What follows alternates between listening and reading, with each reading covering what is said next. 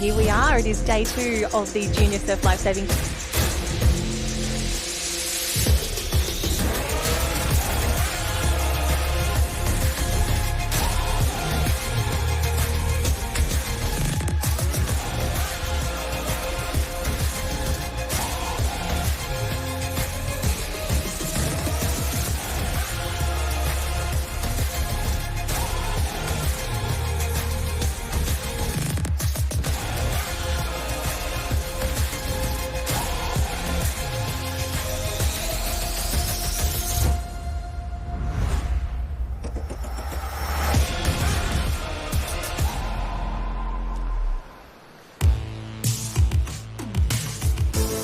And a big welcome. It is the Youth Championships for Surf Lifesaving Queensland 2024. Craig Holden, welcome. Look at that beautiful view. We're down here at North Kira. A bit of a change of venue, but it is looking gorgeous out there. Good morning, Jenny Parry. Yeah, you're right. I'm excited. Hey, I love nothing more than the Queensland Youth Surf Lifesaving Championships. Being a former nipper myself, you're the same boat. I remember going to junior state titles when I was a young whippersnapper a long time ago. It was the highlight of my nipper career, and I'm sure for all these nippers here today, they're just frothing. And I've been down the beach this morning. Kids are just looking spectacular. But anyway, we've got a great day forecast today.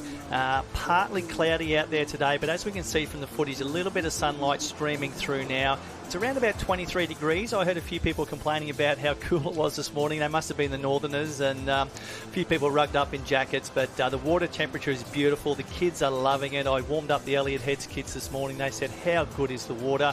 Just like being back at Elliott Heads, it's so clear. It's absolutely beautiful, Jen, and I can't wait to see some fantastic action happening today. Absolutely. We've already had a few athletes walking around with their medals on already, and what we love about Nipper Champs, look at how many caps you can see on the cap on the screen at the moment. And here you go. This is what we need to keep an eye on all day, Craig. From Agnes Waters on the top left-hand side, lots of caps that you may not normally see at your local surf champs. IMEO, one of my favourites, with the 2 dolphins on there as well. Yeah, that's the best thing about junior state titles. Hey, you see so many more caps, so many more clubs are competing.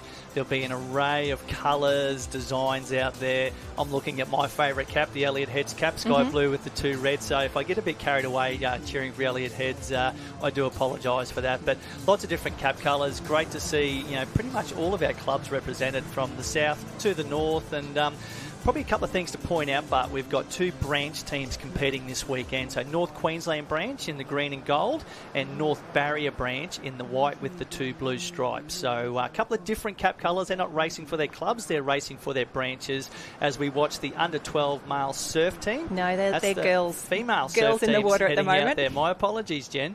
And the girls doing an incredible job. You can see it's actually a really long swim out there at the moment. The conditions are gorgeous, and you can see already North Burleigh, we're expecting to see a lot of their caps up the pointy end. They had an incredible championships across the board last year, expecting that to continue. But a beautiful day for racing, a beautiful day for swimming, I must say, as well. Yeah, you're right, Jen. And I've been down the beach this morning. That was, I suppose, this is the question I've had answered. I was asking a few people this morning, are we going to be doing traditional courses, as in left to right?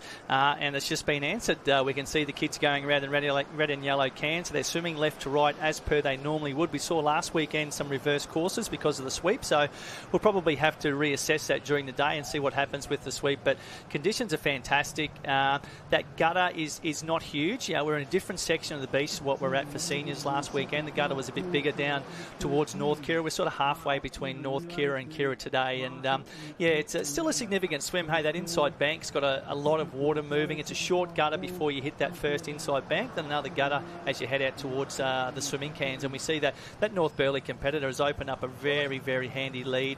Obviously only a heat, I'm going to say, Jen. I don't think it's the final, so there'll obviously be some clubs and some competitors just saving some energy, just trying to qualify through. And we see that competitor come around now, and already the sweep has really pushed them to the north, so we'll see where they end up when they hit the beach. Well, breaking news, Craig, this is a final. Just jumping onto liveheats.com now, and that is where you can go to find all of the draws and the results from this week's championships. That's liveheats.com.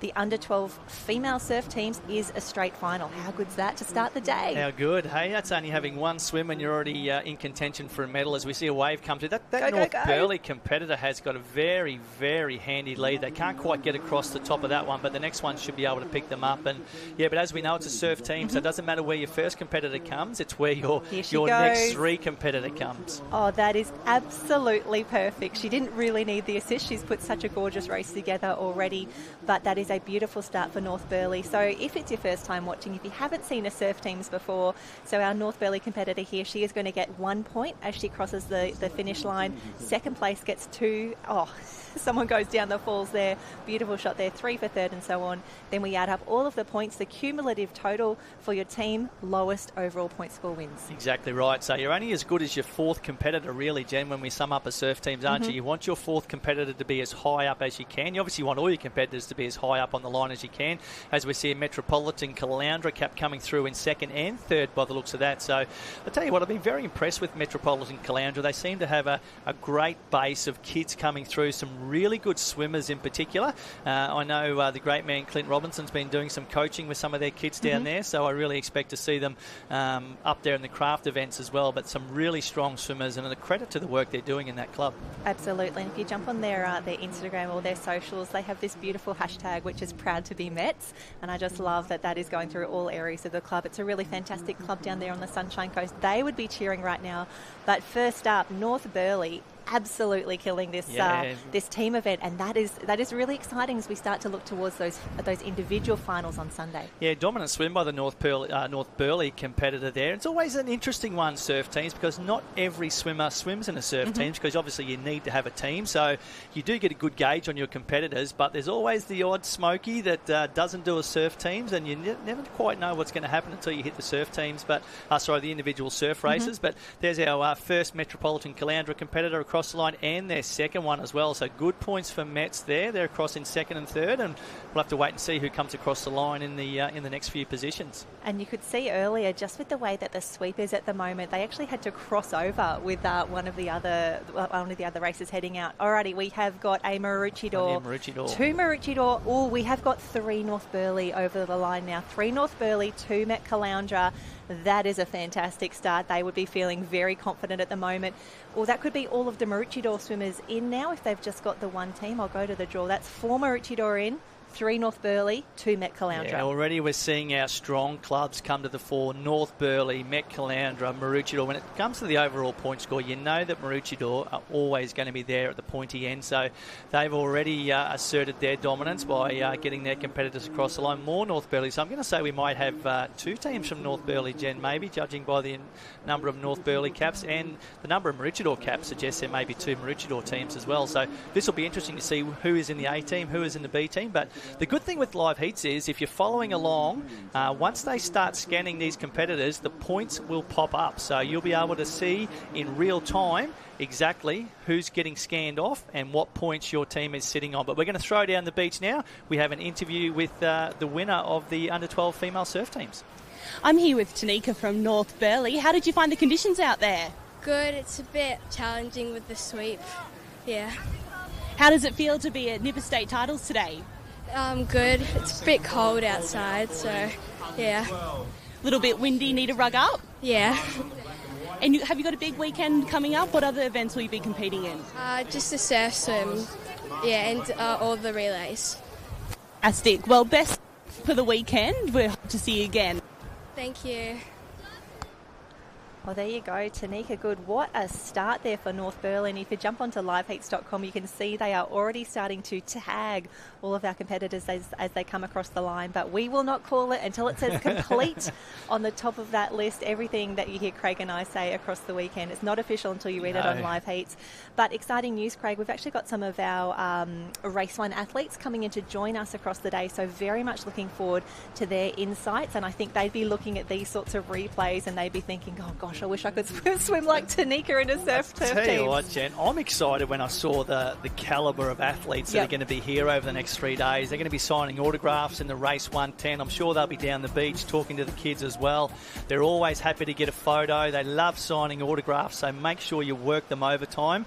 I want to see them all leave with sore wrists after today. They've signed so many autographs, but they love it. They, I'm going to say the majority of them were nippers themselves. They understand what junior state champs mean, so they'll be frothing it. And when they're here, make sure you grab them. They are the nicest people you'll ever meet, and make sure they sign your shirt, your singlet, your arm, whatever you want them to sign. They'll be up for that, and make them feel welcome. Yeah, I think you and I might need to go down there and get in the lineup. So the athlete signing for the Race 1 athletes today is at 11 o'clock.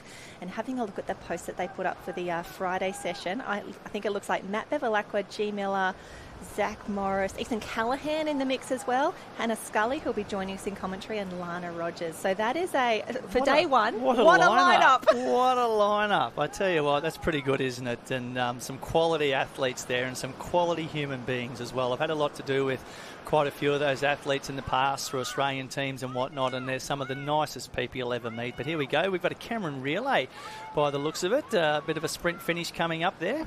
Oh, the Cameron relay is the best. So when we're in seniors or masters, we do a taplin, which is a swim, a board and a ski in any order. But the best thing about being a nipper, when you do that in the Cameron relay, you get a runner that you can tag on the beach and you can see the pace immediately. It's so much better once they come through. Exactly. So for those that aren't aware of a Cameron relay, pretty much an Ironman or Ironwoman event, but instead of one person doing it, you have 4 people. So you will have 1 swimmer, 1 board paddler and 2 runners. So the order for this weekend, unless they've changed it, which I don't think they have, the draw was board first, swim second. So we should have a board paddler going out. They'll come in and tag their first sprinter, who will then run around the transition flags, tag their swimmer, who will complete the swim course, come in and tag the final runner for their last minute sprint through to the finish line. Great little event, and as I said before, it's pretty much the Ironman or Ironwoman turned into a team event.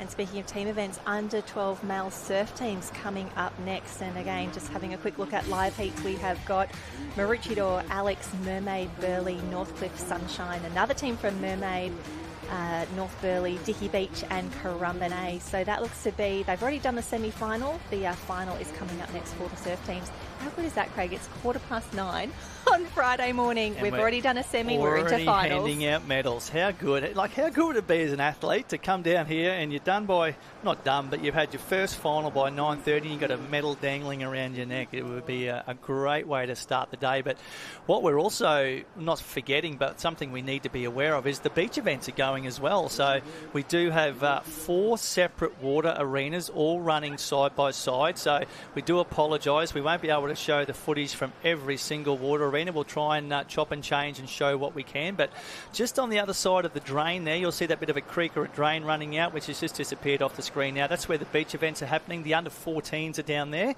doing sprints, relays and beach flags. So plenty of action happening down closer to North Kira Surf Club with the beach events. Yeah, very exciting. And thinking of those beach events, yesterday afternoon we had the 1 and 2K beach runs. I've actually got those results queued because I know as a nipper, let's face it, even as an open competitor, nothing better than hearing your name called out, especially if you've just won a state championship. So we want to give a huge congratulations. The under 11 1K beach run yesterday, Alice Abrahams was one of our first state champions from Alexandria Headlands. Olive Barrett from Balinga was in 2 and Willow McParland from North Burleigh in 3. So congratulations Alice, Olive and Willow, 1, 2 and 3 in the under 11 female beach run. And then for the boys, it was Finn Beaver from Alex, Jax Fielding from Burleigh Heads Mowbray Park and Henry Hopper from Noosa Heads, 1, 2 and 3 in the 11 1K beach run. Congratulations, boys. Yeah, congratulations. And I tell you what, 1 kilometre may not seem like a long way, and if you're running it on the road or the grass, it probably isn't, but do that in soft sand and come and tell me how far it really is, because it would feel probably double that. And those that did the 2K beach run, it would have felt even longer, Jen. So well done to all the kids who raced yesterday afternoon. I'm sure it was a bit windy and probably a bit showery. I wasn't there, unfortunately, yesterday afternoon, but it would have been tough conditions, soft sand and a bit of breeze as well. Yeah, tough conditions all around on the water and on the beach as well. We can see the boys getting ready now. And Craig, something that I love that we've seen happen over the last few years is that obviously it's a huge deal to make a state team for your club, and a lot of the clubs celebrate that by actually getting like a personalised racing cap where you got your name and the year along the side. That just feels one, a little bit luxurious, but really special, and what a way to celebrate making a state team. Yeah, it is special. And a lot of the clubs make a big deal out of it too, which they should. You know, you've had to qualify and be selected a lot of times for these events, so to make a team is pretty special. So they have a cap presentation ceremony where they'll hand out their caps, and I see a lot of the clubs on social media this week getting some of the Ironmen and Ironwomen down there to do the presentations, and they love that stuff too, because as we said before, most of our elite Ironmen and Ironwomen were nippers. A lot of them came from regional clubs. I know Ali Day in particular coming from Warilla, Barrack Point. I've got to spit that one out down in country New South Wales. He froths on the regional kids. He cannot get enough of the country kids and the regional kids who are here racing, and because he knows what it's like, he did that, and he really appreciates the extra effort that goes on. And I can't wait to see, you know, me and you, we're both from the old Y Bay Capricorn branch originally, Jen, so we, you know, understand and appreciate our regional roots, and you know, I'm so excited to see North Queensland, North Barrier and all the Y Bay Capricorn branch kids here as well this weekend. Absolutely, and to tie those two stories beautifully together, I actually saw a post on the Emu Parks Facebook page just yesterday, and they said, as our junior state teams are packing their bags for states this year, a little trip down memory lane from 9 years ago, and they actually had Ali Day presenting the state champ skier 9 years ago, and they said this is notable for a few reasons. Number one, Ali Day is an absolute legend, and we're like, yeah, that's facts. You know what? You're not wrong. I saw that, Jen, and you know what popped up on my memories this week? My two kids, Bailey and Kobe, with one of our other Elliot Heads kids, Sarah Nash, a photo with Ali Day at the same junior state titles. Love it. And I actually had to double take. I thought it was Maddie Davis. And then I saw it's Ali with long hair. And we're so used to seeing Ali these days with the shorter hair. And he's become a distinguished gentleman these days. It looks a bit more, I shouldn't say respectable. He always looked like a great human being. But the short hair. And I had to double take. I thought it was Matthew Davis. Yeah, so and wonderful to see Ali take out another Open Ironman Championship last weekend ahead of Ben Carberry, also ex-Warilla Barrack Point. Warilla Barrack Point, yeah. It's fantastic to see, and so good to see Ali racing at state titles and doing a huge suite of events as well, because it's very easy for these Ironmen and Ironwomen with a big season to skip state titles or skip some events, and he just raced so well and did so many races. So well done to Ali. Can't wait to see you later today or across the weekend, mate. Absolutely. So we've got the under-12 men's surf race final on the line at the moment, and Craig, a really great representation of all the caps here, and you'll see that they're all in a different draw here. So how they line up on the line, we've got Maroochydore, Alex, Mermaid, Burleigh, Northcliffe, Sunshine, Mermaid A, North Burleigh and Currumbin, and you'll see one competitor from each club lined up, and then we do it all again. So we're not advantaging any team, we're not disadvantaging, but how is the run down the beach? That sweep must be so strong. Yeah, exactly. We're seeing all of our kids head south, which we expect. You know, I've been down there warming up the Elliot Heads kids, and that's one of the things I said to them is you're going to have to really allow for that sweep. You have to wait and see where your start line is, but we've seen all those kids head south because, you know, really, you're better off missing your can to the south, knowing you're going to get swept back onto it, than missing your can to the north because you've got to then swim back across the field, or across the current or the sweep. So great footage there from the drone as we see a board paddler come straight through the middle of those swimmers. But very spread out field here, and already we've seen probably 4 or 5 of the boys already assert a little bit of a lead as they go through. That's what we talk about, the gutter, that inside gutter there. They've got to get across deeper water. The waves aren't breaking so much through there. You'll find the sweep will get a little bit stronger as they get out towards this bank now, Jen. We're getting closer to the cans, but getting to that, what we call the inside bank there, and they're going to have to work hard. Look at them getting swept now. Oof. So these boys are going to have a bit of a swim back to this red and yellow can, I'm going to suggest here, Jen. Absolutely, and it'd be interesting to know whether or not they were in this arena for their semi-final earlier today, because some of them haven't run down far enough. They're going to need to swim back, which is so tough. When you're under fatigue, you're wondering where you are, you're wondering where the rest of your team is as well.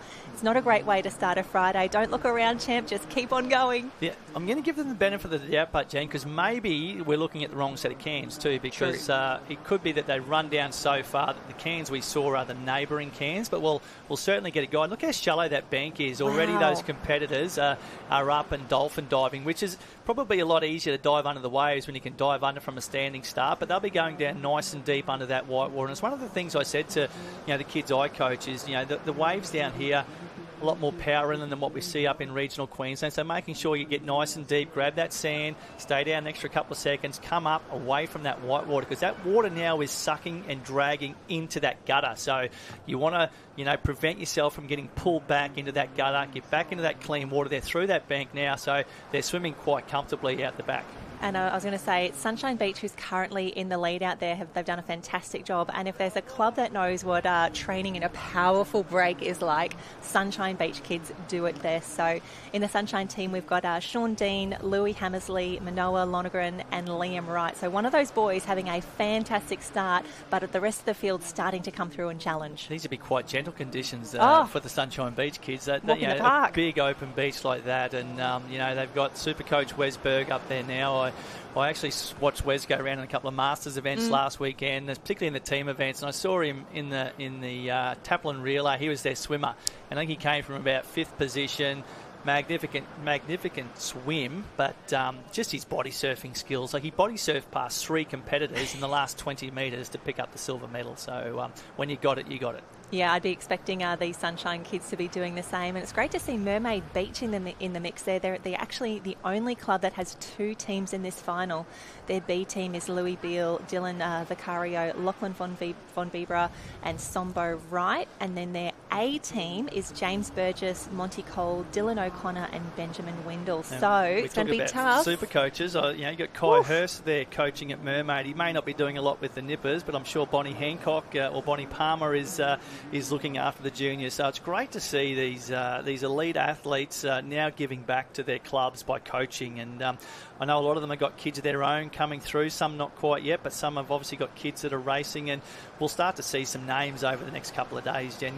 You'll hear the surnames and you'll go, oh yeah, their dad or their mum was a gun competitor. So great to see them giving back. And we see almost the whole field now around that string of 9 as we come closer to the last turning cam, which is the green and gold. Just see how difficult it is for those kids, Jen, trying to swim across that string of 9. They're swimming against the sweep, so that's probably going to be the toughest part of the race, I'm going to suggest, is going from red and yellow to green and gold, where they're swimming against the sweep and against the current. But our leaders have now turned the cans, and we've got 3 swimmers that have opened up a little bit of a lead on the rest of the pack, and we're going to try and pick up some cap colours here, Jen. Looks like a Sunshine Beach cap still out in front.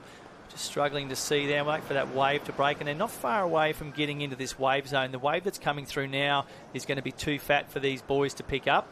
And again, we're seeing 2 of the leaders head further north, so whether they're just getting swept or whether that's where they've been told to go to pick up a wave, and the rest of the pack is going a little bit further south. So they're going to be coming in closer to the turning flag, but are they going to be coming in where the waves are breaking? And just look at how big this swimming is and how much these boys have been swept across the ocean. And this is where the boys are going to be looking around, trying to get something. I don't think anyone... they'll need a double up if they need this. Sunshine. Straight over the top, Sunshine. Go. Well done, yes. Oh, fantastic work. And here comes the next one. This is where it gets interesting. And again, this is a surf teams race. So it's not just the gold medals for 1, 2 and 3 across the line. It is all about the rest of your team. They've still got another gutter to get across yet, Jen. So this is what we're calling the inside bank. It's almost a double break today. Got that inside bank and another little gutter they've got to get across. That's that inside gutter, which is probably only about 40 or 50 metres wide. So they're getting a good lift on that inside bank, but they've still got to get across that inside gutter. So deeper water, the waves won't take them across that inside gutter. They're going to have to swim. So they'll be hoping to get as much of a lift as they can from the waves that come through on this inside bank. But they're already very, very soon going to be back into deeper water. And this is where it's going to be crucial, Jen. This is where the medals are going to be decided. Who can get across that inside gutter? Who can get up and get those legs moving? Already we can see a couple of competitors a long way to the north, so they've got a big run in front of them. Big run in front of them, and this last swim here, you can see in that darker water, the deeper water, it is absolutely brutal. These boys have been racing for quite a while already, and they're looking around, they're seeing each other, but there is no doubting first across the line is going to be, Burley. It's Burley. Yeah, one of the Burley boys. Woo. He's one of the ones that took that southern line coming in, so great swim. The Sunshine Beach boy who led the whole way has come across in second. Another Burley cap standing up and running, so obviously the ones that took that southern route back to the beach and lined themselves up with the finish line. Alexandra Headland coming across there in third place. So already 3 different cap colours. We'll see who comes across the line next. We've got Mermaid fighting it out with a North Burley competitor. So 5 different cap colours. There's our second Mermaid swimmer. Burley Heads, Maroochydore. Mermaid Beach, Burleigh Heads, Alexandra Headland, another Alex cap. This is going to be a very interesting point score, Jen, this one. Already lots of different cap. There's Alex, there's their fourth swimmer. So we know that Alex have got 4 across the line. Another Maroochydore cap, a Currumbin cap. It's the first Currumbin cap we've seen come across the line so far. So this is going to be quite a spread-out point spread, I think we're going to see. Another Sunshine, Northcliffe, the first Northcliffe cap across the line. Currumbin, another Maroochydore cap.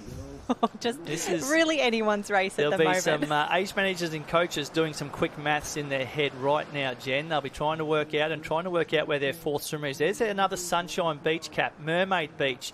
Mermaid Beach may have 4 across the line now. Another Currumbin cap. More Maroochydore caps coming through. Caps.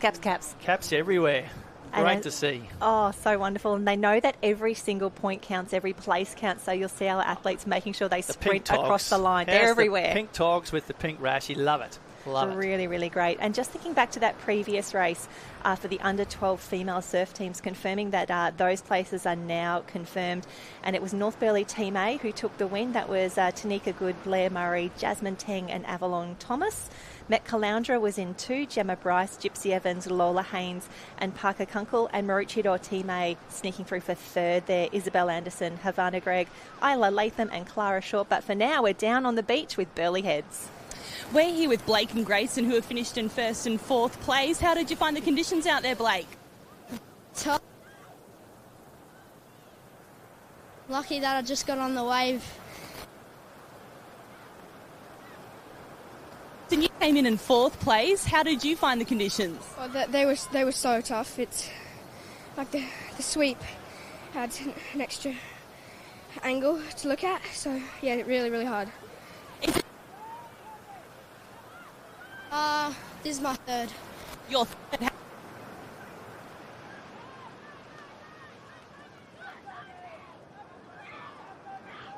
It's way tougher than the last one.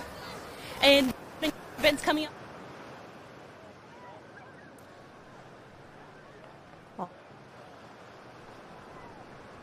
There we go. Those athletes doing a great job down there. I don't think our microphones are getting all the way down there, Craig. We'll try and bring you as many races as possible, but have a look at this. There's athletes everywhere, caps everywhere, and that board paddler straight through the middle. Oh, that was tough. I tell you what, the young boy from Burleigh that won that was the first Burleigh kid across the line, and I love it how he said, I was lucky enough to get on that wave. There was no luck involved. We saw him take that southern route. He picked the more direct line. He put himself in position to catch the wave. So I'm going to say no luck, skills. Skills. He had skills pay the bills. Skills pay the bills, as our good mate Joshua Minogue always says, and that's what paid off there. That more direct line back to the finishing flag, but also his body surfing skills, absolutely phenomenal. And how was that? We thought Sunshine Beach had it in the bag there, and it was all Burleigh Heads, Mowbray Parker. Fantastic finish there. The crew's doing an incredible job. And Craig, as we get these long views here, just so many arenas set up across the beach. Look at that. All those different coloured tents. Tell you what, some of the bigger clubs here have got multiple tents. I hate to be one of the people who's in charge of putting tents up because some of the big clubs have got a lot of tents here, but great to see so many different colours, so many different cap colours.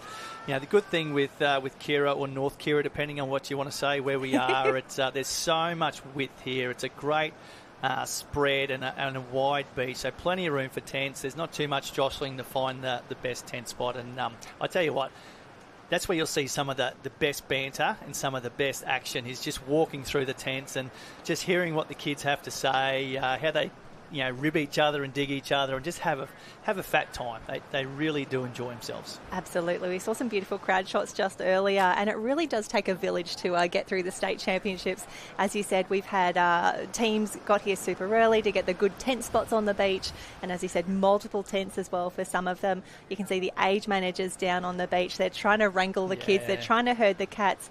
So many competitors racing this weekend from so many different clubs. And if you see us, if there's a camera there, if you're doing well, come and say hello, give us a smile, give us a wave. We want to celebrate all of the amazing athletes this weekend. We love to hear some of the kids get interviewed on the camera this weekend. So if you see them down on the beach, they may not always be able to interview you, but I'm sure they'd love to get some different opinions and just hear the stories. You mentioned Emu Park before, Jen. I was following their socials during the week, and they've actually doing an individual profile of each of their kids on the way down here. Their nicknames, their favourite events, and Parky's on tour. So good. Parky's on tour. Yeah, I know Emu Park got a great rap last weekend, but it's been thoroughly deserved. They had a great representation at the seniors and the masters, and they did extremely well as well. And they've got a great bunch of nippers coming through too. So good to see them with good numbers here. Just good to see all of those regional clubs. I know I keep harping on Jen, but we love seeing the Queensland country kids down here. You know, they love coming to a junior championships. It's the highlight of their year. For some of them, they won't be going to the Aussie Youth, so this is their final event for the season.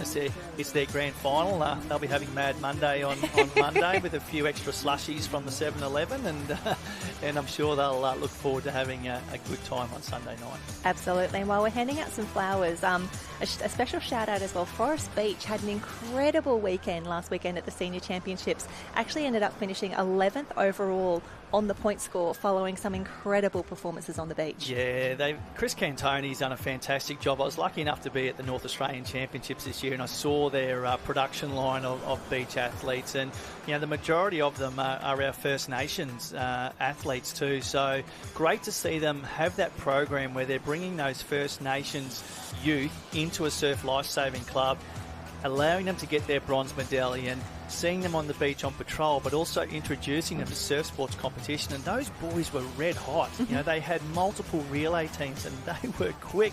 I know they had a couple of DQs in the relay, so they probably should have got more medals than they actually did. And we saw one of those boys make the Queensland team this year as well. So how good is that?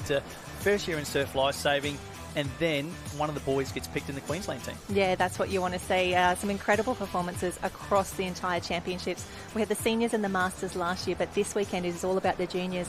And looking at the program today, it's all about team events for Friday. Yeah, it is. You know, when you come to a junior championships, Friday is team event day. There are some individual events spread in later on with a few heats and quarterfinals, but it's team events day. And I love team events. I know the kids love team events. The clubs pride themselves on doing well in team events. So I really can't wait to see what happens. I've got a few boys I coach later from the Bundaberg Surf Lifesaving Club. They got second in the under-14 board relay last year, so they're hoping to medal again this year. So personally, I'm excited for that. But yeah, I love the teams, and particularly the Cameron relay. It's a good one. I suppose, opportunity to show off. You've got swimmers, board paddlers, and sprinters. So can't wait.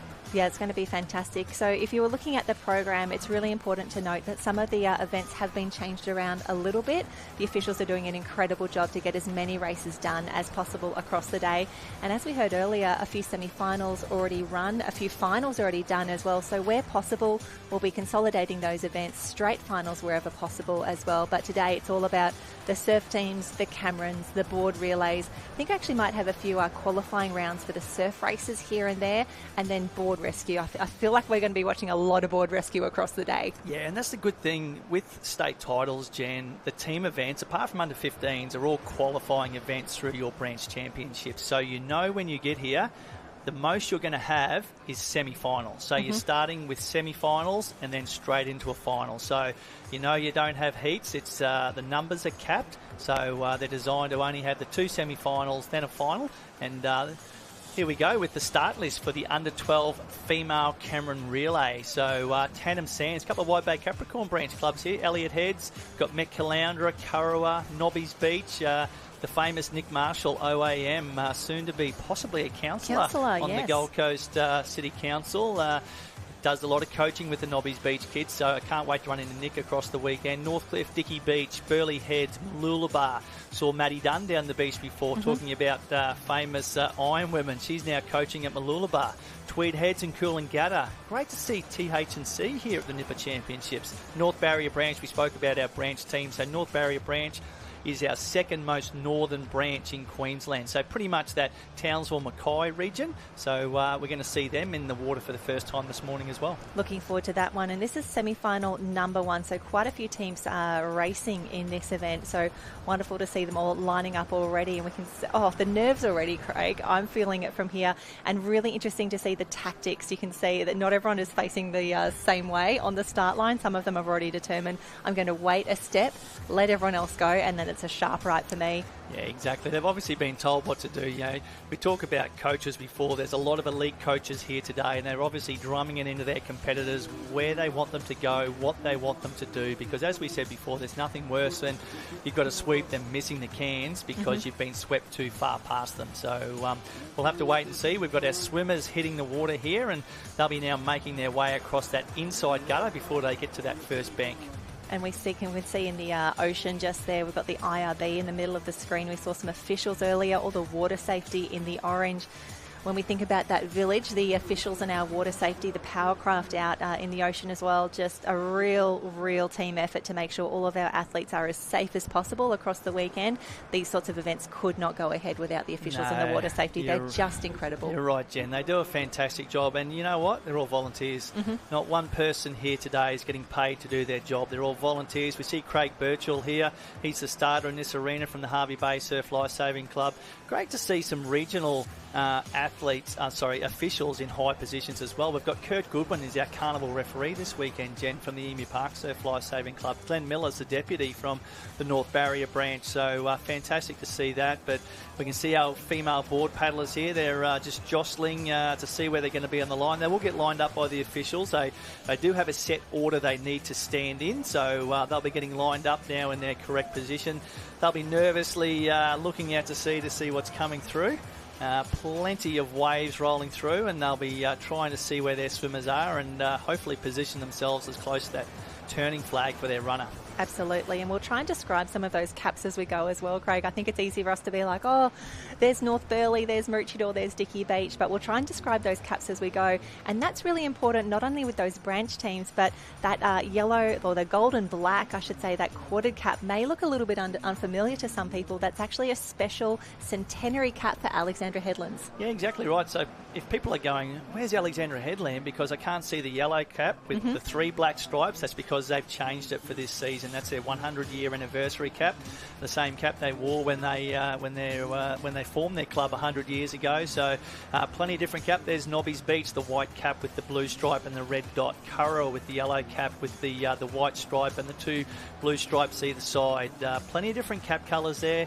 I can even see a Tannum Sands cap there as well. The blue with the yellow stripe down the middle. TH&C, Tweed Heads and Coolangatta with the maroon and 2 yellow. There's the Elliott Heads cap, sky blue with the 2 red stripes. Very similar to Metcallandra. Metcallandra just has the white stripe down the middle. Same with Ellis Beach. So luckily Ellis Beach isn't here. They're racing for North Queensland, but 3 clubs that have very similar cap colours. And if you thought it was going to be difficult this weekend, just wait. A few weeks' time we'll be along the Sunshine Coast for the National Championships, and then you add all the interstate caps into the mix as well. There's a fair bit of study that goes into being part of the commentary crew in the weeks leading up to Aussies. We're fairly lucky. We see the Queensland caps all the time, so we don't even need to refer to our cap colour chart. But when you get to the Australian Championships, you certainly do, because I don't know, how many clubs would you suggest are going to be at the Aussies, Jen? At least 200. Oh, easily. 300, probably 250. Yeah. So we're lucky here. We only have, I'm not sure what we're back to now. Is it 57 clubs? 58 clubs. It used to be 59, but I think we might be back to 58 or 57 clubs in Queensland, and I'd like to think that they're all represented here, even though we won't see all of their individual cap colours, because as we mentioned before, North Queensland clubs racing for North Queensland branch and North Barrier clubs racing for North Barrier branch, but everyone else racing for their individual clubs. And you can see our competitors down there on the start line, just getting those instructions from the officials as they head out. We actually do a pre-race briefing for every single race, whether it's a heat, a semi or a final. This is where the athletes, they confirm the course, they go over any sort of new information or rules, and then they have a little bit of a celebration. I do love through the finals, there's always a round of applause that says congratulations on making a state final, which I just adore. Yeah, it's so good because, let's face it, it's not easy to make a final at a Queensland Queensland Championships, particularly in the youth category. So it's really an achievement to make a final. So it's great that they celebrate it. They applaud them. And you know what? Competitors applaud each other. They love it. They love hanging with kids from different clubs under that marshalling tent. They talk about the banter under the club tents. You can imagine what goes on under the marshalling tent with all the kids sitting there. So Craig Birchall's just telling our board paddlers probably about the course, because that's the most important thing the starter does. You know, he tells the kids exactly what they need to do and where they need to go. So it's very clear, and they're told exactly where they need to paddle so that there can be no mistaking the exact course they're meant to do. So he'll be reinforcing that now. And being a Cameron relay, you know, these kids are not allowed to cut the cans. So they must go around all of the cans, including the swim cans and the board cans when they're the board paddler. I'm sure they will also would have talked through the tags as well for those runners that are going to come in and out. They'll need to make sure they're doing those tags clearly in the designated areas. Now, a lot of our athletes, they've definitely done a Cameron relay before, so it won't be new information to them, but you can imagine the nerves that come in when you're on the start line for a semi-final at States. It always gets a little bit tough there. And, of course, an event like this can't go ahead without the support of our incredible sponsors, Engine, McDonald's and Race One. Speaking of, one of our Race One athletes is in the house now. Hannah Scully, welcome. Thank you. I am a little bit late. It is crazy out there trying to find a park. But welcome to North Kira. Yeah, I didn't realise how busy it gets down here. It's so good to see. So many families, everyone coming down to support each other and all the kids and their siblings, which is phenomenal. But yeah, I'm excited to be here and well, you've come in at a perfect time. We've already handed out some gold medals this morning, which is wonderful. We're actually right next door to the Race One tent as well, so I'm sure you went past and gave them a high five on the way through. And if you liked what you saw on the beach, just wait till we show you some of these incredible shots. There is every nipper, it feels like, in Queensland down here on the beach at the moment, and we're about to jump into the semi-finals of the Cameron Relay. If you had to do a Cameron Relay, what leg do you want to do? Oh, board for sure. I did quite a few growing up. Did the board, did a couple of run legs. Yes. Have a little bit of speed in me, but yeah, definitely love getting out there on the board whenever I can. Absolutely. So we can see the teams lining up. I think this is semi-final number 2. Hannah, did you do nippers? Yes, I started in under 8s down at Lennox Head Surf Club, which beautiful part of the world, and then made my way up here and still loving it. Absolutely. We can see some of these nippers getting a little bit nervous and excited. And a big welcome, of course, to our under-11s first ever state championships. They've watched everyone else do it over the past few years. Do you remember how excited you were for your first nipper state champs? Yeah, so we start in under 8s down in New South Wales. I think they're still doing that. But I started under 9s and I was petrified. Coming from a little country town down to, I think it was Newcastle, and seeing all the Sydney and Newcastle clubs, which were massive, and rocking up there as sort of didn't know anyone. But yeah, jumped in, made some great friends that I had for quite a long time. And yeah, it's kept going since then. Oh, fantastic. We can see one of our Tandem Sands competitors there actually wearing the full-length nipper suit, which is what a lot of our northern clubs wear as well. Also great for sun protection on a day like today. It is. It's very hot out there. I haven't actually seen it up close and personal. It's such a cool little thing. Like, we think we've got, a couple of jellyfish maybe, some sharks, if that. These guys are fighting off everything up there, and they're still wanting to get out there and involve, which is really good for the sport. They are pretty tough competitors, and I know these athletes have been down there for a little while. They'll be so ready to race, starters' hands, and off they go. Hannah, you're one of, well, let's face it, the best board paddler going around. If you could give some tips to these nippers as they head out right now, what would that be? Yeah, as we just saw, a few of them just sort of didn't get their board up and over the wave, so they've put all their weight into it, and it's just dropped them back a little bit. You want to, especially with this shore in here, just get your board up over the wave and sort of use that momentum from the run to propel you onto it and get a momentum. We see the girl on the left going out really fast, so she's got quite a long stroke, legs kicking.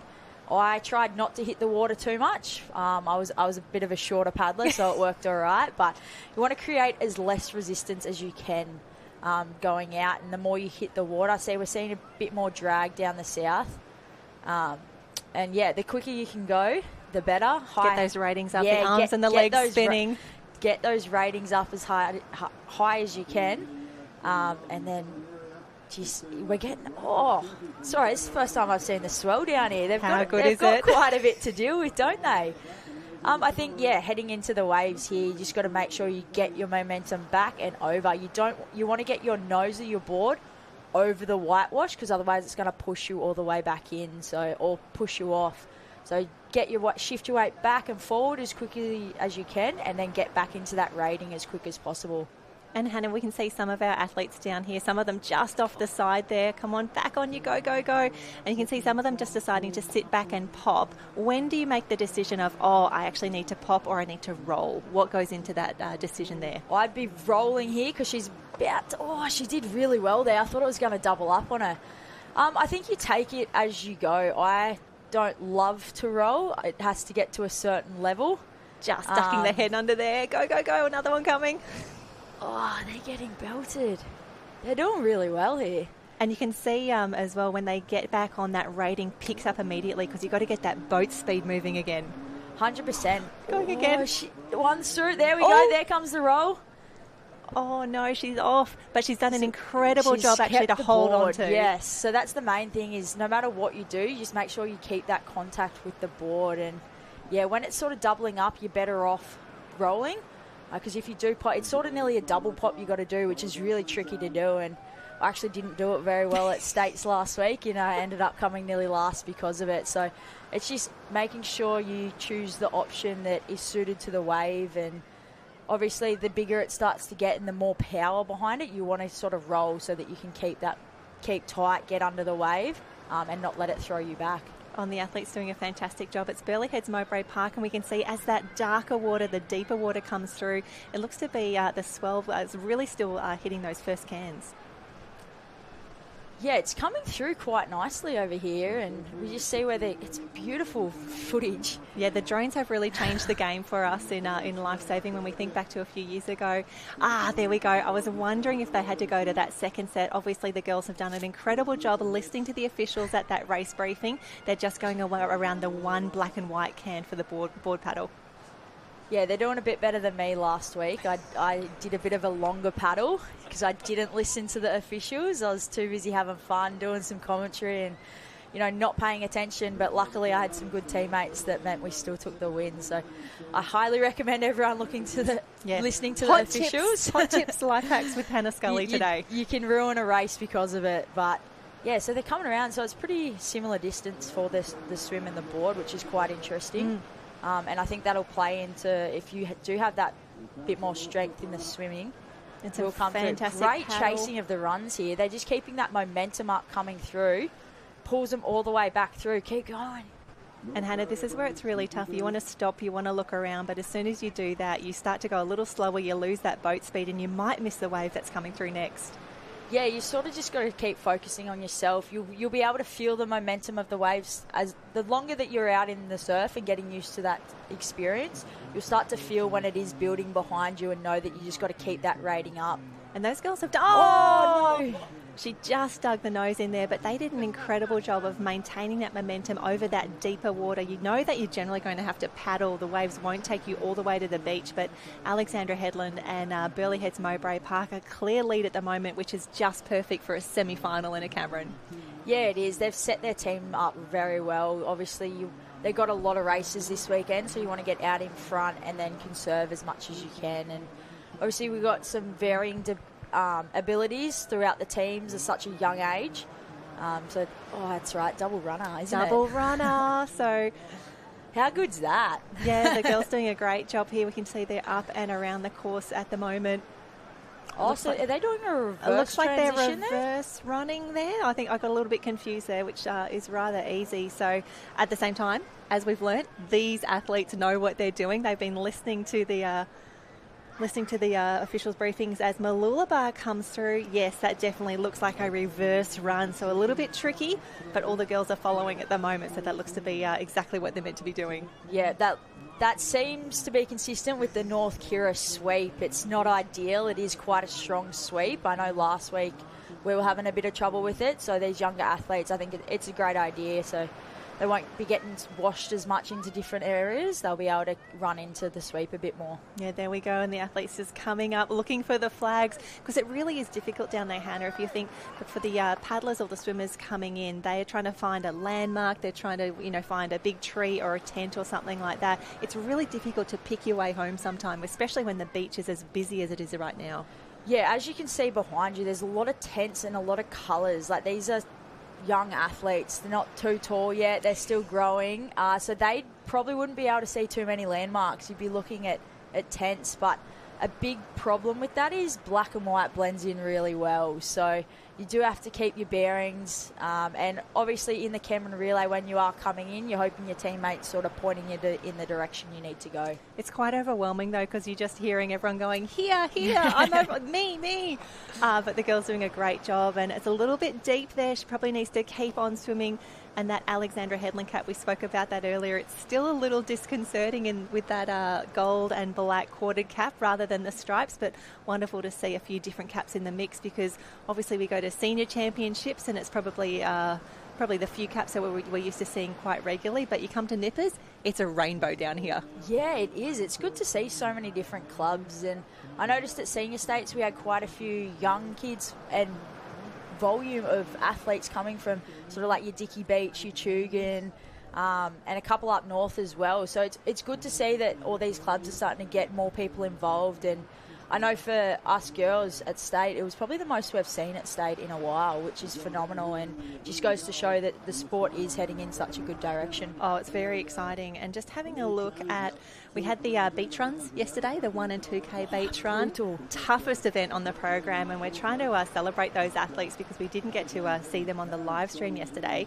So I'm going to read you out these incredible athletes who did the under 12 1K beach run yesterday. In the ladies, it was Scarlett Vanderhert from Met Caloundra, Clara Short from Maroochydore, and then Hallie Seigler from North Queensland branch, who picked up a bronze medal there. Congratulations, ladies.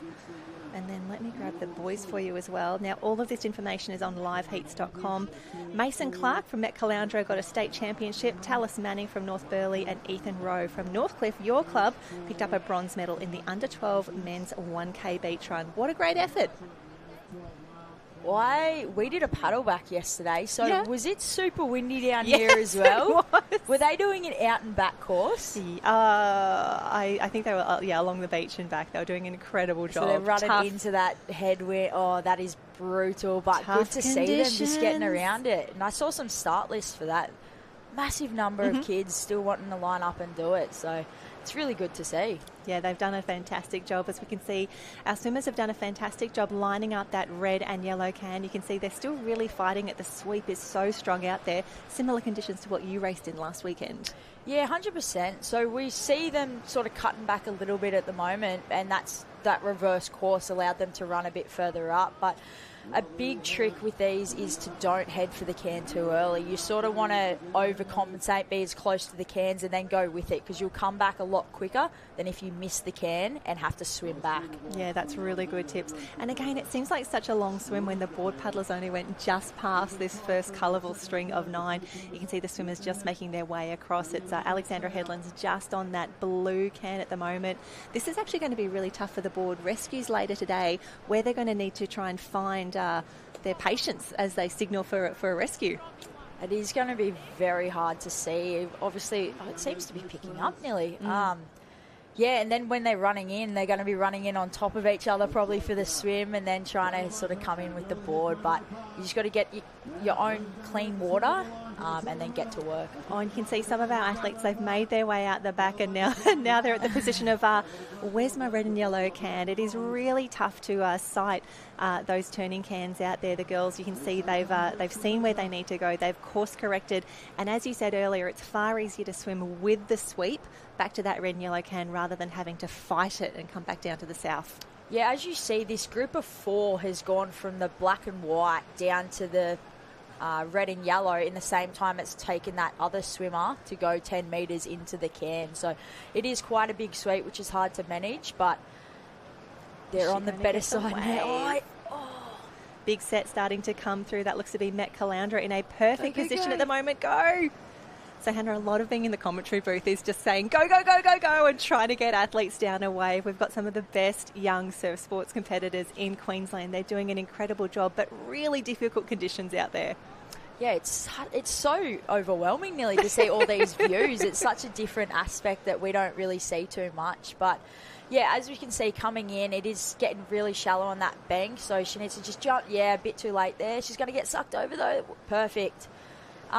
Yeah, so it's going to sort of dump you a little bit at the start because it is going quite shallow, but just making sure you get your weight up. Big kick, like she did that perfectly, just didn't quite get down it. It was a bit too far out, but big kick up, get the arms going, and once you are down the wave, just trying to be as rigid as possible and the biggest kick.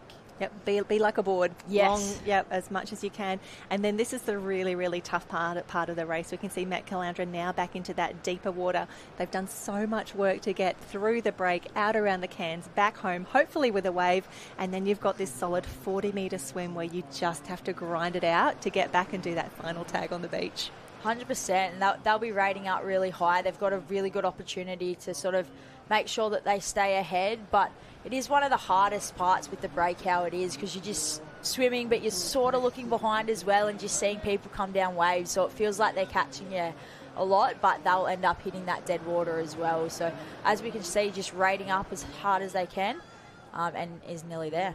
Yeah, especially when your heart rate's about 180 at this point. You've been swimming for such a long period of time. But Alexandra Headland, they've done an incredible job as well. The girls coming through. And this is the best part of it, Cameron. The tag to finish, and then one of your teammates get this glory leg to go through the finishing tape. But Met Calandra easily through to the final. That'll be held a little further on in the program. Yeah, they did very well. They just got out in front and led from the beginning, which is just the perfect way to do it and the perfect race plan, which is awesome to see. And you mentioned earlier, so many of our competitors are going to be going around the cans quite a few times this weekend. The Friday is all about the teams for the junior competitors. I know at the senior state championships last week, we were speaking to some of the athletes who were doing 10 plus races in a day. It's so difficult to manage your energy levels. 100%, and we haven't done too many 3-day carnivals all year. We sort of do the day and a half for majority of our Shore and Partners Summer Surf events. So it is different. I know a lot of us were hurting quite a bit, but it is perfect practice for Aussies, obviously being the 5 days. We do a lot more racing. We were doing... In the females, we were actually doing quarters, semis, finals for a lot of our stuff, which we haven't done for a while. So we did get a pretty big load, but then you're adding sort of heats and round twos into that for Aussies. So I think more than anything, it's your feet. It's training your feet to be on the beach for 3 days. Oh, training your feet. And also you've got to keep your wits about you when you're down there on the beach. We're seeing there's so many athletes down there, and with that reversal of the course as well, that is really, really difficult. But we can see Northcliffe coming through. I'd say that's a qualification there. This is semi-final number 1 for the under-12 Cameron relay. Met Calandra is across the line. Alex is in there as well. Burleigh Heads Mowbray Park, brightest togs on the beach. What a kit they've got for state champs. I was just watching that. They've all got the fluoros going. I don't mind a bit of fluoro. As a race one athlete, I think you need to love the fluoro. Well, I have a hat that is exactly that colour, and it's probably my favourite hat. And yeah, they look good. They stand out, and it's really good to see them all wearing the same sort of kit. Yeah, I think that was always one of the best parts of a state championship. One, to make your club state team was a huge honour, and then you got the bag of gear, or you got a shirt or something like that, and you just wear that shirt till it absolutely fell apart. Yeah, it's so good to see all these kids are very proud to represent their clubs, which is what we want to see and what we want the sport. We want to put that prestige in representing your club. So to see them, starting from a young age and having that ingrained into them is awesome to see.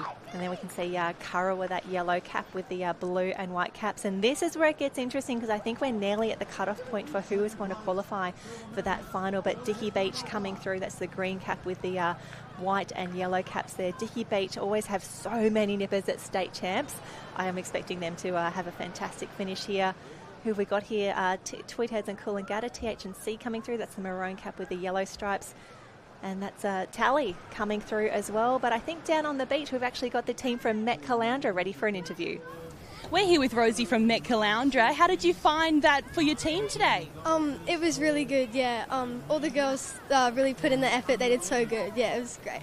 Can you tell us who else makes up your team? We have Gypsy, who's a really good swimmer. Gemma, who did our board, she's really fast, and another Rosie actually who did the first run. Yeah. So you'll be heading into the final now. How do you think you'll prepare for that? I just think we just gotta stay positive and be good sports. I think we did really well, and we just need to carry that into the final. Well, best of luck in the final. Hopefully see you at the end. Thank you so much. Oh, fantastic work. Met Caloundra, what a start for them. Wonderful to see them through to the semi-final, and there is no mucking around there on the beach. Hannah, how good are the officials just getting this done? They know it's a massive program, the next semi-final in the water already. Yeah, I love it. They're good to go. They're marking them off really easy, making sure everyone's come in and then back on the line ready to go. And I know as an athlete, I love it like that. You feel like you don't get a rest, but I feel like the day flows really well and everybody knows what they're doing, what their job is. And I'll just touch on Dicky Beach for you. So you said they've got a lot of nippers coming through, and I think we're actually starting to see that continue up. I know last weekend, I think the whole beach was Dicky Beach, and we were all sort of hadn't heard it before, hadn't really had any Dicky Beaches sort of racing. So it's awesome to see that they're now continuing and staying in the sport and bringing the same competitiveness into the open arena. Absolutely. I know Dakota Luke's been doing some fantastic things. Their boys in the ski paddling so strong as well. So Mud and the crew doing a fantastic job. And this is the breeding ground, right? We need to hold on to these kids. We need to get them through to the seniors and then the Masters Championships. But, look, and you can see there, Hannah, like with the amount of sand that's in the water there, it's really shallow. The crew doing an incredible job. They know they've got a big race ahead of them. Yeah, they've just got this set coming through, and you can see the moment that sand starts to churn up that there's quite a bit of power through the waves, and there's really tricky conditions through them. I'm seeing a lot of close little double ups, which is some of the hardest skills to learn and to get strong at. You've got to think on your feet. It's really hard, but they've negotiated it really well. We haven't seen any sort of get pushed back too much, and that feels like a really fast start compared to the poor semi-final one. They really got worked in that shore break, but again the competitors up and on really quickly and getting those arms and those legs really starting to spin through. But we've got a clear breakaway at the moment. I'd say maybe 8 going through to the final, which will be held today. Yeah, so we're obviously seeing the first 4 sort of break away. So obviously the first leg, things can change. Might have a strongest board paddler, the other teams might have a stronger swimmer, and with the waves as well, throws it up, and we might see some people move in as well. And they've actually done what I did. They're in the wrong arena. No, they've gone to the 4 instead of the 1 can, remember? We're using the 9 and the 1. Oh, you're right. Yes. Oh, gosh, the confusion reigns supreme out there. And again, really smart work that you can see them all having a little look around. Oh, no, I think some of them are going to miss the can. What I think is actually happened... She's gone back around. She's gone back around, but I think that set has come through. We've got no yellow and red there. We're missing a couple of cans on the left-hand side. Wow. Okay, this is interesting, Hannah, and this is where the drone footage has absolutely changed the game for us. If we can pan out a little bit, this is crazy scenes at the moment in semi-final number 2. It looks like the cans have broken away there as we get that gorgeous shot. Thank you so much, the crew from Big Voice, bringing us all the good shots. Yeah, I think we've lost half a can, half a set of cans. That was really good. These are young female athletes. That was very quick thinking. Like, they didn't panic? No, they didn't. They just found their right can and they sort of just kept going on with the race. And to be frank, I don't even know if I'd know what to do with the cans. I've been lucky enough not to have that. But the good thing is they didn't start chasing it down the beach. It's not going to do any good. And they've just sort of all ended up doing the same course, which is still makes it a fair race. And that's what we're looking for here. We don't want to advantage or disadvantage anyone. It looks like everyone's got their way through. But, you can always see that moment of like, oof, what do I do? And then they make a decision, they stick with it, and that's some real maturity for these under-12 competitors. 100%. They were just very levelled, and obviously one still went to the 4 black and white, but they all sort of got there, and it was nearly as a consensus. We were like, we're not meant to be here. We're going to go back around the 1, but it's brought the field back a little bit. But yeah, look at him go, running through. Currumbin comes through for the tag, and this is what we love about a Cameron relay. Currumbin, that's the green and white quartered. North Burleigh coming through. Maroochydore in the mix as well, just doing that reversed up around the beach there. But here we go. The board is done. They've done the first run, and then the swim. We can see the little ticker along the bottom there, the semi-final for the 12 Cameron Relay, showing just where we are in the race. The girls doing an incredible job with a little bit of drama halfway. That's what we love to see. Yeah, it'll be interesting if hopefully the starters have told them now that they are just going around the 4 cans. It will take a little bit to get the other cans set back up, so it does make it a little bit shorter. But what I'll be very interested to see is, did any of the coaches quickly yell out to the kids they're no longer doing 5 more cans? So do they need to run longer to make sure that they hit that first one in line or not? So I think we might see a bit more to play in this race, which will be interesting. Oh, we love the drama when we're not a part of it, and this is it's such an honour to see our athletes doing incredible things, and the shots that we have here, the views that we get now, it's just incredible. Like, we didn't get this 5-6 years ago. We didn't get this sort of view where you could see the race unfolding, the tactics and the strategies, the decisions that were being made by the athletes as they head through. But Currumbin doing a fantastic job holding on to that lead at the moment, remembering that this is a semi-final. The top 8, we think, are going through to the final. And Hannah, big racing, and you can see it's getting really shallow on that bank out there. Yeah, it is, but it fills up and then it drops quite quickly. So we're seeing a few sort of get up, but they got to get going. They got to keep that momentum up through there. Otherwise, you're just going to keep getting hit back and hit back. We're actually seeing a bit of tactics here. So we've seen one of the girls go out on the left. Other 2 went on the right, but did you see Currumbin and the other girl in the white cap? I can't quite pick it out. Might be Marucci. Yep. Look across and start to follow her across. So it'll be interesting to see which one pays off with the can lining. Yeah, this is where all the decisions are so important, and it's also great to get a semi-final done, right? Because you get to go out there, hopefully in the same arena as your final, understand what the conditions are like, feel the sweep, because often it's different to your swim and your board, how far you get taken down. We've actually got quite a few Maroochydore in this mix at the moment. It's semi-final number 2, and I can tell you that the results are all confirmed for semi-final number 1. Congratulations, Met Caloundra, Alex A, Northcliffe A, Mooloolaba B, Burleigh Heads, Mowbray Park B, Kurrawa A, Dicky Beach A, Nobbies A. That is the top 8 from semi-final number 1. They're all in a state final now. How good's that? That's phenomenal. Second day at first water events, and to lock yourself in for a state final is a phenomenal achievement. We've just seen the cans are actually back out, so the water safety have done very well in getting them straight back out, ready to go. So we'll see how much they've got to adjust to that. But look, what, under 12s? Under 12s. And they're making these decisions and knowing what to do and not panicking, like opens, which is phenomenal to see. Yeah, the not panicking is so important, and we can see, yes, they've had to swim back a little bit, but they're going with the sweep there. They're not fighting it, and you can see already they're all, as they go around that red and yellow, the sweep is still strong because they're having to come immediately back around. But it looks to be that pack of 4 is now a pack of 3. The crew doing an incredible job, knowing that it's a semi-final, but also knowing that the waves could come into play here, so you need to put your team in the best possible position coming home. Yeah, you don't want to leave it to chance. You've got to make sure you get out there and, is Met Caloundra, where are you going? Look up. Yeah, nearly went to the wrong can. But yeah, we're seeing these sort of 3 and then another 4. So we're still looking for that 8th team. So, you know, someone can come through. They're really close for 8th, 9th, which will be interesting. But yeah, no matter what, even if you're leading, you want to get to the beach as quick as possible, just to know that you're definitely locked and ready to go for that final. And if I think back to the state championships last week at this same stretch of beach, so we had so many races where the competitors, and I think you would have been in a few of these races, as soon as you came around that final can, the waves were on. So if you put yourself in a good position early, it paid off nearly every single time.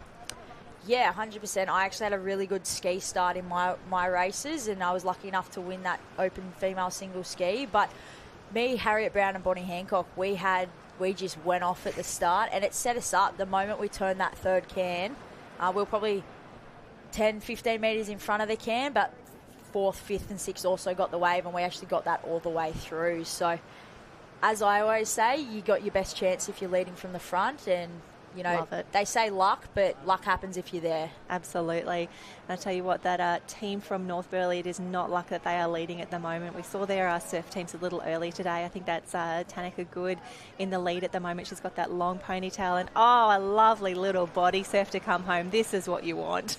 Perfect. That was perfectly executed, and we just saw a couple more arms. Oh, she just put the weight back then, but it did sort of drop off the wave. But keep swimming, keep swimming. And this is where it's so tough, because often it's a little bit deceptive. You can see that it looks quite shallow. You think, yep, I'm going to get up and stand. There's nothing worse than you go to stand in that and the bottom just isn't there and you've lost all of your swimming speed. You lose all your momentum, and it's nearly like a gut-wrenching feeling, because you got to regenerate all of that and get going again. And you don't have time to sulk. You just got to get on with it and know that, maybe next time you don't do that and you keep swimming. And they sort of come up here. I wonder where the flag is, because they're a bit spread out, but it is the top 8 through. So, you want to try those little things this time so that, come finals, you know exactly your game plan and you do all the little things right. And as we said, it's a busy program, more than enough opportunities to go around the can again. But for now, it looks like North Burleigh in one. Currumbin really starting to come through at the end here. Those girls just need to hit the beach and then do a safe tag. And a shout out to the North Queensland branch team is in this one. Mia Bamford, Hallie Seigler, Macy Donovan and Lacey Taylor. Now that is a cap that I know I'm going to get confused across the weekend. The North Barrier branch cap is white with 2 navy stripes. North Burleigh is the white with the 2 dark green as well. It's really tough to pick. Yeah, they might be sitting in 3rd or 4th. I thought I saw another North Burleigh cap, but it's quite hard to pick out. We've got a lot more different clubs to open, so I actually haven't seen a lot of these caps, which is awesome. Well, I have got a reference sheet for you right here, so we'll start learning that one. And we can just see just on the left of screen there, we've got the North Queensland branch as well. That's the aqua green with the yellow stripe.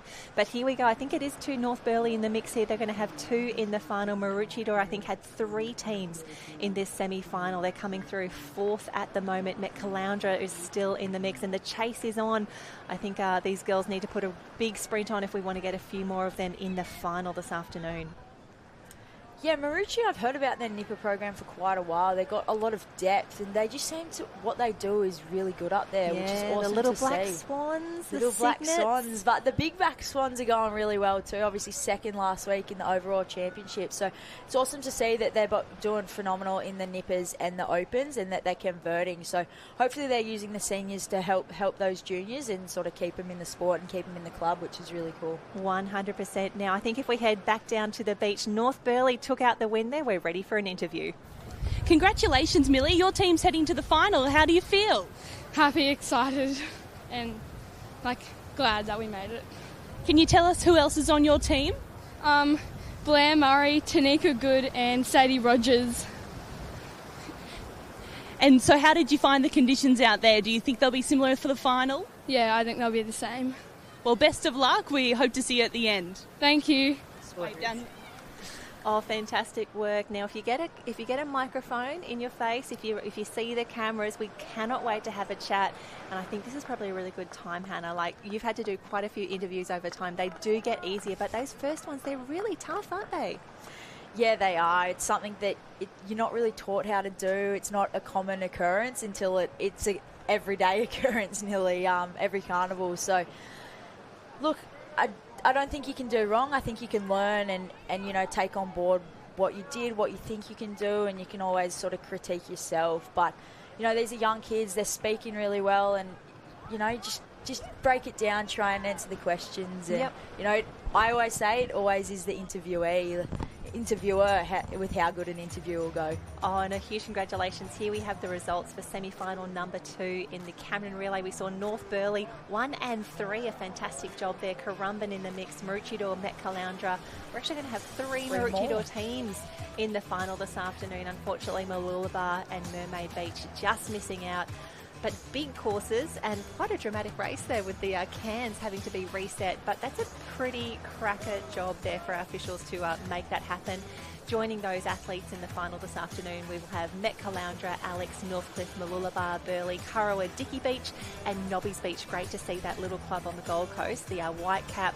You can always pick it. It's got the blue stripe and that little red dot as well, just to make it a little bit more identifiable. Nobby's Beach, a small club doing great things. Yeah, they are. They've got quite a few little athletes coming through, and I'm not too sure. Is Nick still coaching there? I think so. Yeah. I know they're definitely doing the March Pass later this weekend, so that is always a big event at Junior State Champs. So Obviously, we've got 3 massive days of racing yet to come, but I'm very much looking forward to the March Pass. A few colour party teams in the mix as well, but we are back in action already. And if you like some cap colours, I feel like we've got everyone here at the moment. This looks to be maybe under 11 Cameron Relay, I would say. We'll get that confirmed for you in a moment. And a welcome to the North Queensland team there, the aqua green cap there. Yep, the under 12 Cameron Relay. Oh, we're up to finals already. How good's this? Oh, is this the final? Yeah, under 12 male Cameron Relay final. And Hannah, I hope that they do semi-final, my apologies. What I loved about state championships last week is that they did the presentations on the beach immediately after the finals. How good was that? Yeah, it was perfect. You sort of got to celebrate it with everyone there, and it created a really fun environment. And I think it's just more sort of race onto the podium, get your medal. Straight it's away. Really cool. I actually know one of the little Northcliffe athletes.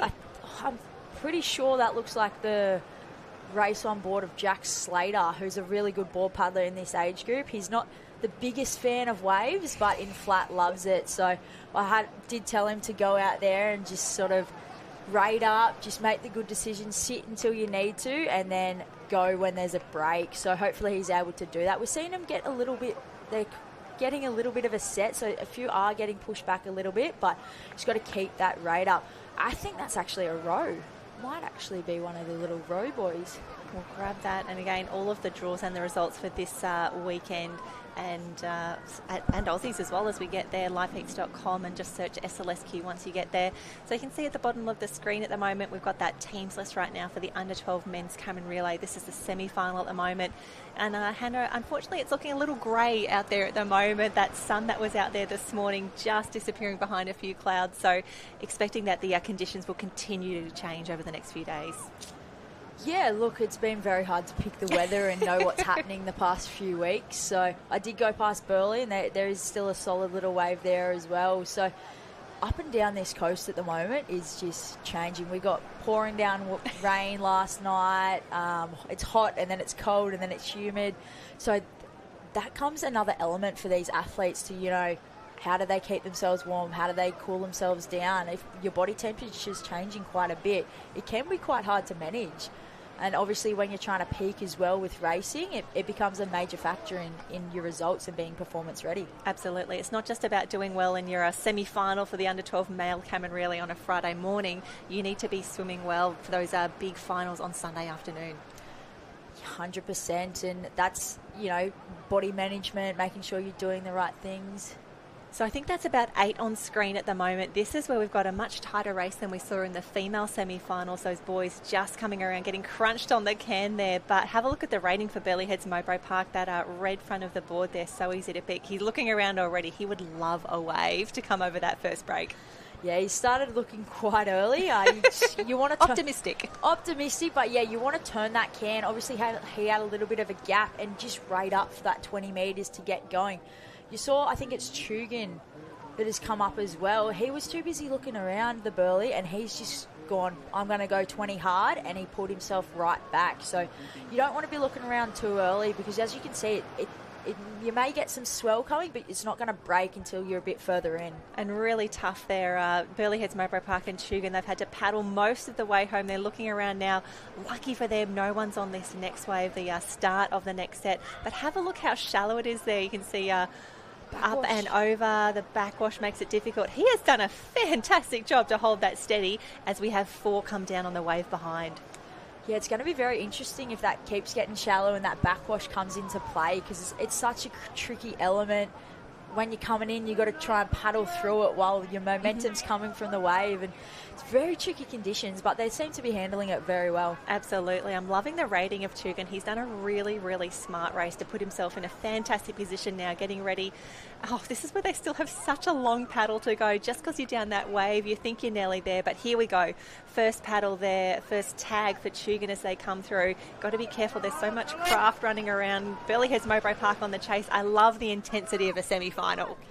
It's beautiful. You know, semi's good, but you want that final. Everyone wants to be in that final. So look at him go. He's flying around. He's doing the best he can for his team, which is phenomenal. And he knows that if he tags first, he's given his swimmer the best opportunity. And here we go, Currumbin, Mermaid Beach. We've got Mooloolaba, Noosa and Northcliffe in action. I'd say that's the top 7 or 8 there as they go through and do that tag.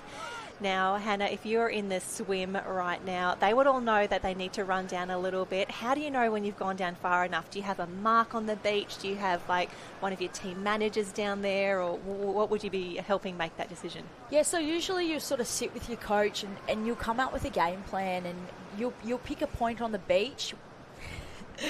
Well, you'll pick a point on the beach that you know you're going to aim for when you're running in. And I think one of the biggest things though with this, and it's something that you sort of fight your instincts for, is once you pick that spot, you just go with it. Don't try and swim against it from there. You're picking the spot so that you know you can sort of head straight and you can let it sweep you onto the can. If you sort of pick a spot and then keep heading into that sweep, it's counterintuitive and you just end up going nowhere. So you've got to pick that spot, have confidence in that spot, and then let it take you. And hold your nerve, especially if other people aren't running that far or they're going a little further. You've got to stay strong with that decision.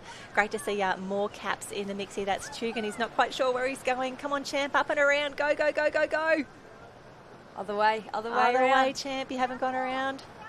There he is. He's good. He's good. North Queensland coming through. Tugan in the mix here. That looks to be Emu Park on the chase as well. Tell you what, it is really difficult conditions down here. The crew doing a great job. There we see the tags. They're off. They're away. Top 8 going through to the final. Yeah, it is really, really tricky conditions. So the fact that they're getting out there and handling it so well is years beyond their age. But it's really good. Obviously, the officials and Surf Life Saving Queensland have sort of sat down at the start of the day, assessed the conditions, and they've made that change to reverse it because it was going to give the most fair racing and sort of keep everyone, you know, safety as well. You don't want to be going into different arenas. So I think that was a really good decision by them, and it'll take a little bit getting used to going against the status quo, but I think we'll find that it plays out really well for everyone. Absolutely, and that's why it's so important to listen to those pre-race briefings from the officials. And we do a briefing every single race. The crew doing a great job listening in and following those. As we can see, the great split screen shots there. That is Tannum Sands coming through, the blue cap with the white with the yellow stripe, and you can see he's taking a different route there, actually, just going through. I think this actually could be a different arena here. This is where it gets really difficult, really tough. But for our leaders out the front, have a look at the stroke rate. Bellyheads Mowbray Park as they come around that first red and yellow can. That's impressive. That is very impressive. He's flying, but he's just got that rating up, kick going, and he's not even worrying about anyone else, which is awesome to see. And he's doing exactly what he needs to do. Obviously, we've seen a couple come through, but with that bank starting to pick up a bit more and more, you don't want to leave anything to chance. You want to make sure you get out there and get safely through to the final. It's also really nice if you've got a semi-final early on one of the first few days of racing, just to have that first race, blow the cobwebs out, feel confident about where you're at, how the conditions are feeling. That first race is always really nice to sort of tick off and be like, yep, I'm ready for the carnival now. Yeah, 100%. It's all about blowing those cobwebs out and sort of just get into race mode a little bit. Obviously, I think a few of these guys had Branch a couple of weeks ago, but the nerves sort of keep going up. It's state now, like this is what they train for every year. So you sort of get a little less nervous as you race more and more until finals time. So, you know, getting comfortable with that sort of fatigue and making those decisions and sort of controlling what you can control will be perfect for them. Absolutely, the boys doing a fantastic job there. I think we've got a pack that's nearly starting to form up here, that top sort of 5 or so coming through. But the race is really going to be in that chase pack. We can see a group of 3 and then 1 behind. That's 9 in total. This is where it gets exciting. We can only take 8 through to the final. I think some of our runners back on the beach are probably getting a little bit nervous, waiting and thinking about that final tag. Yeah, 100%. You're just hoping, you know, every team, every person in the team, every athlete in the team, knows what their job is. They know where they are. They can see that they're sitting in that group and, you know, they're going at 100%, so you give them the best opportunity. And it'll be interesting to see if these waves start to play a little bit of chaos in it. Belly heads. Oh, is he down? Mermaid! Go, go, go, go, go. Oh, that is Well done right there. Shades of Kai Hurst, the current mermaid coach. He's got the double up as well. That's exactly what went through my head. What a Coming down, I was like, superstar. that's Kai Hurst-esque. Obviously, helping the younger kids. I think Paulie's up there now as well. He might be doing 15s to 17s, actually. But they've got a great wealth of previous Ironman surf skills. Two of the most surf-skilled people. So, yeah, you can see it's paying off and these kids are learning and, you know, soaking everything up, they say, with the sponge. And look at his rating now. He knows he's in a great position. He just needs to hold this to the beach, and he is going to bring Mermaid Beach around in first position. Love that rating. Yep, I think you're allowed to take a little look back there and go, do you guys see my wave? Do you see how good that was? Do you see me get the double up as well? He would have been coming down that wave, going past those other two, going, I've nailed this. Yep. And, you know, he'll be probably talking about this for a couple of weeks because it was phenomenally executed. Yeah, and I think what I love about having the live stream, it's not just that we get to watch the races right now. The athletes, they get to go back, they get to re-watch it, especially if you've done a fantastic race or something wonderful with your teammates. You can go back and watch this as many times as you want, and you should. You've done an incredible job. Yeah, I love it. You always want to go back, whether you've won it or if you've made a few mistakes. You want to learn from it, and it's given us that opportunity to sort of, for me personally, I look at how I swim out there. I'm not the best swimmer, so I make a few mistakes. So looking how I do it to try and adapt and improve that. Love it. The pace is on there. That's Tugan coming through. Burleigh Heads, Mowbray Park, 1, 2 and 3. We think 8 are going through, but there is no doubting Mermaid Beach. And you can just see there the Live Heats wristband that all of our athletes are wearing this weekend. That is what gets tagged as they come through. So if you're seeing that they're all wearing the bracelets out there, it's all linked to our timing system, or our results system, I should say. And it also allows us to keep an eye on everyone, make sure everyone is safe out and about. They get tagged as they come through. It looks like Noosa is going to be in the mix as well. And interesting to see, we had that pack starting to form up out the back. Just going to jump on the Live Heats right now and see who is through to the final. Well, that's the perfect thing about it. It's straight away. Parents, if you've got family away or you can't be down here or even on the beach, you can scan in, you can know exactly what you got seconds after crossing the line, which is something we haven't had before.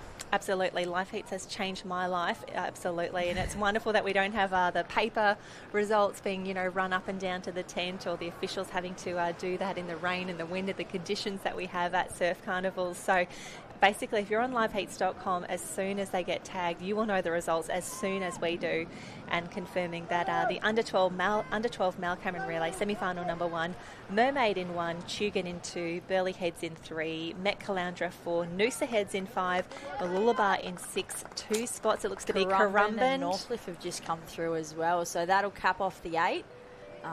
But yeah, phenomenal. They're into a state final. Fantastic. And someone through to a state finals, the team from Mermaid, down on the beach, ready for an interview.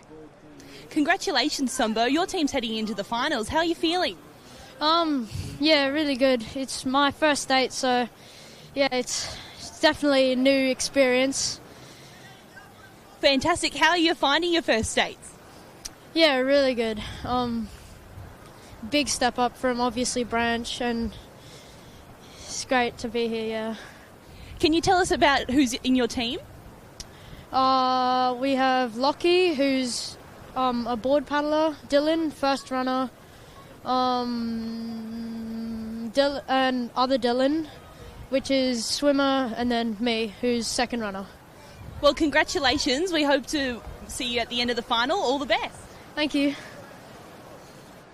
Yeah, thanks for that interview. Great to see. How good is it, Hannah, just to see these kids frothing the team events? I know we all want to win individual glory and win our own medal in an individual event, but let's face it, you're in a surf club for your teammates, and it's great to race in a team, and great that they're excited to race with their mates. 100%. I absolutely love the team events, and I find I actually race best with them. I feel like I'm not racing for myself, I'm racing for my team and my club. And it seems to bring out the best in me. Obviously, that doesn't always work out for all the athletes, but I'm extremely proud when I get to race a team event. I feel like it's embodying more than me. Yeah, that's right. We're seeing the results pop up along the bottom of the screen here, Hannah. I know Jenny just read them out before, but you can see them popping up on the live stream. All the results from semi-final 1 of the under-12 male Cameron Relay, as we see semi-final 2 lining up on the beach ready to go. But yeah, you're right. There's just something about team events, and I'm going to say 99% of competitors find an extra leg because they love it. It's nothing better. You know, it doesn't matter how buggered you are, you always seem to be able to find that little bit of extra energy, that little bit of extra strength to go out there and do your best for your teammates. Because let's face it, you don't want to be the one that lets the team down, do you? No, you don't. You never want to be that. Unfortunately, sometimes it can happen, things out of your control. But yeah, I think it's no longer just your energy you're using. You're taking your teammates, you're taking your spectators as well, and you know, you're going out there and you don't even realise you're capable of having it, and you just go, you put everything into it, which is awesome to see, and what we should be doing. Exactly right, and we see the team list just flashing up on the bottom of the screen. So this is the start list for the under-12 male Cameron Relay semi-final number 2. Again, a great spread of cap colours there. Tweed Heads, Coolangatta, Sunshine Beach. Some of these clubs have multiple teams. Harvey Bay, first time we've mentioned the Harvey Bay boys. That's them there with the red cap with the multiple white stripes. They actually changed their cap colour a number of years ago. It used to be the Japanese flag, used to be the white cap with the red dot on top, but you know, they for some reason, I'm not sure whether they just didn't like it or what it was, but they did change it to go with the red with the 3 white stripes, and yeah, good to see it. This is going to be a challenge for the Harvey Bay kids. I'm not downgrading them or knocking them, but Harvey Bay is a flat beach. It can be blowing 25 knots from the southeast at Harvey Bay, flat as a tack. Fraser Island blocks it, so this is going to be a challenge for the Harvey Bay boys in some surf, but they have got some strong kids coming through, so hopefully they go well, and it'll be great to see them make it through to the final. Yeah, 100%. I think you're bang on there. You can't train surf skills if you're not in surf, and those little things they won't be used to, and it's something that, you know, potentially they'll be able to work on down the track, and you know, this weekend will be perfect for them to get comfortable, and hopefully as the weekend goes on they'll start to improve. Yeah, and they do love it. You know, I know that Rainbow Beach is not far down the road from Harvey Bay, so quite often they go down there. They go to the Rainbow Beach Carnival. They even go down and do some training down there. You know, we're fairly lucky in Wide Bay Capricorn Branch. We got a few surf beaches. Agnes Water, for example, gets a really good wave up there, so the kids go up there for carnivals, and they do get a little bit of surf practice, but nothing prepares you for the Gold Coast. And you know, whilst you can be prepared for the waves, what you're not prepared for is the gutter, the double break, you know, the sweep, things like that. So if we get a wave up in our region, it's normally just a shorey. Once you're through that, you're out. But you're not here on the Gold Coast, particularly here at North Kira. 2 separate banks, 2 separate wave zones to contend with, let alone the sweep that's roaring through that gutter. Yeah, it is very tricky. Gold Coast beaches seem to always throw something up, and I think it's under 13s they start Aussies. Yes, correct. Yeah, so not quite this age group, but I think the next age group, 13s, obviously Maroochydore for Aussies. I think, are they Maroochydore or Mooloolaba? No, as far as I know, the youth will be at Maroochydore. Yeah, so unless conditions dictate, it goes to Mooloolaba. But yeah, at this stage, they're racing at Maroochydore. Yeah, so things, the beach like this today is sort of perfect for that. Maroochydore always throws up some spinners, a bit of a sweep, a bit of a gutter, a bit of double up. So this is perfect practice for them heading into that. Yeah, exactly right. And we see the under-12 Cameron Relay, the males still lining up. I'm assuming we're probably waiting for some more finishes, or maybe we're waiting for the area next door to come through. They might be getting swept down through. So, but it's amazing now. We're seeing the tide drop. So it's amazing how much conditions have changed now that the tide is starting to drop out. We're seeing that first bank, or that inside bank, getting a lot shallower. So I think we'll shortly see the kids really lifting their legs up and wading. And on the boards, I'm going to suggest they'll probably be bunny hopping across that first bank when they get out there.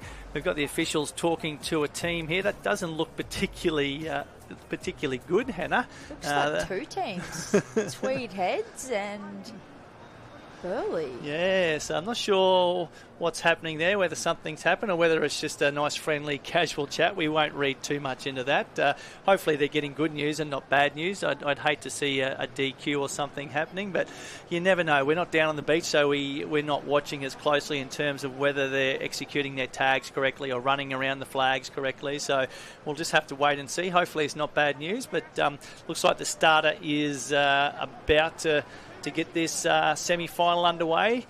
And here we go. Craig Birchall, the starter, second semi-final, under-12 male Cameron Relay. And the majority, I won't say all, the majority going straight. And just maybe 3 or 4 teams heading down to the south, Hannah.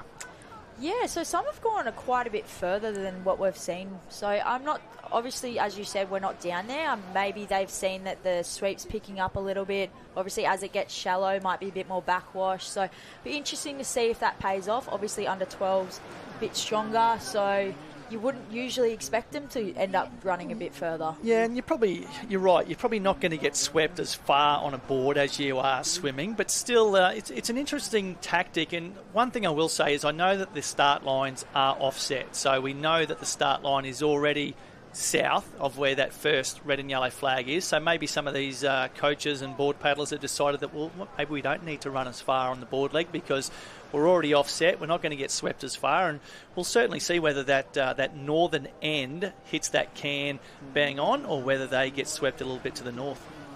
Yeah, they did go out pretty quick. It's sort of evened up now. So obviously it depends where they get out, but where the cans are as well. So I dare say the next few races are keenly watching this to see if they do need to make that adaptation as well. And it's hard too, and we saw this last weekend that, you couldn't really say what happened in one race you could confidently do in the next race because, as we saw, conditions did change, and it really depends on how much water's coming on that bank, doesn't it? The more you get hit, the more you're going to get swept. If you come through and there's not as many waves here, and we see, talking about getting hit, we just saw an IRB go upside down on that inside bank, so obviously you won't see that on the picture that you're looking at, but we can see an upside down IRB out there, so hopefully the driver and crew are okay. Looks like they're all good, but we're back to the under 12 male Cameron relay. Looks like the southern end has evened this back up, Hannah, so that northern end has snuck out, but two of our boys who headed south are certainly right up there in contention. Yeah, it seems like that northern end too is cutting back. So, maybe that is an option that they start to look at. It seems to have paid off for them here. And I did see a start list, and I did see a Callahan from North Burleigh. So I don't know too much. I know there's a few siblings, so I reckon it might be, and it looks like the same sort of build. So definitely feel like he'll be coming through. You think there'll be a production line coming through? So, but we do. Looks like, just trying to pick up the cap colours here. That's North Burleigh sitting in second. Just trying to see what that front cap is. It could be Maroochydore maybe, Hannah. I honestly, I do apologise if I've got it wrong. We just can't quite see, but I'm going to say possibly Maroochydore in front. North Burleigh sitting in two, or it could even be two North Burleigh teams. I think it might be Maroochydore, but back to TH&C. Yeah, definitely Maroochydore in one, North Burleigh in two, Sunshine Beach and Dickey Beach in 3 and 4. So already got 4 paddlers with a little break. Looks like another Mermaid Beach cap there in 5. And looks like all the board paddlers have safely negotiated that first break. But look at how hard they're working to get from that turning can to the last of the string of 9. It's that sweep is definitely picking up out the back. Yeah, you can see they've sort of all ended up in a little conga line. They're not sort of angling. They've ended up hitting the cans and then going straight across them, which is a bit unique, a bit longer. But, yeah, as it picks up, those stronger paddlers and the people that are used to paddling into the sweep will start to make a big advantage. It's something that you do have to get used to, is paddling in and that fatigue. Oh, perfect little wave. Great waves for our 3 leaders here. And you saw that Maroochydore boy. He really got that rating up, opened up a big lead, and we just see one of them come off. The North Burleigh boy, a little bit of an error there. Didn't quite get back on his board far enough or quick enough, and hopefully he gets back to this. There's nothing worse than swimming back to the beach without your board, but he's got it back. And but that's a costly mistake. Lucky it's a semi-final. Hopefully it doesn't hurt his team. He's still sitting in third, but our 2 leaders, Sunshine Beach and North Burleigh, got the best of that wave. And the Sunshine Beach boy has got the rating up, and I'm not sure why he's getting off already. Paddle through to your board paddler champ. Don't get off too early. And we've got Sunshine and Maroochydore going around with that first tag. So they're going to open up a handy lead here. And I'm sure their swimmers are going, you beauty. I've got a little bit of a lead here. The Sunshine Beach boy's not enjoying the run leg. I'm going to say he's certainly not a beachy by the looks of that, but he's got a smile on his face. He's having a fat time, and that's what it's all about. Yeah, and I think that's what you will see in some of these relays is you don't always have 2 beachies. Sometimes you'll have a few wateries, and you got to make do and create that tech. Oh, we've even got some speed dealers in the run leg. Oh, how's the sunnies? Wow. I love it. The boy from Mermaid, loving the sunglasses. How good is that, Hannah Scully? You look good in a pair of them running around in the transition of a Taplin relay, I reckon. I would, except board paddling. I don't know if they'd make it through for me, but The TH&C boy, yeah, got a bit of speed there going around in front of the Northcliffe competitor. Another Maroochydore team, so obviously 2 Maroochydore teams in this heat. Here comes our North Barrier Branch team, the white cap with the 2 blue stripes. Great to see them being up there fighting for a spot in the top 8. There's our Coolum Beach, a cap that we don't see a lot in our surf sports events, the plain red cap of Coolum Beach. I know they have a strong surfboard riding community up there and they do well in the surfboard riding events, so great to see them here at the Nipper State titles.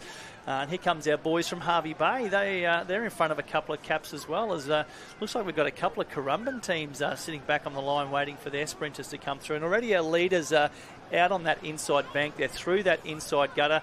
We see the heat in the area next door coming through. So bodies coming in, bodies going out. So you're going to have eyes up to see what's coming. And already our leaders, Sunshine Beach and Maroochydore, safely through the gutter and onto that inside bank. They're up and dolphin diving, and they're doing it very, very well. Yeah, I think that's the thing with this bank coming into more and more play. The quicker you can get to the bank and get a gap, instead of it being a metre heading into the bank, you get up and run, you've put a couple of metres on them already. So being able to do that very well and just getting those legs up, staying up and getting that speed through is going to actually spread these races out a lot more. Certainly, and it's going to be hard work too, because obviously you're using those legs to swim across that inside gutter and then getting up and running on them. It's certainly going to make these boys feel like they've done some work, and you can just see it's that funny sort of depth at the moment. It's not quite shallow enough to really wade well. Bit shallow to dolphin dive, so they're sort of struggling and determining, do I wade, do I dolphin dive? But they need to work hard. That's probably the critical part on that inside bank. The more you stand still and the more you don't work hard, the more you're going to get swept. Yeah, 100%. You just got to keep, it doesn't matter how you do it, you got to keep that momentum up, because otherwise you just sort of start to sink and gets really draining trying to drag your legs through when you just don't have any momentum. Yeah, particularly where you see the whitewater back closer to the gutter. That whitewater is wanting to go into the gutter. So that water is pushing off the bank into the gutter. So that's probably the most difficult part, that last 5 to 10 metres from the deeper water to the shallow bank, getting up onto that bank. So once you're up and on there, you can use those legs to really propel yourself across there. But already our Sunshine Beach boy, he's put 20 metres on the second boy from Maroochydore and opened up a very, very handy lead. But as we know, it's only a semi-final, so all you need to do is finish in the top 8. Try and conserve some energy. They can just about put the queue in the rack now. These 2 leaders, you're going to say they're going to both qualify through relatively safely. Yeah, I think Sunshine Beach just has a little bit. He's starting a little kick, but he's mainly just using his arms, resting his leg. He's run through that gutter knowing that, this is actually going to hurt me a little bit, especially if I have to do it again. So he's sort of just flushing them out, going around. We've got a big gap between the top 4 at the moment. So look at how hard that is, but to swim across and against the current. So, the boys got out there pretty comfortably, but now they've only gone 2 cans, just coming to the 3rd can. So that's difficult. They're swimming against the current, against the sweep. So this is probably the most painful and the hardest part of the race, apart from getting up onto that bank, is getting from the red and yellow to the green and gold. It seems like it takes forever, and it's a terrible experience. You feel like it is never ending, but you just sort of got to count off the colours. Okay, just get to the next can, get to the next can, and sort of break it down a little bit, and then once you turn, you sort of feel a bit freer and can get going. Just going to say, I bet you they're counting those can colours, saying, where is the green and gold? Get me there. Because once they're around it, it's going to be pretty good, because you've got it's pushing you across, but you're not fighting against it. You can go back to the beach, you can use the waves to your advantage, and just getting around that green and gold. And old mate from Sunshine Beach is just going, where is that green and gold can? Get me there. But he's doing well, but I must admit, we've seen the lead 4 bunch back up again. Not quite the gap that we saw before. Yeah, they have. It's it's a whole sort of different swimming stroke, I guess, into the wind and the sweep, and you've got to hold a lot more water. And we just saw it open up again by just turning it around. And as you just saw, it's actually one of the hardest things, and a lot of people make mistakes of just trying to turn straight onto the can when you're turning with a sweep. So you actually can get sucked onto the can, and especially if you're in a big group. And we saw that then, didn't we? The boy from Maroochydore, he turned right on the green and gold and got pushed up against it and actually got caught on it. So, and that's probably cost him 2 body lengths. Yeah, you turn, you lose momentum, and then you're getting sucked under. So Sunshine, got out in front and did the right thing. Don't stop yet. Yeah. It's going to fatten up a little bit. So almost back to the wave zone. But, an error that he can look at now for the final and go, well, I now know that I've got to swim past that green and gold, probably a half a body length to a body length before I turn, so I don't get hung up again. Because, that cost him 2 body lengths. I'm going to say that with confidently 2 body lengths just by getting caught on the green and gold can. So hopefully he can rectify that in the final. But our boy from Sunshine Beach, great swim, good little wave on the bank, and now he's got the painful task of getting across this narrow gutter that will take him through to tag his runner. Yeah, I think it's going to be very interesting in the final. I feel like watching this race, they've started to sort of get a bit more fatigue. Obviously, that sweep must be picking up quite a lot, and they're sort of, I'm seeing them stop a lot more, sort of put the wheels down, and it is hard because it is a semi-final, but they're not going to get that opportunity in the finals. So it'll be good to see who backs up really well and has more in the tank. Yeah, it's going to be 100 miles an hour come the final. Obviously, you've got the luxury now of knowing that, yep, I'm safely through. I can button off now, just use the arms, save the legs a little bit, get through, tag my runner, and I know that we're going to be backing up for a final very shortly. I'm assuming we're going to see the under-12 female Cameron Relay final up next, so the boys will get one race break, you would assume, before they come back for their final. But yeah, the boy from Sunshine Beach doing it very, very well. The race is certainly going to be on, I think, for those last few positions. We've seen our lead 4 teams coming through. They're all going to qualify through very comfortably, provided they don't make a mistake with any of their tags. But we'll have to wait and see where 5th to 8th is sitting and who's going to qualify. Yeah, it is going to be really tight, and these guys have done a very good job, this Sunshine Beach one, and I think they also do get a little wave up there that is a bit like this, so they'd be loving it down there. Jen and I were just talking about that before. The Sunshine Beach kids, they probably get way bigger and way wilder conditions than they're getting here today, so they'd be frothing on this. Particularly, someone like Wes Berg is coaching these kids up there, and when you talk about blokes who love the ocean and can handle the ocean, he's one of our premier watermen. He can surf, he can swim, he can paddle a board, paddle a ski. Nothing the big fella from Sunshine can't do. So they'd be loving the conditions. I'm sure he's got all the skills in the bag for all those Sunshine Beach kids. You beat me to it. I wasn't sure if he had the nippers as well, but I was going to say it didn't matter. He's the type of guy that'll be down there Sunday morning. He's obviously got kids as well, and he grabs them all, and we're going for a swim, we're going for a board, and he's really big on surf skills. He's a big kid himself, isn't he? He is, and it's good value, and we've seen what he's done with the club, and obviously this year the Nutrigrain Iron Woman Series, Alexa was phenomenal and just super fit, and just made some really good surf skills, which I think he's been monumental for. Yeah, you're not going to get a better guy that knows how to read the ocean like Wes Berg. So I have seen him on the beach. I'm assuming he's coaching the kids. He probably has assistants, but he's definitely on the beach today, and I saw him warming up the Sunshine Beach kids this morning. He did get in trouble for sending the boards out too early, so he's already got a black mark against his name, but we won't hold him to account for that, and I'm sure he'll learn his lesson for tomorrow. But it looks like we're about to throw down the beach. Jenny Parry has left the booth, and she's going to grab an interview right now. And I'm down here with Levi from Maroochydore. Levi, what a great race. You're through to the final now. Yeah, it feels pretty good. Who else is in your team? Jack, Tyler, Michael and me. Now, after that amazing race and your incredible run, how do you rate your chances for the big final today? I reckon we'll have a good shot at it. Got some promising chances. There you go, promising chances for Maroochydore. The next semi-final's on the line. We're going to go to that race right now. Thank you so much and congratulations. Thank you. Big waves. Yeah, thanks, Jen. Great to see the smiling faces. I love it when they interview the kids after the race, and you can see them going, "Oh, I've got to remember everyone's name. I hope I don't get it wrong." And it's tough. They're probably hurting, and they're probably thinking, "Oh, I've got to remember everyone's name." But great to see the kids getting interviewed, and some of the kids speak so well. So it's just good to see the enthusiasm coming through in the interviews. Yeah, it's awesome. They're absolutely loving it, and you can see that. And they're proud to represent their clubs.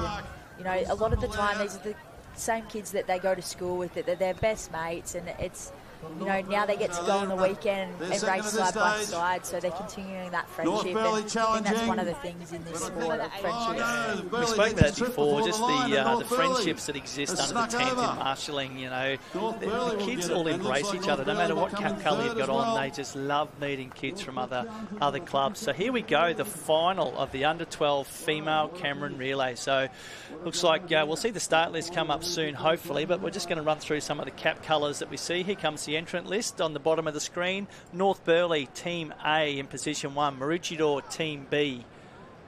Alexandra Headland, Team A. Metropolitan Caloundra, Team A. North Burleigh, Team B.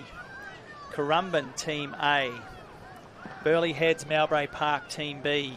Maroochydore, Team C. So I'm going to suggest maybe 3 Maroochydore teams. There's Maroochydore, Team A. Nobby's Beach, Team A. So Nick Marshall's got a team through to the final. Metropolitan Caloundra, Team B. Burleigh Heads, Mowbray Park, Team A. Northcliffe, Team A. I know who Hannah will be cheering for in this particular race. Mooloolaba, Team B. Kurrawa, Team A. Dickey Beach, Team A. And that might just about round out our 16 finalists for the under-12 female Cameron Relay as our board paddlers head out. They've all had a really good start there. They're all rating up across that inside gutter. You can see the water already pushing off that inside bank now. It won't worry the board paddlers too much, but we'll have to wait and see, because this is where the skills are going to carry you through the bank. It'll be those that sit and pop well and don't lose their board speed and get across this inside bank. That's going to make all the difference when it comes to who gets out to those cans first. Yeah, another thing I'm a bit concerned about, they're very close together this time. Obviously, heading into the waves, you want your own water and be able to make your decisions. You don't want anyone potentially taking you out as well. So they have stuck very close together. So it'll be interesting to see how they navigate the waves. Yeah, and that's always a concern, because you can only control what you can control, so you can't control the competitor next to you. So you're just hoping that they're not going to make a mistake where their board's going to end up in front of you or on top of you. So you're hoping for your own clear water. You want to be able to execute the skills that you want to execute without having to worry about other boards around you. But already our 2 leaders, and we spoke before about who execute their skills, who sits and pops well will get out the best, and these 2 girls probably did just that, didn't they? They both sat and popped well, didn't lose momentum, and already they've got a handy lead. Yeah, you just summed it up. They didn't lose momentum. They popped straight back down and got going. And, yeah, you can see this is the final. They both paddle very well, technique-wise, and they just get Maroochydore same teams. clubs. Yeah, so we spoke before. We thought they had 3 teams in the final already.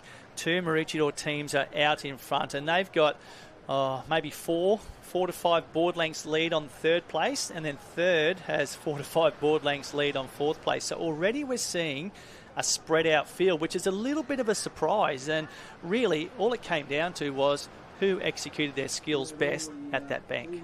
Yeah, 100%, and that bank will play more and more a part. I was just watching it before, and the backwash seems to be picking up, so it did look a bit tricky and a bit hard. And I think it's just sort of staying calm, collected, which these 2 did, and sort of, as I said, get your own room and then start going. So we've got two teammates side and side, same club, different teams in this event.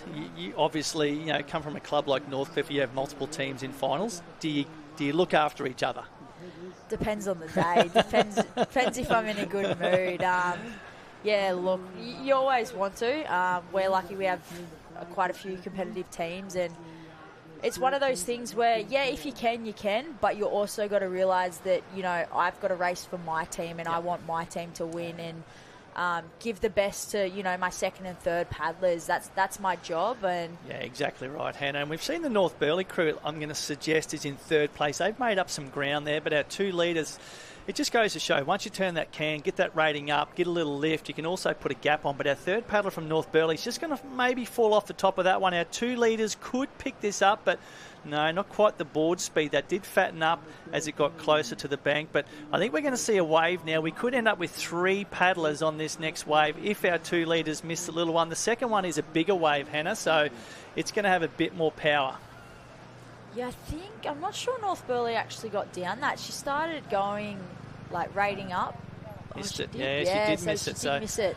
So our two Maroochydore girls have done very well, and they're up and running. So that bank is obviously way shallower now. The girls could afford the luxury of getting up, having a little run, getting a bit of blood into their legs. But our North Burleigh girl has come through on the next wave, so it has evened back up again. But they're all back in dead water now. They're back in deeper water in the gutter. So now it's just head down, kick those legs, swing those arms, get that board speed up. But our girl on the blue board from Maroochydore has opened up just a narrow lead, and we're going to have a three-way tussle around the flags here for the transition. Yeah, the sprinters will be loving this. You know, this is what they come for, that tussle. And yeah, so it might just be the two. So North Burleigh's come straight back up, and one of the Marooch teams, she was just that little bit north, and that extra run and not as close to the flag is sort of cost them a little bit. But, you know, 1, 2, 3, they seem to have quite a big lead, so it's going to come down to this swim leg. It is, yeah, and that's going to be the crucial part, I think, of all these races this weekend, in the Irons and the Camerons, is the swim leg. Obviously, it's a longer leg in terms of time, so, you know, the swim leg does make so much difference. As we saw, it's not that much shorter than the actual board leg in the Cameron Relay, so it's really going to be the most important part. We saw Currumbin come through there. We think in around about 4th place. Met Caloundra is coming through now, making their tag. So you'd like to think that our 3 leaders are probably holding the advantage at the moment, but as we know and as we've seen so far today, a lot can happen between now and the Cairns, and a lot can happen on the way home. Yeah, well, even across the Cairns at the moment, heading into that swim. But I think what those first 3 need to do is, you know, it's a race to that back break and getting through. And we're seeing that play more and more of a part with the backwash coming in. So if they can, you know, get momentum, get through that, they'll be able to extend their lead in that clean part while the other teams behind it are trying to manage that break. For sure. Now we saw our favourite togs of the weekend so far, the fluoro yellowy green. I don't know what colour we're going to call that, fluoro yellow. The Burleigh Heads girls looking resplendent in those bright coloured togs, and they're all wearing the same togs, which you don't see too often these days. Everyone has their favourite cut of togs, and if you're looking for a pair of togs, the Engine Tent, Hannah Scully. I saw Dan Morey here before. The Engine Tent is set up, doing a roaring trade up there. So if you need some togs or a pair of goggles, get up there and support the boys from Engine. They do a fantastic job, and gee, they pump some support into surf lifesaving. Yeah, they do. They sponsor a lot of the athletes, but a lot of events from young ones to the nippers all the way up to the top. And obviously, they're the official supplier of the Nutrigrain series as well. So they're great guys. I love them. And, you know, it's good to see that throughout all of surf lifesaving for years, every level, that they're supporting in some way. Yeah, they do a great job, and thanks for your ongoing support, and look forward to catching up from the boys from Engine. But we're back to the final of the under-12 female Cameron Relay. Looks like our Maroochydore swimmer has a handy little break there. They've gone a little bit further to the north. Look, I'm going to say that might be the North Burleigh cap here in 2nd and Maroochydore in 3, but don't hold me to that. They are very similar caps when you're looking at them from the angle we are, but definitely a Maroochydore cap. We're just seeing a Currumbin cap and also a Met Caloundra cap up there as our first. That's a North Burleigh cap going around the Cairn. So I was wrong there, Hannah. Our North Burleigh girl has hit the lead in this under-12 female Cameron Relay. And it's probably no surprise. It's the young girl that we saw come out first in the final of the under-12 female surf team before. A very dominant swim. She won that event quite comfortably, and already she has gone from, I think, 2nd or 3rd place in the tag to already opening up a 2-can lead as she goes across the string of 9. Yeah, I wasn't quite here for that event, but wow. She's flown straight past Maroochydore, and to have 2-can lead and she's in that extending. short of a time, she's getting further and further ahead, and you know, she looks good. And you can see the power. Yeah, look at the power in that stroke. She's making that swim against the sweep look comfortable. Yeah, if we didn't know there was a sweep, by looking we would not have a clue. And just holding that water, and you know, once she comes in, you know, it's probably going to end up being 3 or 4 while they're fighting into the sweep. Yeah. So she's doing everything she can for her team and setting them up really well. Certainly having a good swim. But as we know, the race is not over. We've got to get through that wave zone. And, you know, we saw last weekend how many races changed on the return journey, particularly when the sets came through. What we saw last weekend is the first wave in the set wasn't always the best wave. So you were seeing people picking up the second or third wave in a set that was a bigger, more powerful wave and was carrying them through further. So probably not as much difference here today. We're in a different section of the beach, and a lot of the waves aren't really carrying through as far as last weekend. But here we go. Our leader could pull down this one. Oh, look at that. Perfect. Too easy. Too easy. So she's on that inside bank. Still a long way to go. That's not the shore, so she will be able to put the legs down soon and have a little dolphin dive and a wade. So up she goes. She's on the inside bank. So there's still about a 40 to 50 metre wide gutter she has to swim across. So still a bit to go in this race as we see second, third and fourth coming down a wave on the bank. But a couple of actually all three have fallen off the back of that one. So we certainly have a race in 3 or 4 for the silver and the bronze medal. But at the moment, you'd have to say, game, set, match, North Burleigh is home and hosed. Yeah, 100%. You're sort of looking at like that. She just kept momentum going through that, even when she fell off the wave. So the others, it is quite hard to hold a lot of these waves because it gets so shallow, but they were sort of sitting, watching, and sort of on that break, she just kept going, and she was in this clean water before they would even down the wave. Yeah, good body surfing skills out on the bank, but, you know, as we saw going around the can, she had tremendous power, so she's obviously a strong swimmer, got through that gutter, relatively comfortable, makes the tag to her sprinter. Look at that, the hair's not even wet. She's going to go around, she's going to claim the gold medal. We'll say provisionally because we don't know if there's any incidents that have happened during the race, but at the moment she's going to be the first across the line, and North Burleigh looks like they've taken out the under-12 female Cameron relay. Congratulations to the girls from North Burleigh, but the race is on now for second and third. We've seen a Currumbin cap come through there, Hannah. So the Currumbin girls have come from about 4th or 5th in the tag for the swim leg, and they're going to come through. And I'm going to say I can't see anyone else, so I'm assuming they're going to come through in second place, and the race is now on for the bronze medal. Yeah, so we've got 3 coming around that flag for third, so Currumbin will get second, and we've just seen Marucci coming through. So that was an awesome swim from Currumbin as well. And Metcallounger, I know that they were sort of 5th, 6th, but, you know, they've held themselves really well, and it's awesome. It's amazing how much that race changed complexion in the swim leg. Yes, those 5 clubs were probably our lead 5 going into the swim, but they weren't in that order. So a massive swim from the girl from North Burleigh to come from second or third in the tag to a comfortable win.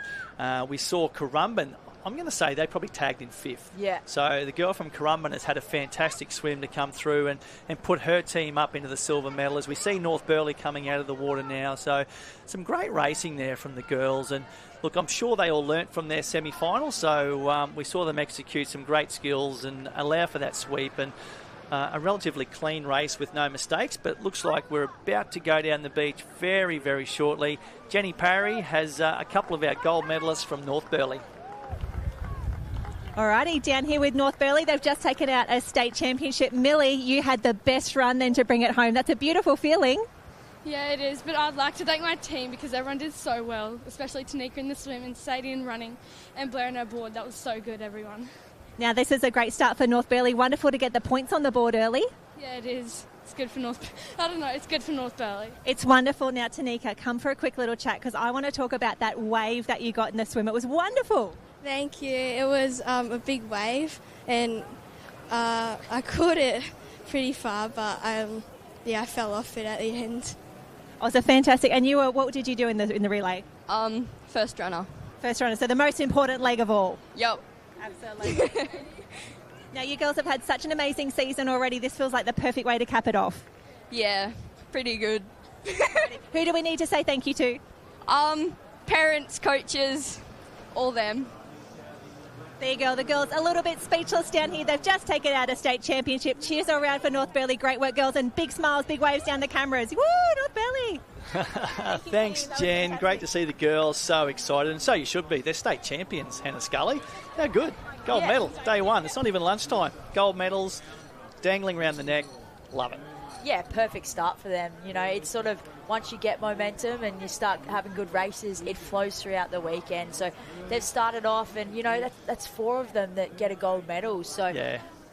Oh, here we go. Here's the results. So for those that were following following along at home, North Burleigh Team A gold medal, Currumbin Team A silver medal, Maroochydore Team A the bronze medal, Met Caloundra, Maroochydore Team B, North Burleigh Team B, Alex, Northcliffe, Mooloolaba, Maroochydore Team C in the top 10. So 3 teams in the top 10 for Maroochydore. That shows the depth of a very, very strong club. Yeah, it wouldn't be too fun trying to pick those. Obviously, they're all going really well, but 3 teams. Here we go. I was going to let you read them, Hannah, but that's okay. We've got the start list for the under-12 male Cameron Relay. So Northcliffe Team A, Noosa Heads Team A, Met Caloundra Team A, Maroochydore Team A, Mermaid Beach Team A. That's our first 5 on the list. So Currumbin Team A, Burleigh Heads Mowbray Park Team A, Mooloolaba Team A, Maroochydore Team B, Tugun Team A. So already multiple teams from some clubs. Currumbin Team B, North Burleigh Team A, Dickey Beach Team A, Mermaid Beach Team B, and Tallabudgera Team A. And we finish off with Sunshine Beach Team A. So once again, we're seeing similar clubs to what we just saw in the under-12 female Cameron Relay final. And it'll be interesting to see how we go in this one with the boys. Obviously a little bit stronger than the girls, and that's not me being sexist at all, but we know that, the boys have probably got a little bit more strength. So it'll be interesting to see what happens, with the boys off the start and how hard they hit this. Yeah, so we saw in this semi as well quite a few runs south in one of the semis. So it'll be interesting to see if they, take that on board again. And yeah, as you said, that they are males. They are that bit stronger. You usually wouldn't see them run as far, but in that semi we did. So I know our Northcliffe boy here loves the surf, and I'm sure quite a few of them do. So it'll be interesting to see how they sort of attack it, and I think we'll see them, put themselves under a bit more fatigue, and I think this is going to be a red hot race. Yeah, for sure. And here we go. We're in the starters' hands. They're about to get the signal, and away they go. So Dickey Beach and Maroochydore, both Maroochydore boys. So, okay, we know that the coach's instructions from Maroochydore were to go south, because both teams have done exactly the same thing. So 3 teams heading south. Everyone else has pretty much gone straight out. So this is going to be interesting to see when we get to that inside bank who gets the favours. Already the boys have gone south, are slightly behind, but you would expect that because they ran further down. Where we'll see whether it's made a difference or not is when they get to this inside bank and through it where they sit. I'm really interested to see this and sort of the thought process behind, because that previous race, we saw Marucci get out on that north, both of them, and put such a good lead in. So maybe they've seen something. Obviously, they're still quite far apart too. So will be interesting if they could, or they're going to be dodging swimmers now too, so it makes it a bit tricky. But it's a lot shallower on that northern side too. You can see them easily bunny hopping, while these guys are still going to have to paddle. So we've seen the centre. It's actually the crews in the centre of the field have got it, and one team is out. I'm going to say that's Tugun. So a great little start and a great paddle from the boy from Tugun. He has got straight out. I'm going to suggest there's a little bit of a rip going out there. You can see a little bit of a dirty water there with the sand getting stirred up. So he might have got a little bit of extra assistance getting off that bank, but he's opened up a massive lead, Hannah. Yeah, he's paddling really well. He seems to have like a really nice rhythm and flow through that. So he was heading a bit right, and he's just adjusted, and he's probably going to be around those cans and to the next can before just had these a guys sneaky look to see how far in front he was. So he knows exactly where he's sitting. So he's opened up a big lead. I'm going to say that is North Burleigh potentially in 2. So where have our Maroochydore boys ended up? Looks like they're back. Yeah, they're back 7th or 8th. So it definitely has not paid off for them. No, it hasn't paid off yet, but obviously a long way to go. So we're seeing a crew of 4 go around that turning can now. I'm going to say that's a Sunshine Beach boy, maybe snuck up into 2nd. North Burleigh slipping back into 3. Mooloolaba might be up there in 4, and potentially Dickey Beach or Mermaid in 5. I just can't quite pick up the cap colour. So already a big lead to Tugun. So great paddle from the boy from Tugun, but he's still got to get back to the beach. So we'll see what he can do here. Can he pick up a wave from the can, or is he going to have to wait till he gets a bit closer? But great rating. He's got the speed up. The board is trimmed. The board is moving. He's going to get a handy lift out of this one. It won't take him too far, but that's going to be a great little lift as he looks behind to see what's coming. But already second and third. They're about to hit the wave zone, but our leader's going to pick this one up, Hannah, and I'm going to hopefully not put the commentator's curse on, but he should be able to hold that through safely, and that's a great execution of board paddling right there. Yeah, he's nailed that, and just such a nice stroke, and just rated up, did the right things through the wave zone and sort of maintain that around, and he did get it quite a nice little wave in, so I reckon it might even, if he keeps rating up, he might be able to milk it for all it's worth and get pretty close to the beach, which will put a massive gap in. As we see, Sunshine's only just come. Oh, he's coming through really well. It's amazing, isn't it? What we spoke before about sometimes the second and third waves in the set are bigger and more powerful. I think that's what's happened there. The leader did very well. He caught the wave that was there, but it was a smaller wave. He still got a good lead, but the boy from Sunshine must have caught a bigger wave with more power, and it's carried him a lot further through. So they've certainly closed the gap, but Tugan has a very, very handy lead, which will only get bigger now that they're up and running. Yeah, we just saw Tugan as well. They just paddled all the way through, but we just saw the back markers. They had to get up and run. Obviously, the water coming through keeps varying depending on the set. So it's interesting how, they've got to get up, use their legs, go again, while he got to sit back and then sort of put that power down. There's our boy from Sunshine Beach coming around in second. He's not loving that run leg at all, but he's doing a fantastic job. He's getting through that soft sand. It's so tough to get up that little bit of an incline and then hit the soft sand and tag your teammate. The boy from Maroochydore, big grin on the face. He's a big boy, isn't he? He's flying across the sand in third. Mooloolaba in 4. North Burleigh in 5. Mermaid Beach back in 6. Currumbin coming round in 7. Dicky Beach up there as well, the second Maroochydore team. And we've even got a Met Caloundra team up there as well. So there's our top 10. But as we saw from the race before, this swim leg is going to be so crucial in determining what happens in terms of the medals. Yeah, when you've got a swim leg that is pretty much the same distance as the board, it is going to play quite a big part. And they're very tricky conditions for swimming. And we've seen them nearly go all the way through. That gutter's turning bigger and bigger before they hit that wave zone. So, Sunshine's gone really well. I think he's gone straight past.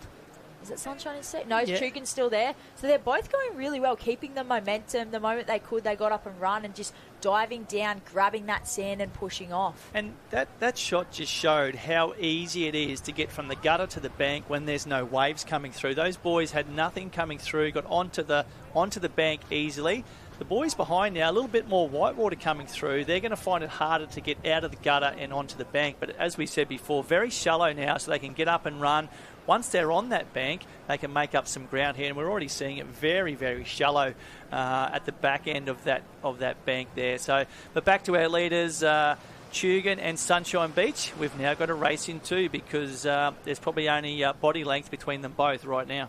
Yeah, Sunshine's really motored through that start of the swim, and he's 2 meters away, which there was probably 10-20 meters at the start, so just goes to show the difference that can make, just getting through those waves, doing the right things. And as much as it isn't ideal, it's hurting yourself and doing the hard yards, and he's in with a chance now for that gold medal. Yeah, and we saw the Sunshine Beach team in the semi-final before. We know that their swimmer is a very good swimmer. He did it very comfortably in that semi-final, but the boy from Tugan, he's having a red-hot crack. He's not giving up the lead. He wants to get to that turning can first, and he's just going to reach the red and yellow with maybe half a body length lead. You can just see the sweep pushing them a little bit to the north, but that certainly makes it easy to get round the can. But now's where the hard work begins. They're now swimming against the sweep, and they're not going anywhere very fast at all, are they? It's tough work getting from can to can against that sweep.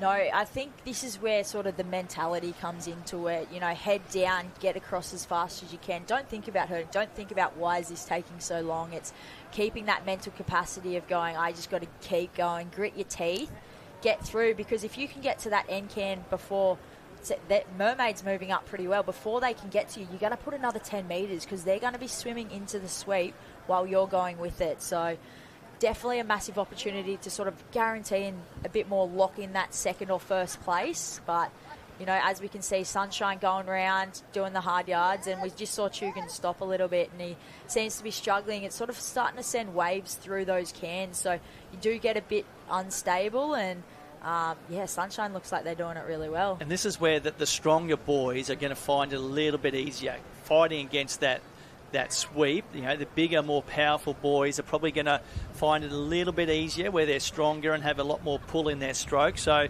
you can see the boy from Sunshine is a little bit bigger than the Tugun boy. The Tugun boy's hanging on his feet, but the Sunshine Beach boy is starting to put a gap on now. But what I'm interested in, Hannah, is the boy from Mermaid Beach. We saw him in the semi-final before.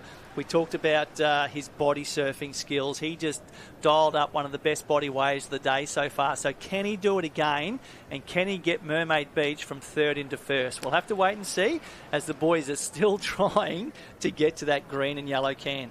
Yeah, as we can see, Mermaid's got the rating and the 6-beat kick coming in, and Sunshine's starting to hurt. You can see Mermaid's slowly pulling him back, and he's got to be as close as he can when they turn that can, because if he's close enough, I think he's good enough. And you know, he's moving up straight to their feet, and he's flying. This is a game changer. This has opened the field up. Flying. The boy from Mermaid Beach already onto the feet of the second place getter, but Sunshine Beach is around the can, so we can see now how much difference that makes getting around the can. He's just extended his lead now while the other boys are fighting against the sweep, but our 3 leaders are around the can. Sunshine in 1, Tugun in 2, Mermaid Beach in 3. It's amazing. The Mermaid Beach boy was almost on their feet, and now he's dropped back to 2 or 3 or 4 body lengths behind. So the Sunshine Beach boy just falling off the top of that wave. Waves coming. I don't think there'll be enough for our back markers. Can our leader get on this one as a wave comes out the back? Got a race in 4 at the moment. 4 boys are swimming their way back to the beach. Wave on for Sunshine. Well done. That's a great wave. Can he hold it, Bud Henner? Yeah, not only that, can they get on the next few? There's still a few coming through, but he's up and running. He's perfect. He's hurting himself, and you know, if he can get through this bank before they can get on a wave, he's looking set confident. himself. He's looking confident. I think he might have been saving his legs going around the cans before, Hannah. Mermaid got another good one. Certainly found a new lease on life. Tugun's up and running. Mermaid has come through to chase Tugun, so we still have a race in 3, but Sunshine Beach do have a handy lead, and they're already halfway across the inside gutter. So you're going to say you're not going to catch a wave now inside the gutter until you get right to the shore. So you'd have to think that Sunshine Beach, pending any errors, are going to tag their runner in first place, and they should be able to get through and claim the gold medal. Yeah, he ran across that bank really well. He set himself up nicely, and it's definitely a pretty big gap now. As we can see, though, in second and third, I just saw them jump off the bank into that next gutter, and Tugun straight away got rating and started going. Mermaid actually ended up stopping and trying to touch again and lost all momentum, nearly getting sucked back onto the bank. So did pull him back a bit, but he has swam himself back up, and we just see the tags for second and third, so it's going to be a very close one. And here we go, Sunshine Beach coming around, a nice comfortable way to claim the gold medal in the under-12 male Cameron relay. He's just taking it through comfortably. The boy from Tugun is flying. They're going to get the silver medal. Mermaid Beach coming round in third place, so well done. There's our gold, silver and bronze medalists in the under-12 male Cameron relay. Well done, boys. That was a fantastic race to watch and a great execution of skills.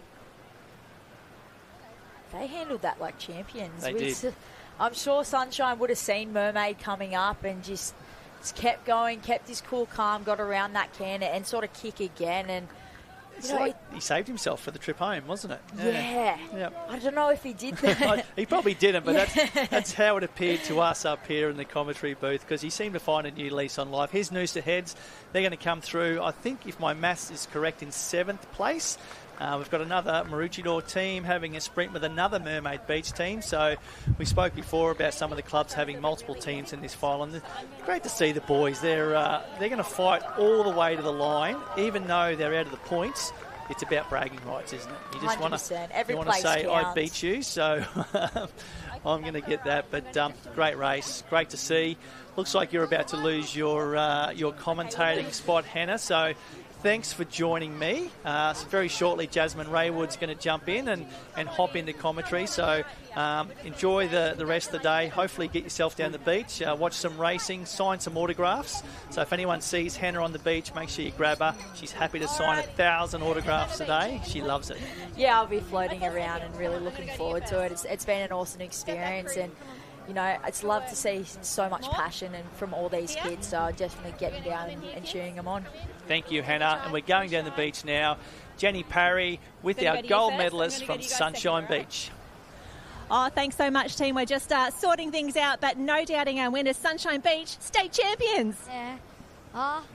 Yeah, it's pretty good. I'd like to thank my coach, Jade and Wes, and for Tugan for having like such good race and competition. And, yeah. And who else is in your team here? I was the runner, and it was really hard because I normally don't run, so I just had to sprint. It was really hard. Well, there you go. They sprinted. It was really hard, but Sunshine Beach came in for a win. And we're going to grab Tugan as well because everyone's down here. Tugan, how good is it to be on the podium at States? Oh, really fun. I loved it. Yeah. And, first time at States, so first final in States as well. So How's that? First final, first rate. We've got medals. And what is the best thing about racing with these boys from Tugan? They're good. They're good sportsmanship. They're just really fun to be with. And, yeah. Team Carries, cheers all around. The boys have done an incredible job. We're going to go and celebrate. Medals are going to be handed out in a minute. Congratulations, all the crew. Big smiles, big waves down the camera. Woo! Oh, thank you so much, Jenny Parry. Great to see a couple of our teams there, the medalists in the under-12 male Cameron Relay final. And so good to hear the boys say, what do you love most? Sportsmanship. So great to see the boys loving the sportsmanship. Here's the results of our under-12 male Cameron Relay final. Sunshine Beach Team A, Tugan Team A, Mermaid Beach Team B. They're our medalists, followed by North Burleigh Team A, Metcaloundra Team A, Burleigh Heads Team A, Noosa Heads Team A, Mermaid Beach Team A, Maroochydore Team A, Dickey Beach Team A round out the top 10. So well done. But I'm now joined in commentary by the one and only Jasmine Raywood, fresh off a victory last weekend at the Queensland Championships in the under-19 Ironwoman. Not to mention however many other 1,000 medals you won last weekend. I know you had a great time in the under-19 racing. First of all, welcome. Congratulations on your results last week. How'd you pull up after 3 days of hard racing? Yeah, thanks, Craig. Feeling pretty good, pretty happy with my results, and it's just been good to be down here watching these races and getting to commentate it as well. Yeah, and here we go. While we're having a chat, we're just going to keep you up to date with what's going on. So we're about to switch into a different arena now. We've been following the under-12s, but we're now into the under-15 male board relay semi-final. So North Burleigh, Kurrawa, Bundaberg. Great to see a club from the White Bay Capricorn branch. I actually coach these three boys, so very keen to see how they're doing. Yeppoon as well, so two White Bay Capricorn branch clubs. Noosa Heads Team B. We'll wait and see who's coming up on the rest of this, but obviously two semi-finals. I'm going to say the top 8 will qualify through to the final. Dickey Beach, Sunshine Beach, Tallabudgera, Northcliffe, some good boys in that Northcliffe team. Kingston Low, Gunboard Paddler, Mooloolaba, Southport, Alex. I'm going to say Alex will be one of the teams to beat in this one. Emu Park as well, and Tannum Sands. So 4 teams from the Wide Bay Capricorn branch. I know I'm a member of Elliott Heads, as you know, Jasmine, but I do coach the kids from Bundaberg as well. So I'm very keen to see how they go. They got a silver medal in the under-14 board relay last year, so I know the boys are keen to prove that that wasn't a fluke. But, so how are you enjoying the day? Yeah, had a pretty good day, yeah. I think this should be really interesting to watch because there's also a Burleigh team in there as well. Yeah. So I'll be looking forward to that. It's going to be some strong teams. I think I saw on the start list maybe 3 teams from North Burleigh, so you can assume they're going to be up there. Obviously, you know the Burleigh Heads and Mowbray Park paddlers very well. Johnny Andrews coaching a lot of the board paddlers up there in the 14s, 15s area. So I know Johnny really well, ex-Tannum Sands member. His son Taj is a gun board paddler. So obviously you probably train with some of these boys, so you probably know how good they are. Yeah, on Thursday afternoons we have some of them training with our senior squad, so it's good to sort of gauge how good they are. And, yeah. It's going to be an interesting race because we've been looking at the under-12 area. They haven't really been going out past the second break.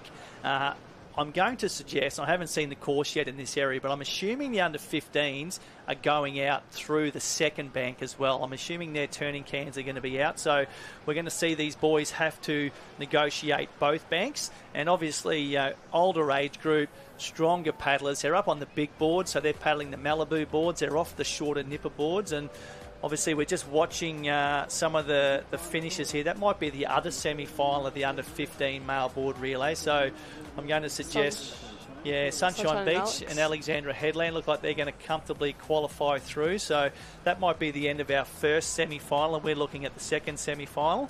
I know our taggers are coming through, so that might have been the start of this particular semi-final, Jazz. So we might have missed the start. That's all good. So Sunshine Beach have he just takes a dipsy doodle there. They've got a handy lead from Alex, Northcliffe. Who's coming around now in 4th and 5th? Looks like we've got Southport, followed by Burleigh Heads, Mowbray Park. Here's our Bundaberg boys. So they're in the top 6. They'd be looking forward to qualifying through. And obviously it's a semi-final, so the teams will be trying to save as much energy as they can and just looking to qualify through to the final. But the boy from Alex doing a great job going out there, hotly followed by Sunshine Beach, and both boys are going to now try and negotiate this inside bank. So give us your opinion on what's happening out there today, Jasmine. Obviously you paddled in these conditions last weekend.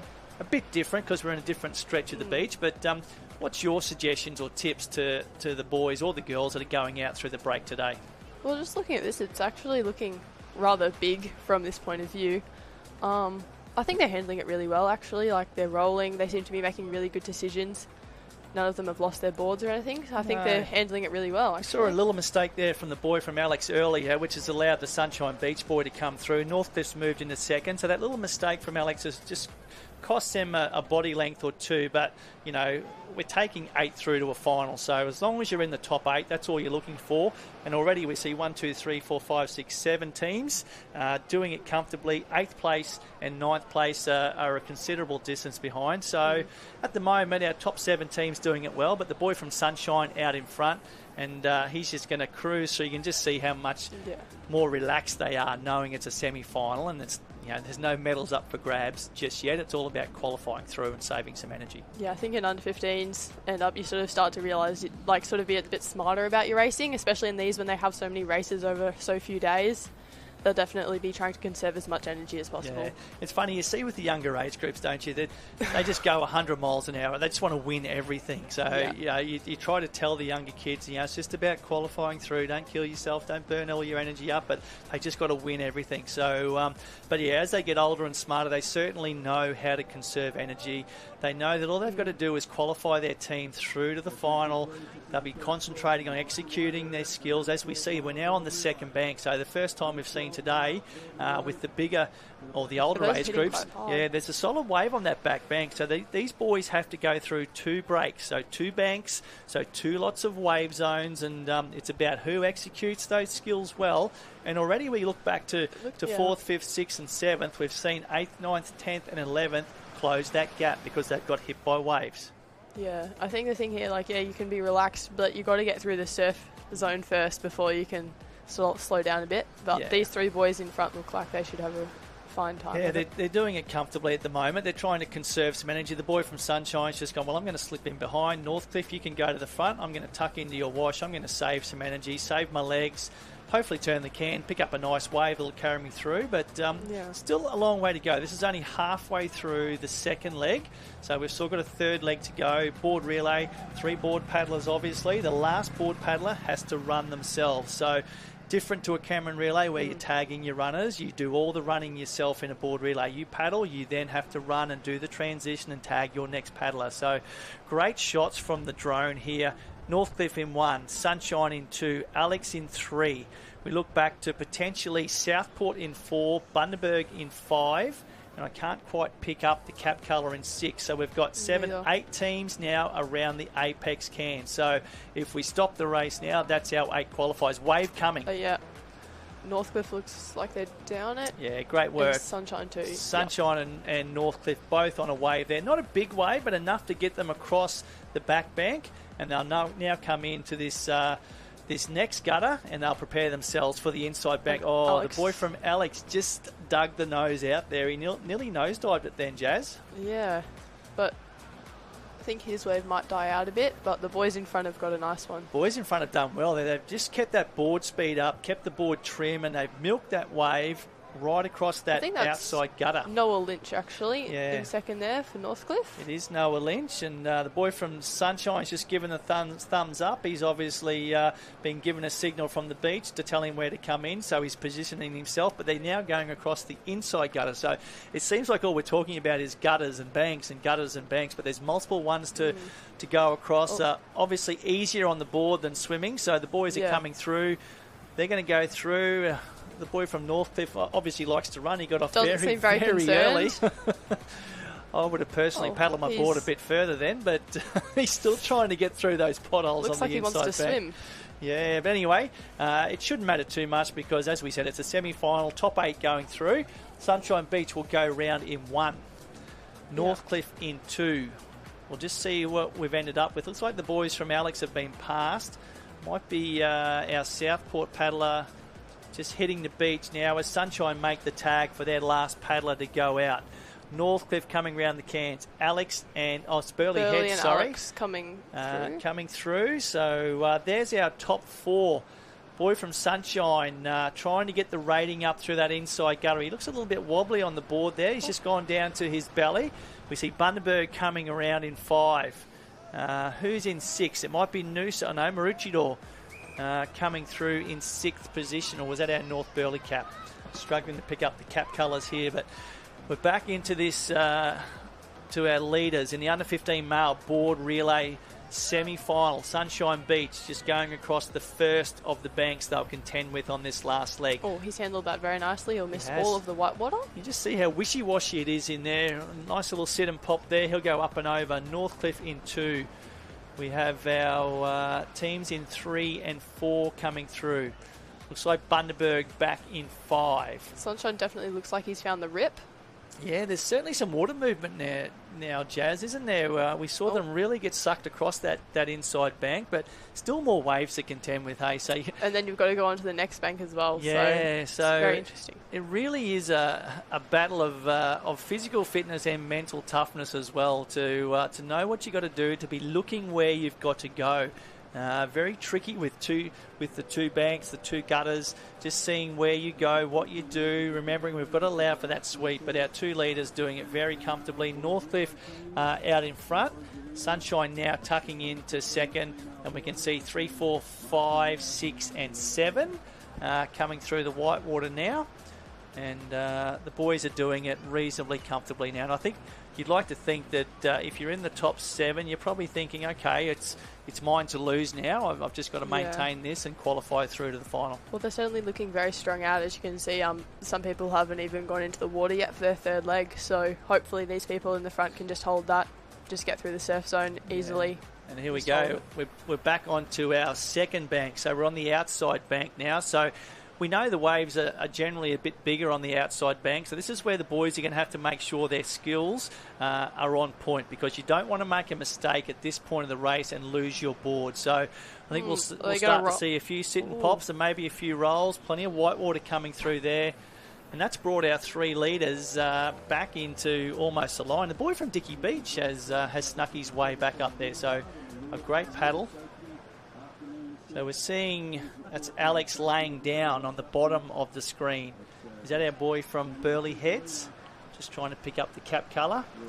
Yes. Yep, Burley Heads, Dickey Beach sneaking through. Not sure where the boys from Bundaberg have ended up. Is that our Northcliffe competitor dropped back there now? So we have looks like there's a huge sweep, Yeah, it looks like our teams that headed a little bit further north have been swept north. So it now looks like we've had a change in the lead. So Burley Heads and Alex are sitting in 1 and 2. I'm going to say that maybe Bundaberg up there in 3rd place now. It looks like Benny Taylor from Bundaberg paddling the last leg there. So they've put themselves up into a good spot. But already we see those board paddlers that there sleep is really coming into play north. Yeah, and I think that's probably a creation of those 2 banks. Because obviously the more you get hit on the bank, the more you get swept. So having that double break and double bank is allowing these boys to get swept even further. So Dickey Beach are up there. They're paddling very well. That is the boy from Bundaberg. We can see in screen now with the red and white board. Looks like Northcliffe sitting behind them, and those boys are working hard and they're hurting. Paddling against that sweep, tough work. But we see our leaders are about to come around the apex can now. Burley Heads and Alexandra Headland. They're doing it comfortably in 1 and 2. So you'd like to think they'll qualify through. Dickey Beach sitting in 3, Bundaberg in 4, and Northcliffe in 5. Oh. We're just seeing one of our other age groups come in now on a board. That looks like potentially one of our under 12 girls in a different arena. So we look out to see now. Here's our under 15 male board relay, and the boy from Dickey Beach has snagged a great little wave out the back. So he's going to join our 2 leaders. So Dickey Beach, Burley Heads, and Alexandra Headlands. Let's see who can get the board speed up and run this wave further than the other 2. Also, Burley's dropped off. He was on his stomach, interestingly. The boy from Dickey Beach just came a cropper as well, so that may have been his fin hitting the rope on the 4 black and whites. Which is always the risk of it. Yeah. But you've just got to sort of evaluate that at the time. Exactly. So we now see the boy from Alex. He's going to come through on the front wave now. Obviously still got to go through this bank and another shallow, well, sorry, not a shallow, but a narrow gutter. He's coming into the deeper water of that inside gutter now. Dickey Beach in 2. Who have we got Burley back in 3? Burley in 3. Ooh. So the boys will now know that they're going to qualify through comfortably. They'll just cruise their way through the inside gutter. The boy from Alex up on his knees. He'll just be looking for his turning flag, so he isn't going to run as far as the others have to. So the boys from Alex are going to come through fairly comfortably in the lead of the under 15 male board relay semi-final. And we'll just have to wait and see whether our boys from Burley and Dickey Beach are safely through as well, as we see the young boy from Alex. He's just cruising around thinking, how good was that? Yeah, they definitely made it easy, and him and Burley definitely had a really smart race going past that of Sunshine and Northcliffe. It would be interesting to see what happened to those 2 boys. Yeah, Burley coming round now in 2, Dickey Beach in 3, so no urgency whatsoever. They've done their numbers. They know top 8 are going through. They know they're through comfortably. They'll be looking to save as much energy as they can, knowing that the final is not far away. There's our boy from Bundaberg, Benny Taylor, repping the old board shorts. He doesn't want to wear the club cuts or the jammers. He's happy in the board shorts, so hopefully it doesn't slow him down when he starts to run later on, Jasmine. Because that's definitely an interesting choice. I haven't seen that much today. No, I don't think you'll see too much of it at all. It's funny. I've got a few of the boys that train with me at home that wear the board shorts, and I'm always up to them about getting the togs on or the jammers on. But anyway, if he's comfortable, we're comfortable. So it obviously works for him. They're through to the final, so he might get the last laugh later on us. Yeah, you never know. There's that Sunshine Beach boy. They dropped back quite considerably in that last leg, but the main thing is they're going to qualify. They're going to qualify through. So they did hit the lead into the last leg, but they've slipped back a little bit in that third leg. But all they had to do was qualify through to the final. So they've certainly done their job. They have done their job. Yeah. So great paddle from all the boys there, and good to see that the big boards in action. But anyway, we're going to go down the beach. Jenny Parry has got one of the Alexandra Headland boys for a quick interview. Oh, here we go down here on the line with Alex. Talk us through the conditions out the back. It looked pretty tough. Oh yeah, that last break there is pretty tough on the way out, as the waves just come through and smash you. With the 2 boys from Northcliffe and Sunshine got smashed on the way out, and me and Burley just got straight out and had a good time. So good times all round. Who else was in your team here today? Nicky Carter and Walton Nichols. They had a great paddle today. Set me up for the last paddle, so very happy with how they did. So, and the Killer Bees through to the final. Yeah, we're pretty stoked about that. We'll try and do the same thing on the way out. Well, there you go, crew. Semi-final number 1 is done. Semi-final number 2 coming up. How do you rate your chances in that final? Oh, it could happen to anyone, so I think we've got a pretty good chance, but we'll see. We'll see. Thanks so much, crew. Big waves down the camera. Big waves to everyone at Alex, and we'll see you again in the semis.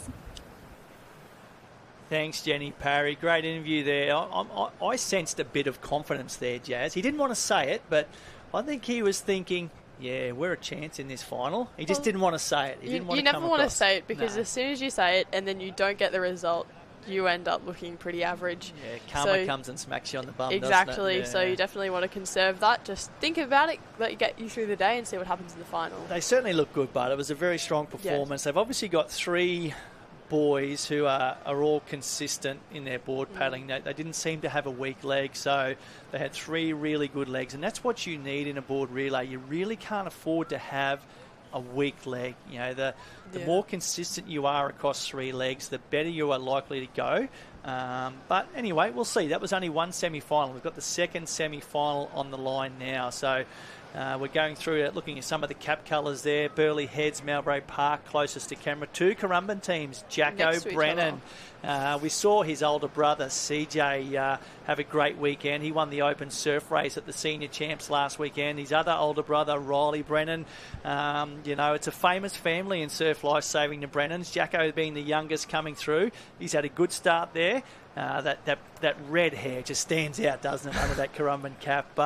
He's having a good start. He's going really, really well. He's got the race 1 board up and moving. He's got Northcliffe there. It looks like might be Taj Murray by the looks of that, Jasmine. Having, I'm going to say he's doing it pretty comfortably. He doesn't seem to have a lot of urgency, but he's had a great start, and already we see the lead sort of 4, 5, 6, 7 crews hit that first bank with a handy little lead. Yeah, they seem to be doing it quite well. Getting through, no one seems to have lost the board yet, which is promising. 2 North Burleigh teams up there, Burleigh Heads, Mowbray Park. So, great club depth there. Burleigh with 2 teams, Currumbin with 2 teams, North Burleigh with 2 teams in this particular semi-final. Burleigh may even have 3 teams. But anyway, we're going to look, while we're watching the boys go out, the results of semi-final number 1. We saw Alexandra Headland in first, Burleigh Heads Team B in second, Dicky Beach came through in 3, Northcliffe in 4, Bundaberg in 5, Sunshine Beach in 6, Southport in 7, and our final qualifier through in 8th place was Mooloolaba. So we have 8 teams through to the under-15 male board relay final. Our next 8 teams will come from semi-final number 2. As we see, looks like one of the Burleigh Heads boys now heading the lead there. Jacko Brennan from Currumbin sitting right behind him in 2. Taj Murray from North Burleigh sitting in 3. So that's our lead 3 crews at the moment. Boy from Burleigh looks like he's paddling very, very well there, Jazz.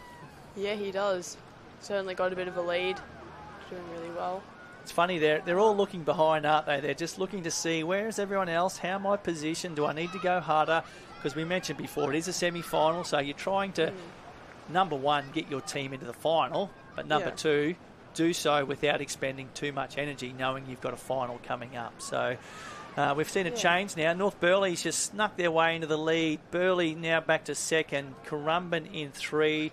I'm going to suggest that's the second North Burleigh team now sitting in 4, and may even be this. Oh no, it might be I'm going to say Tugun. It could be Tugun or Kurrawa. It's a bit hard to differentiate that cap colour at the moment. Maybe even Noosa Heads. I've probably said the wrong cap name now, Jazz. So I'm not too good. So we'll go back to our leaders as they go around the can. Burleigh and North Burleigh. Currumbin and North Burleigh. So there's our lead 4 crews, and so Archie's got the inside line, and we'll see what happens there. And Taj is on the outside. Exactly. North Burleigh. And those 4 leaders are doing it fairly comfortably at the moment, aren't they? They're not expending too much energy. They're looking out to sea. They want to see what's coming because they want to be able to turn this last can and hopefully find a wave that's going to carry them through. But our 4 lead crews have certainly got a handy lead as Burleigh swing around with the inside. They're definitely fighting for the inside line and trying to get that first wave in. They'll be imperative in trying to secure their spot in the final later. And here we go. Jacko Brennan's lifted the rein. He can see a wave coming. He's felt for it. I tell you what, that was great paddle. That was really well done. He felt that coming through. So our 3 leaders, Currumbin, Burleigh Heads and North Burleigh, they're in a great position at the moment. Definitely. But they've got to keep that board speed up now. Oh, that IRB washes come through just then. There's nothing worse as a board paddler than having an IRB come across in front of you, and Jacko Brennan's just fallen off over the can line. I'm going to suggest what happened there. His board fin has clipped the rope that runs between the 4 black and white cans, and that's the risk you take when It you is. go through the cans. It So definitely is. you are allowed to do it in the individual board races and the board relay. But the risk you take is getting your fin caught up. But our leader from Burleigh has opened beautiful up paddle. a big lead. Or little dipsy doodle there. Very tricky when we get back to this inside section. Definitely is. Lots of water movement, lots of white water. So that's probably the hardest part of the race, getting yourself back to the beach safely without falling off. Yeah, but that's Archie Harrison coming in first with a really great board paddle, hopefully setting up the rest of the team from Burleigh up really well. I tell you what, if I was a board paddler with that IRB coming across in front of me, I wouldn't have been happy, Jasmine. I know, I can tell you I've been in that situation a few times as well, and it never leaves you very happy. No, as you can imagine. I don't want to criticise the IRB guys because they do a fantastic job. Yes. So it's just one of those things. Obviously, he needed to get to where he was going to, and the board paddlers were coming through. And look, it doesn't make a big difference, but it does certainly ruin. You know, you got that board speed and that trim going, and just hitting that bit of IRB wash certainly can impact on your board speed. As Jack O'Brien comes round, he'd be kicking himself. I can't wait till he gets home and sees the live stream and sees himself kook it on those cans. But fortunately, this is only a semi-final, and top 8 does go through, so hopefully the rest of his team can just hold their position. Yeah, exactly. There goes our second North Burleigh crew. So already we've seen quite a spread in this first leg of the under-15 men's board relay. Burleigh Head sending off their second team. Is that Tugan? I'm going to say that's the Tugan team. Yep, it is. They've headed off. So we've got 1, 2, 3 boards coming in, boards going out. So got at least 5 teams about to hit that first bank. 6, 7 and 8 are in the gutter. So already there's our top 8. Yeah, and they should be feeling fairly comfortable. Point of interest is that's my brother in the Burleigh team. Oh, really? So he's going second, and I will be allowed to judge him on how well he goes. We've just seen the Noosa boy take an up and under and a bit of a tumble. He's struggling to get that nose of that board up and over that white water. So that was a costly mistake, but great to see a bit of Raywood family action going on. I know you and your sister loved doing board rescue together last weekend. I heard the interview, you and Bianca. Nothing like a bit of sisterly love when you're doing board rescue. So good to see another Raywood coming off the production line. Yeah, well, have you got two younger? I have 2 younger siblings? sisters and 1 younger brother. Racing so I have today? another sister. Yep. Yeah, 2 siblings racing today. And did I see it's Elkie, isn't it? Yeah, Elka. So Elka, she Yeah. won the 2K beach run. Yeah, she did. yesterday. She's a far better runner than I am. So. Yeah, for those who don't know, Jasmine Raywood, one of her least favourite things to do is run. So, but I have noticed, I've been watching your races this year, and I'll give you some kudos, Jazzy. I reckon you're running and wading a lot better than you used to. So kudos that's been for you. a lot of work. So these boys actually seem to have been held up, whereas other boys got through a bit of a rip, which is interesting. So they're now all in a line, 4 of them. Yeah, if you look there, you can see the widescreen, a lot more white water down that northern end. So which is where those boys were, the Northcliffe and Sunshine, when they got held up last time. So it'll be interesting to see if these boys get swept down again as well. So it does look like that northern end is getting hit a little bit more, whereas those that are slightly more to the south, although we've just seen our southern competitors get hit. So that is surf for you. It's so inconsistent. We saw that last weekend. It was very hard to pick your line because it kept changing so much. But anyway, we've got 3 crews out. Looks like almost 4. 2 North Burleigh crews. Is it Jazz? And your I brother would dare to say that sitting as in well. 3? Is that Dane? Yep. So the top 4 are looking fairly comfortable, and I would dare to say that they are almost through the final. They just have to get in and tag their next paddler. Yeah, that's right. So we're halfway through the second semi-final of the under-15 male board relay. It looks like we have 2 North Burleigh crews about to hit the apex can in 1 and 2. Jazzy's little brother Dane from Burleigh Head sitting in 3. Might be the Tugan cap we can see now sitting in 4. So our lead 4 crews have opened up a handy little lead. But as we know, they've still got to get back to the beach, and we've also got a 3rd leg to go. But the 2 North Burleigh boys, they're having a chat to each other here, saying, you keep going, I'm just going to tuck in behind you and ride your wash. But yeah, they don't seem to be in any hurry based on their stroke rate and looking for waves. They are looking out to sea, but to see what's coming, because that's the imperative thing. They should turn this and may even pick up a wave here. Yeah, you never know. We can Can't see really one building. Oh, yeah, they're down. We're going to have both of them. Oh, no, the second one has just fallen off. So looks to be another wave building, though, so they should be all right. That's funny. That was our leading North Burleigh crew who missed that wave there. So I'm not sure whether he just didn't get the board speed up quick enough, and the North Burleigh crew that was sitting in second got the better run. This one looks like it's dying out anyway. It is dying out. So that one's fattened off. So, but still, our 2 North Burleigh crews sitting in 1 and 2. They're back into dead water now. Well, that's really good that they have 2 such good teams. I think they've actually got 3 teams in this. Not in this particular final, but I'm sure I saw 3 North Burleigh teams entered in the under-15 male board relay. So obviously great depth, got some great coaches there. But the boys from North Burleigh doing it well. So we're about to come to the inside bank now. So they've got across that second gutter. They're the boys from North Burleigh just picking up a nice little wave. I don't think it's going to carry him too far. It'll get him across the bank. But they've still got this inside gutter now to paddle across. But bit of a narrower gutter now as the tide goes out. But I tell you what, there's a lot of water movement there now. There's water going sideways. There's water coming in. There's water coming out. So yeah, just that gutter. Definitely, like last weekend, we had that bit of the gutter before the break, and we've got this again, but it's far bigger, which is really... Look at the potholes. You can see all those darker patches there. They're all little holes there. So if I was a board paddler, I'd be paddling as far as I can, because you don't want to get up and land in one of those potholes. We saw the Northcliffe team in the first semi-final. One of their paddlers struggled to get to the beach. Noah Lynch did that. He had a little swim. Yep, but couldn't get out of those potholes. But this North Burleigh boy hasn't done that though. No, so. Great paddle there, and he's just going to come through comfortably. Spit it out, Craig. Very comfortable victory there. So North Burleigh will win the second semi-final. One more leg to go. So I've got ahead of myself there, Jazz. Thanks for correcting me. You're a bit eager, but no. Still another North Burleigh team coming through, and then Dane coming through in third, I think. So great paddle from Jasmine's little brother. I know he's going to be in 4. Chugan in 3.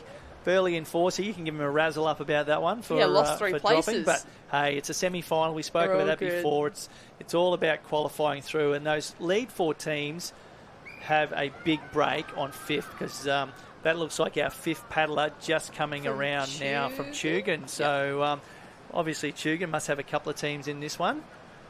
Yeah. So they're doing very, very well. No doubt some great coaches there. I know Kelly Margits does a lot of coaching at Chugan, a former gun board paddler himself, and I'm sure he's got other people helping him, but he does a great job. We saw the under-17 boys from Chugan. They have been going so well this year. Ollie Dillon, Will Norling, they have really grown and developed this year. Their board paddling is on point, and they've been super competitive. I know Ollie was sick and missed the senior state titles, but good to see a great production line coming through. Chugan have always had good board paddlers. If we look back, through the last 20 years, they've always seemed to have very strong board paddlers. That tradition's continuing, but anyway, it's North Burleigh at the moment. They've got some great board paddlers too. They're coming first and second in the second semi-final. Yeah, and I'd just like to add, Chugan also has a really great ski squad as well. They've got really good ski paddlers. Kenny Wallace is part of their squad, which is always promising. Well, part of their club. You don't get much better ski paddler or kayaker than Kenny Wallace, do you? So, no, not really.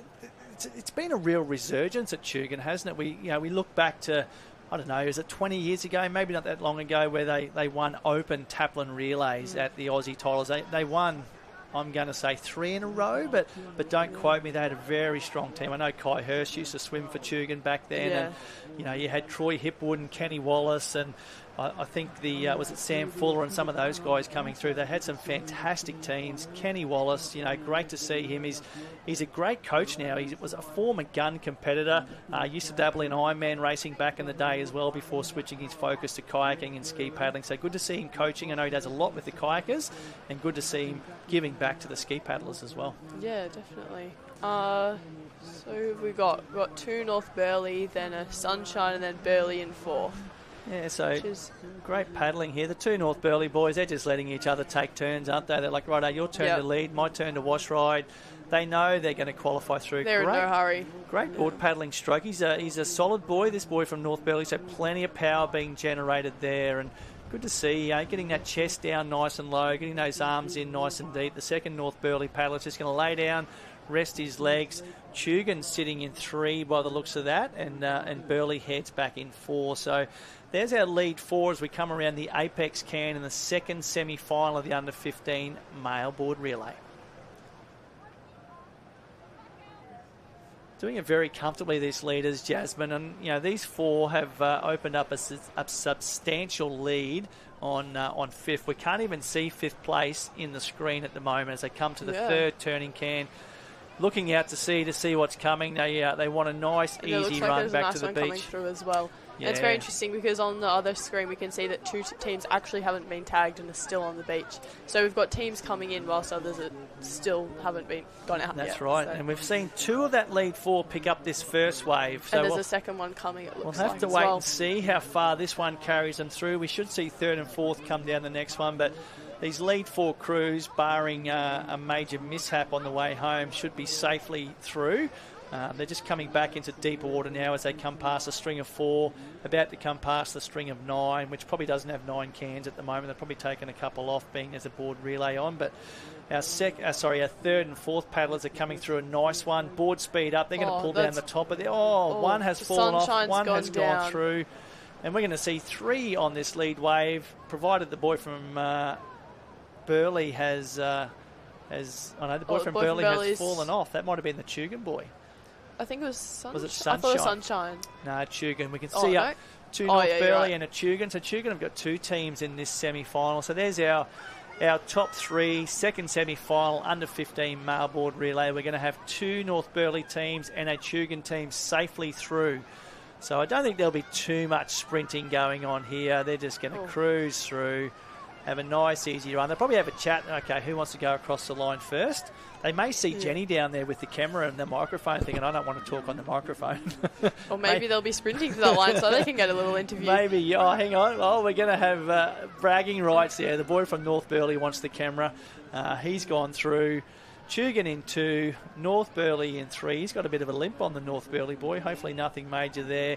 The Burleigh boy, he's conserving energy. He's just going. He's decided, I have a very long wait. There's a big gap, so he's all good. Just admiring his view. Nice, comfortable run through there. We can see next through is a Pacific Surf Life Saving Cap. He's actually their second paddler, so he's not coming through in 5th place. But great to see the Pacific Cap here today. We saw a few of them last weekend, particularly in the Masters competition, so great to see them racing well today. He's just looking at his teammates going, am I going to tag the third paddler? No, it looks like they've been pulled out, so I'm assuming, that's a shame for the boys from Pacific.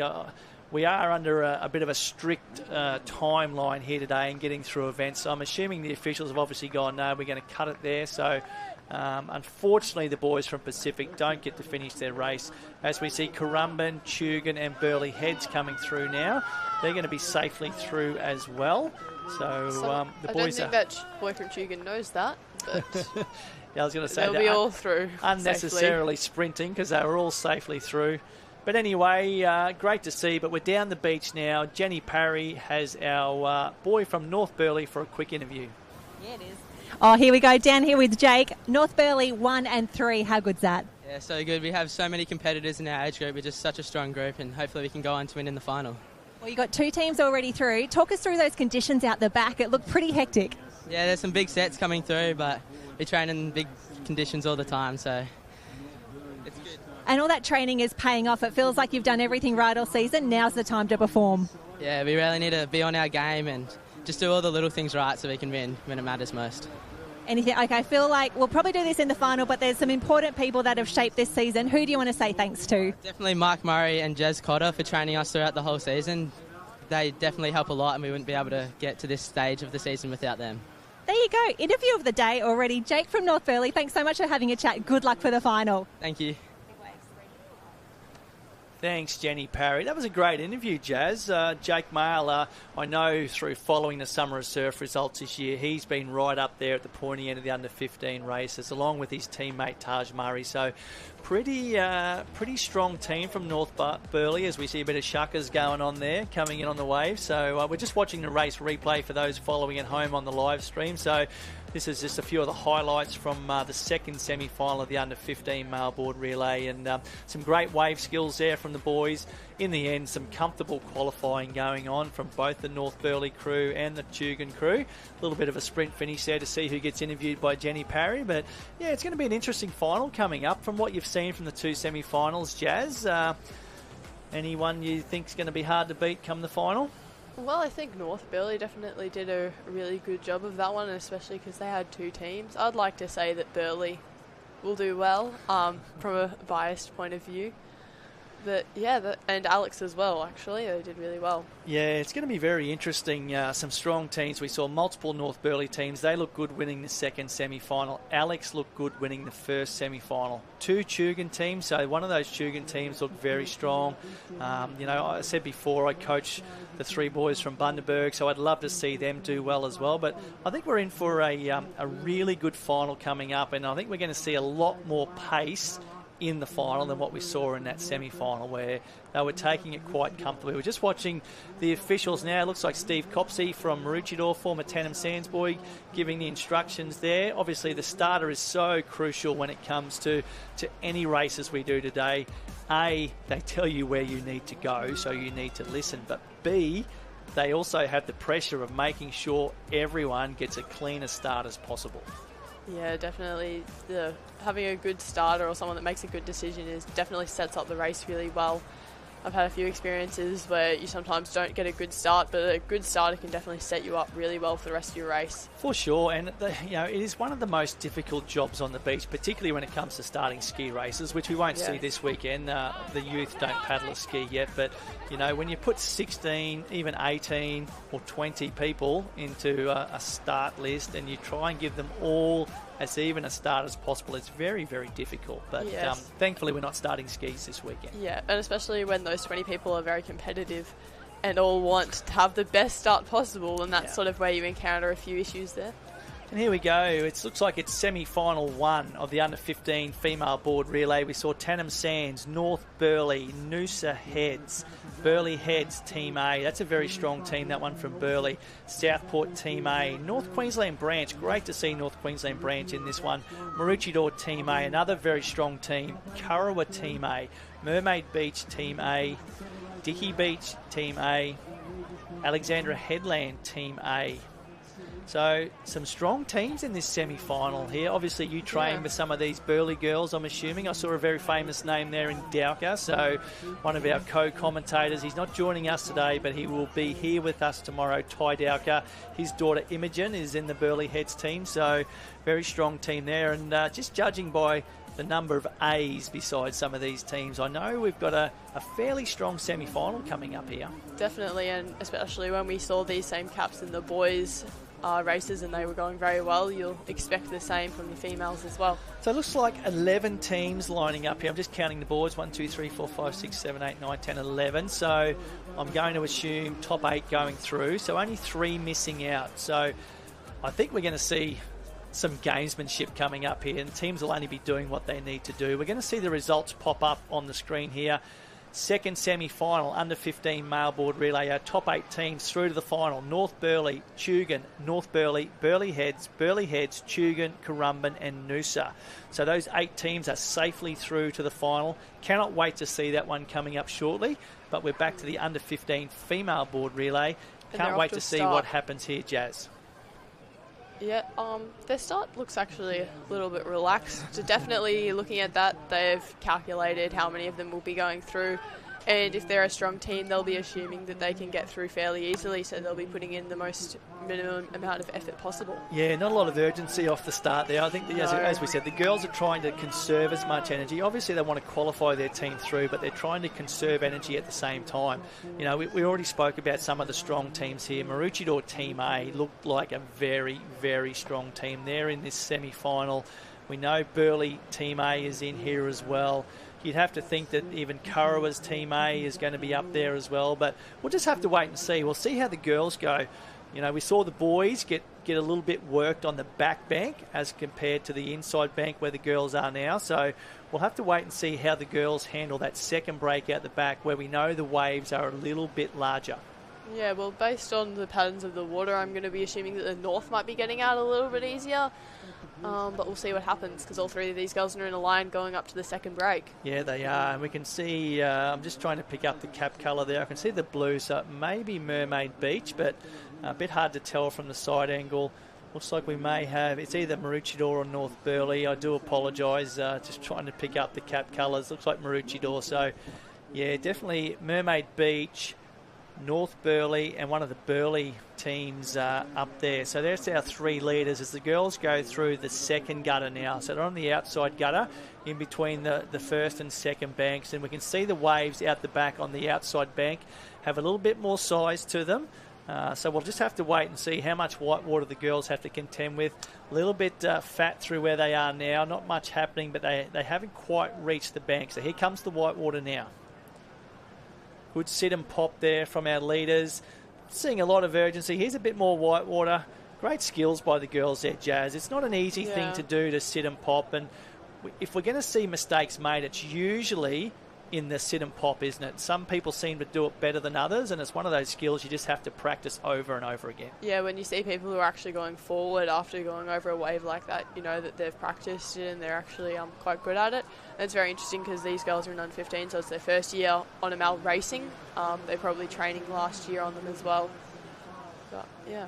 And it is. It's an underrated skill, isn't it, the old sit and pop? Because, you know, there's a few things you want to do. You want to get the nose up and over the whitewater for one, but you want to be able to get your weight forward quickly, because if you stay back too long, the board's going to flip over or it's going to twist and turn sideways. So very underestimated skill, but if you can do it properly and you can execute it well under race conditions, it's going to go a long way to making sure that you have a successful race. Yeah, definitely, Craig, especially when you've got conditions like this where there is so much white water. If you can get over as much white water as possible, that can gain you quite a bit on the other girls who might get caught in it a little bit more. Yeah, so we've got, we can see 9 girls now in picture. So there's our lead 9. We see Mermaid Beach coming around, Maroochydore in 2, Burleigh in 3. Just trying to pick up the cap colours now, possibly. I'm clutching at straws here, Jazz. I'm going to say it might be the Dickey Beach crew coming through in 4. 5, 6, 7, 8, 9. So definitely 9 crews coming through now. Great pretty to see. Spread out though, so they are very spread out. Great to see Tannum Sands on the start line as well. So they've got a team in this final and this semi-final as well. Might be getting this wave. Yeah, great little wave for our leaders here. So Mermaid Beach should pick this one up safely, as will Maroochydore and Burleigh Head. So our 3 leaders all coming down a nice wave. This is the outside bank, so let's not get too carried away. We've got to get through a gutter and then back to the inside bank and then back through another shallow gutter or narrow gutter back on the inside of the branch. Good to see North Queensland branch in this particular semi-final as well. I haven't seen the cap colour featuring just yet, but we'll look at our 3 leaders. So Mermaid Beach, great paddling from the Mermaid girl. Got a little double up there, so that's probably going to just cause her to sit back, but she's weighted and she's almost going to paddle over the whitewater here. Not quite. We see second and third, North Burleigh and Burleigh. A bigger wave. This will carry them through. Yeah, they'll catch the leaders here. So we're going to have 3 girls going across the inside gutter. The girl from Burleigh getting some great momentum. Same with Maroochydore on that. Looks like a black and white zebra board almost there. I haven't seen many designs like that actually. Might have the colours wrong, but yep, definitely black and white. So great paddling, and we've seen Maroochydore and Burleigh now hit the lead in 1 and 2 with Mermaid Beach just slipping back in 3. So it just goes to show how sometimes the second and third wave in the set is bigger and more powerful and carries you through the inside bank. Yeah, so we've had... Okay, so we see our leaders coming around the flags now. So Burleigh Head's going through in 1, Maroochydore in 2, Mermaid Beach in 3. So that's Dakota Fielding tagging their next paddler. I think that's Lola Maloney from Burleigh. Yeah, good to see you. Yeah, great. Obviously, you got a girl from Burleigh Head, so you know the names of these girls. So there's our girl from Mermaid Beach going in 3. So good to see Mermaid Beach. They've had a real resurgence in surf sports the last couple of years, and plenty of nippers here, plenty of seniors racing last weekend. Noosa Heads are coming around. They're in a very handy position as well. So Alexandra Headland going off there, Noosa. So it might be Alex in 4, Noosa in 5. We'll have to wait and see. I'm going to say Tannum Sands are going to come through in 6 here, Jazz. So that is impressive. That's a great paddle from the girls from Jazz, from Tannum Sands. Southport were up there as well. So there's our top 8. 1, 2, 3, 4, 5, 6, 7, and 8. 9, actually. So we still have 9 teams in contention. Very spread out. We've got our 3 leaders already at that first inside bank, while 4, 5, and 6. A bit of white water. Yeah, bit of white water and a bit of sideways movement there too. Yeah, definitely. It's very tricky to handle when you've got such strong winds as well. Look at the water. That's almost vertical. Lots of water moving there. Look, And then you you've see got that another water. team coming in as well, which adds another level of difficulty. Yeah. Boards going out, boards coming in. So well done by the girls. Eyes up. Oh, a little bit of a dipsy doodle from the girl coming in as she just loses it on that inside bank. But so tricky. There's a real considered amount of whitewater just moving in all directions in that one particular location, coming from the gutter onto the start of that inside bank. Yeah, definitely some very interesting surf conditions, but as we've said before, they're handling it quite well. Haven't seen too many mistakes, so got to go on quite well. Yeah, girl from Burleigh Heads, Lola Maloney, we think it is. Yeah, she's definitely pulled away, which is really good paddle. Yeah, great paddle. She's decided to cut through the 4 black and white cans and done so very, very safely. The other girls are deciding to go around the 4 black and white. They don't want to risk getting that. I know the girl from Mermaid's going to cut through, but normally not as big an issue going out unless you happen to get the nose stuck in the strap coming off the can. That can stop you very, very quickly. But we saw Jack O'Brien in one of those boys before. He's got the Kook of the Day award so far, so I'm definitely going to call that one.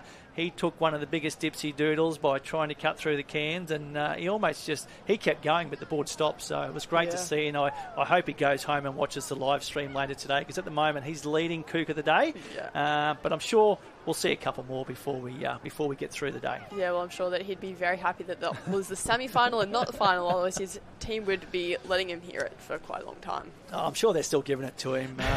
There's nothing like a bit of good-hearted, friendly banter between teammates, and I'm sure they will not let him live that down. But the important thing was they qualified through to the final, so he's got a chance to redeem himself and make up for past failures, because that was a good one, and certainly gave us a chuckle up here in the live stream booth. But back to the action, Lola Maloney from Burleigh Head. She's paddling very, very well, looking very strong. So obviously some great work being done in the Burleigh Heads Club, Jazz. Just tell us about the coaching structure there.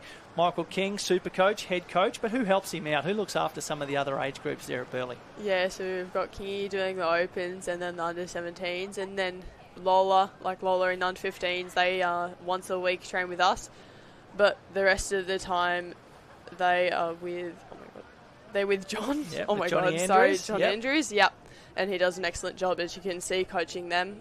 Their team's winning, so it's really good. Nice wave going through there. Obviously a bit far in front for our leaders, but Lola's going to come around the can. No, not quite around the can before that second wave come through. So she'll try and pick this next one up, but quite fat at the moment. She might have just lost a board speed there. So. Going from the belly to the knees, just lost a little bit of board speed, but as we said before, very handy lead. Still another leg to go, but we can see that the Burleigh Heads girls are looking quite strong so far.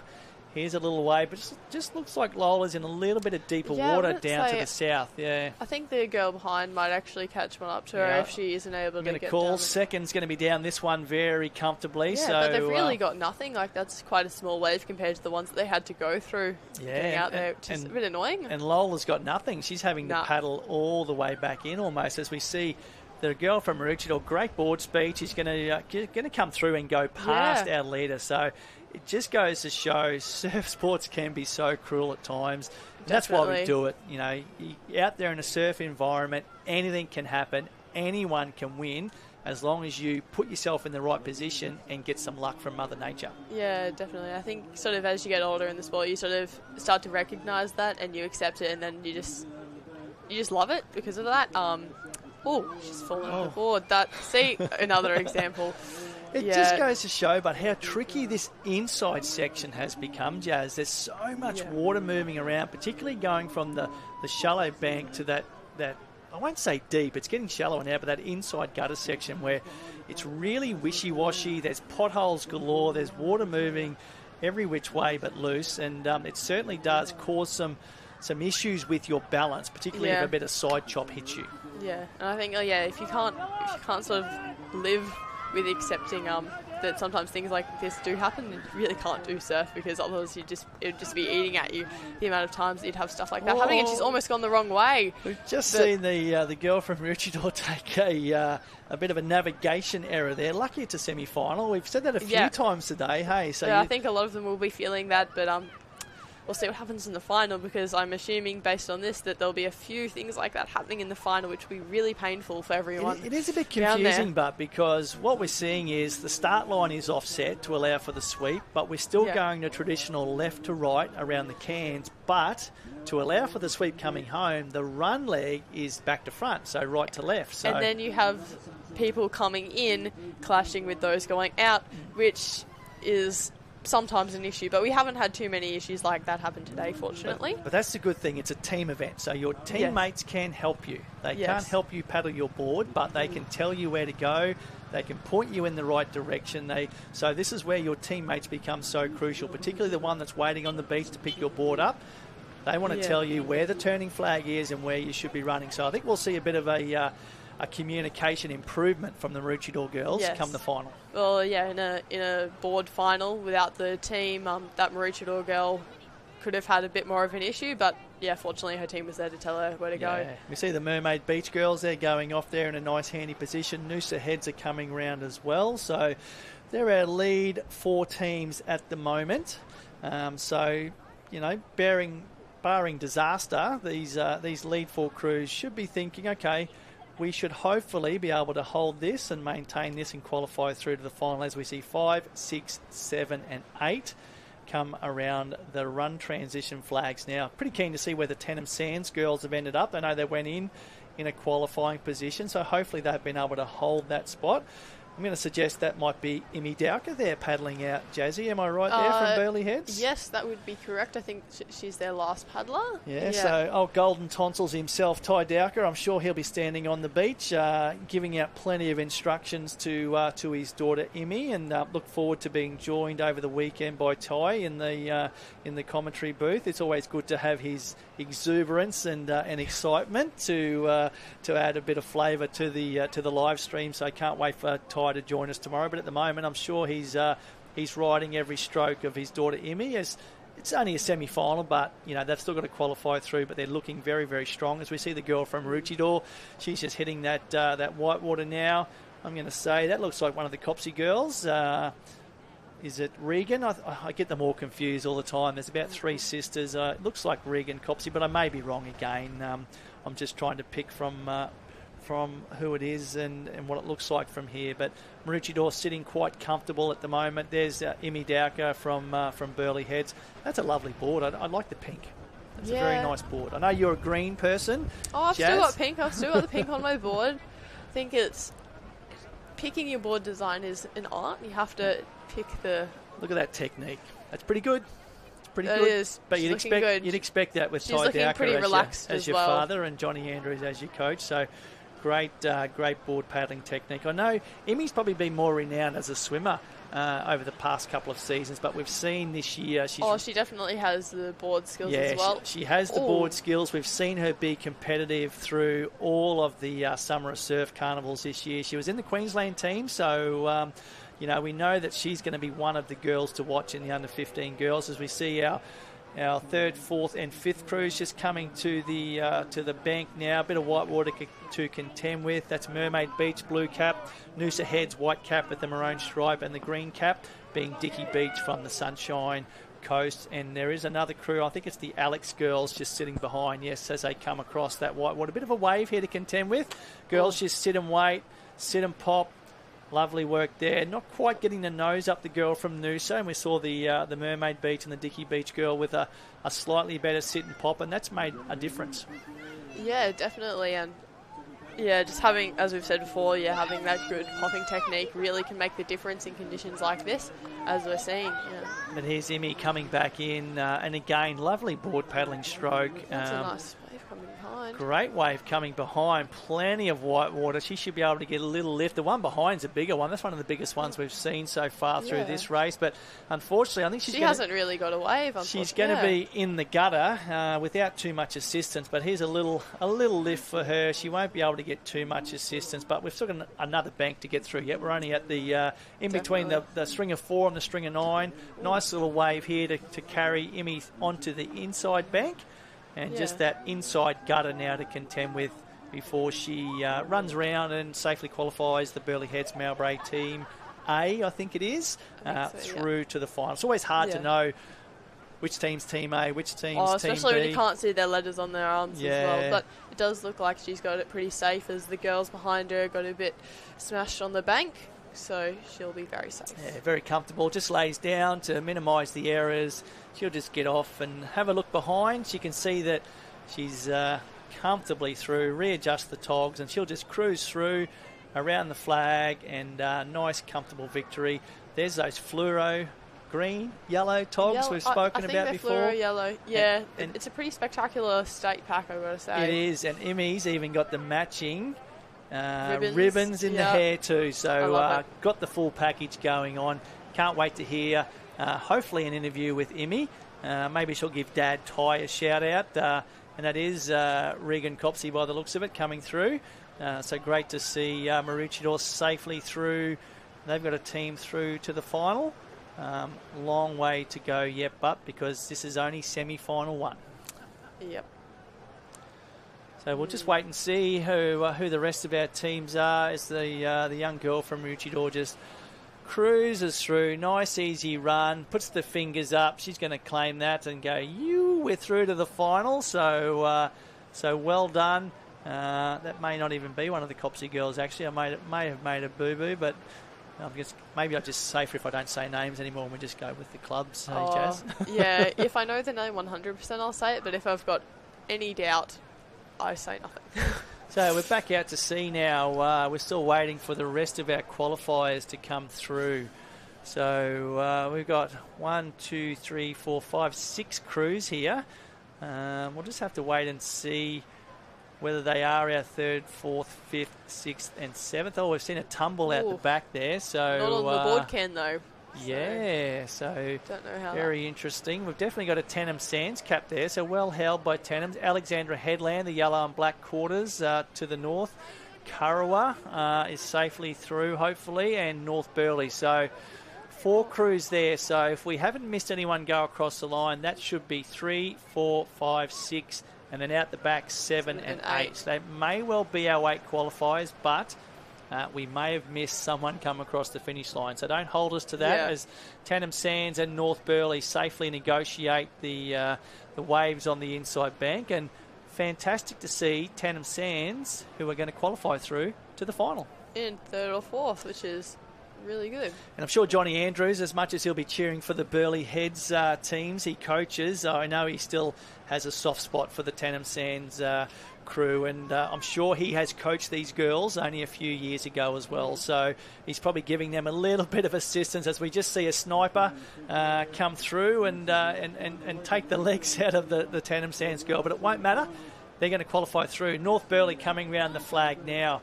So there, and speaking of Johnny Andrews, there's the big unit standing in the background there. Big shout out to Johnny. You can't miss him, can you? Tenham Sands coming through. So there's a couple more qualifiers through. So we'll wait and see now who else is coming through. Noosa Heads is up and running. So I'm assuming that was 3 and 4. Noosa Heads 5. Alexandra Headland in 6. But again, we're not sure if we've missed anyone come across the line. And Kurrawa, and I'm going to say Dicky Beach may be our 8th qualifier through to the final. But we're down the beach. We've got the lovely Imogen Dowker from Burleigh Heads about to tell us how that race was. Just finished. Excited to work with the girls and hopefully bring out a gold. How were conditions out there today? The first bank is kind of joined up with the shorey, so should be pretty good. It's a bit of a sweep, so just working with it. And obviously a big weekend. What other events are you looking forward to? Definitely the individuals, probably all of them, to be honest. Well, best of luck. We'll hopefully see you after the final. Thank you. Oh, thanks for that. Great to hear a little bit of insight there from Imogen Dowker from the Burleigh Heads Mowbray Park Club. Team A, they're safely through to the final. They were the winners of semi-final number 1. I'm sure she'll be going straight down now to either Coach Johnny Andrews or Dad Ty Dowker for a little bit of feedback on that and maybe a few tips for the final coming up. But we now look to the start list for semi-final number 2 of the under-15 girls board relay. North Barrier, Point Lookout, North Burleigh, Emu Park, another Wide Bay Capricorn branch team. Sunshine Beach have a team. Neve Arthur, very good competitor there in the Sunshine Beach Club. North Burleigh, Team C, so they must have 3 teams. Alexandra Headland, Tugun, Met Caloundra, Sunshine Beach, Team B. So more depth from these very strong clubs having multiple teams. So great to see. Again, looks like only a relatively small field, maybe 10 or 12 teams. So once again, we're only going to see potentially 2 to 3 to 4 teams miss out, top 8 going through. So I think we're again going to see some tactics, and we're going to again see as much energy conservation as possible.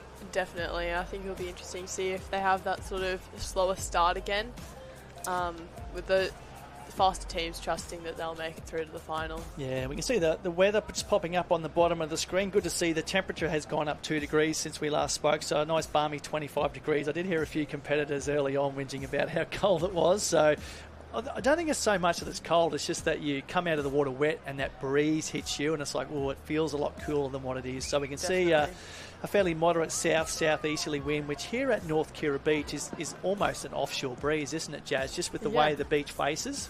Yeah, definitely, and I think that we sort of saw the way the beach faces come into play last weekend as well.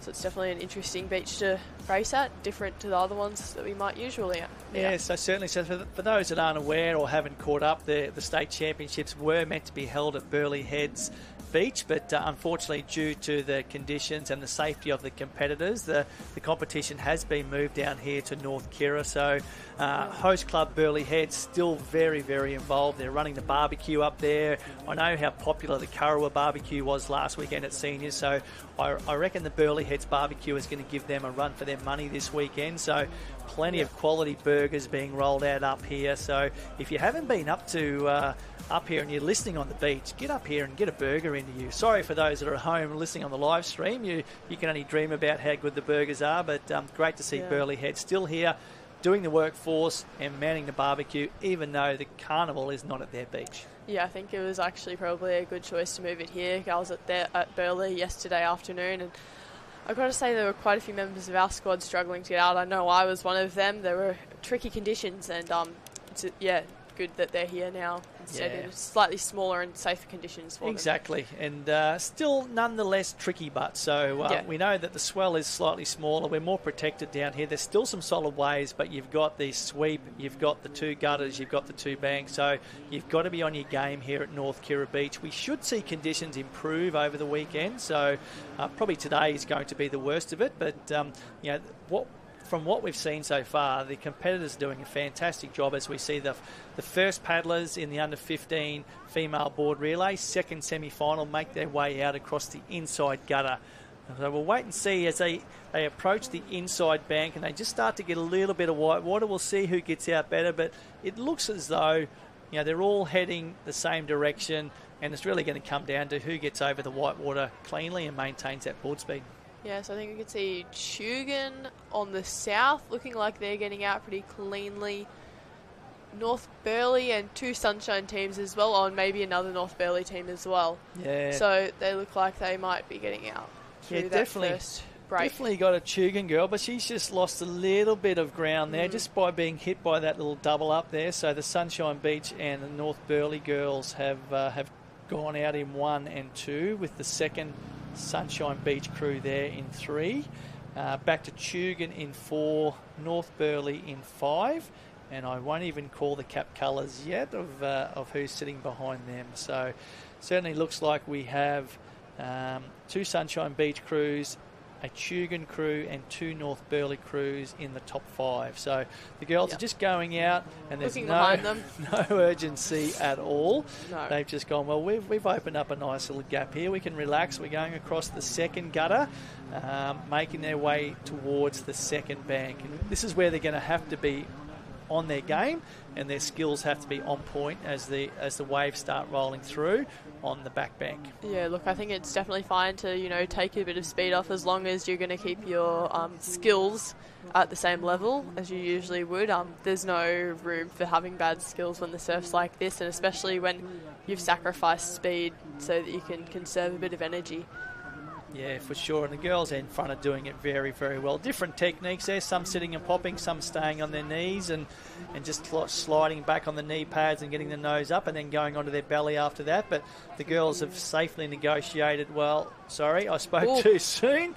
Oh, well done by the girls there. One girl just rolling, the other three deciding to just tuck under the lip of that wave, and that's certainly they're through nicely though. Certainly stopped them, but all four are through. But what we have seen is the girl from North Burleigh, who was sitting in 5, has lost a bit of ground, and now we have 5, 6, 7, 8, 9 and 10 all within about 2 board lengths of each other.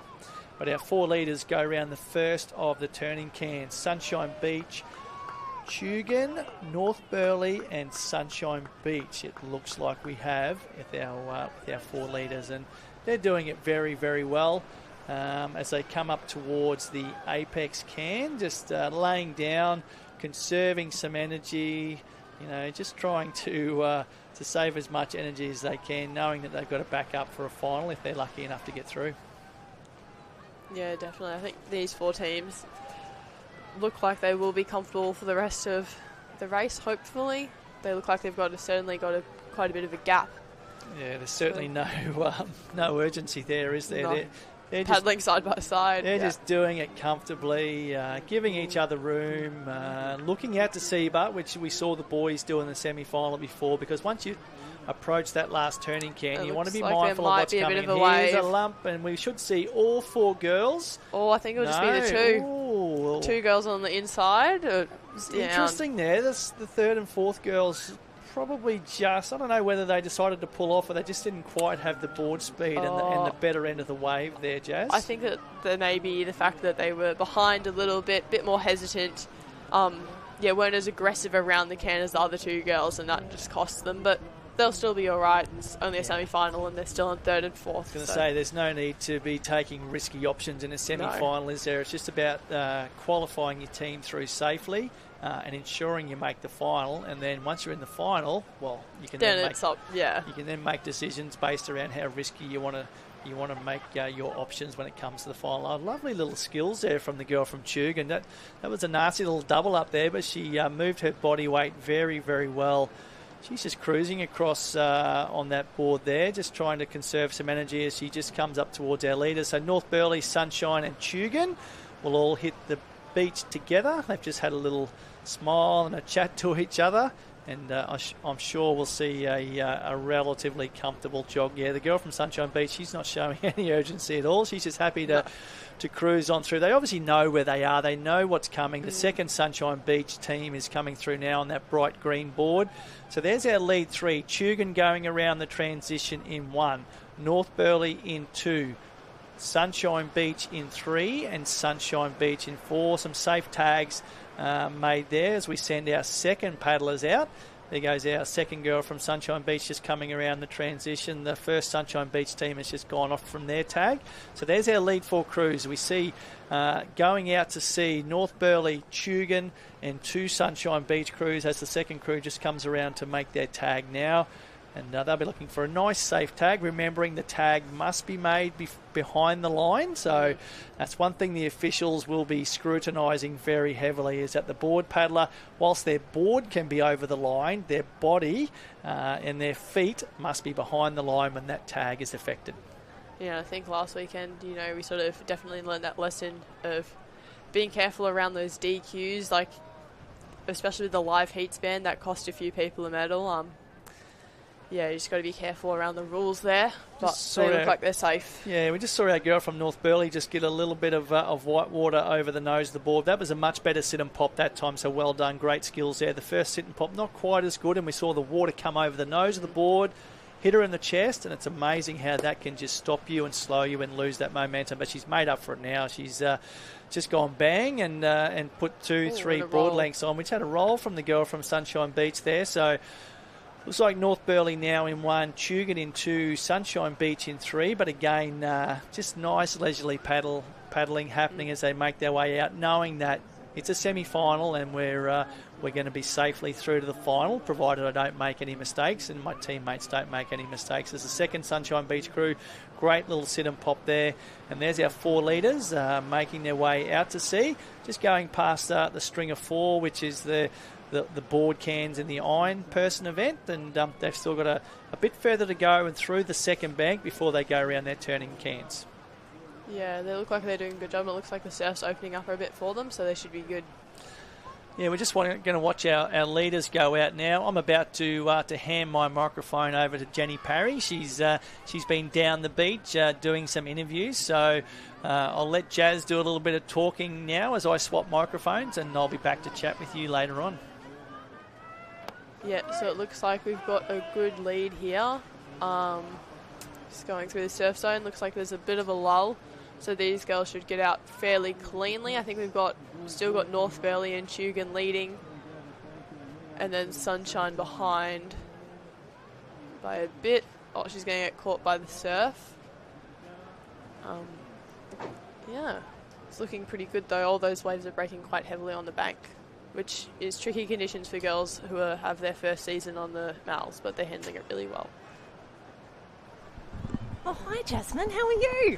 All right, how are you? I am great. Have a look at these gorgeous drone shots. What a perfect view. Back to the beach here. This has really changed the game for us, hasn't it?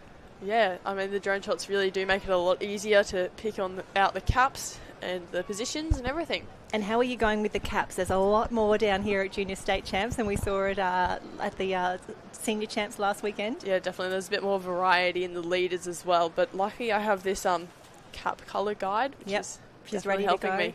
And we can see on the list there, we just saw Point Lookout in the mix there. We didn't have many of them at the Senior Championships last weekend, but they did pick up a few little medals in the beach event. So they got some points on the board, which was wonderful to see. They'll be looking to add to that tally here for the Junior Champs.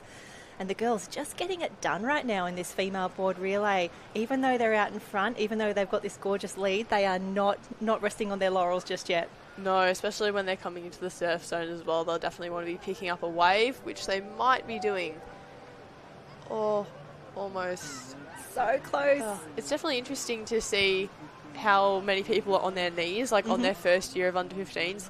Oh, it looks like it could nearly be a bit of a late takeoff here. She looks behind, she should sits. be good. And then the girl behind from Tugun, I think, will be getting one as well. Swallowed I think she's up by the white No, water. she's got it. She's held it. What an absolute superstar. And Jasmine, you mentioned earlier, a lot of these girls on the big boards for the first time, so it is a little bit tough, but no dramas at all for them. No, and I mean, they've probably been on them for a season before anyway, just practicing to get them ready for this season, which seems to be really paying off because they're catching runners really well, even on their knees, which we'll probably see more of them get on their knees sort of next season or so. It just takes a bit of time to get confident on the board. Yeah, and you can see really great work out in front there. The girls just starting to reposition themselves on the board. She's up on the knees now. She takes a little sneaky look around, and it's really tough conditions. The shot that we had there on the drone really showed how long this board course is as well. Definitely. Especially we had the under 12s who were only in the gutter, the second gutter, and that race was long enough, but this one is definitely something else. And it'll be really interesting to see the irons later, actually. See them do the swim and board all together. Yeah, so it's all about the team events today. I know the program has been moving around a little bit, and the officials doing a fantastic job of consolidating a few races or pushing through some straight finals where we can. And how's this? No drama at all. North Burleigh up and around. You can see the girls ready for the tag. I love that she's working the run leg like this. Yeah, definitely. I mean, the other teams we've seen today, they've gone a bit easier in these semi-finals if they've been winning. They know if they have a bit of time, can conserve some energy, but this team has not done that. I love that North Burleigh is saying, do you know what, it's a state semi-final, let's put some effort in. Tugun coming around, they'll be the next to make the tag now. You can see all the boards are lined up there. So the girls doing a great job here, knowing that they're safe in that top 8 for now, but you don't want to leave anything to chance, especially when it is such a long course and the waves could come into play. Yes, and we have seen that, like the sweep is coming into play as well. People getting swept down the beach, and that's definitely changed it up. And you never know what's going to happen. I mean, it's surf, and the surf is pretty big, so you can never guess what's going to happen. And they've still got 2 more legs to go, I think. Yeah, and now you raced in these conditions last week. I know we spoke a few times. You'd gone around the Cairns quite a few times. For some of our juniors who are doing lots and lots of racing this weekend, what sort of advice would you be giving them on the Friday, knowing that they still need to be performing in top condition come lunchtime on Sunday? Well, I would definitely be doing what a lot of these girls have been doing, and sort of conserving energy as much as possible, because yes, it is a state semi-final, but at the end of the day, you've still got a lot more races, and you never know what's going to tax you.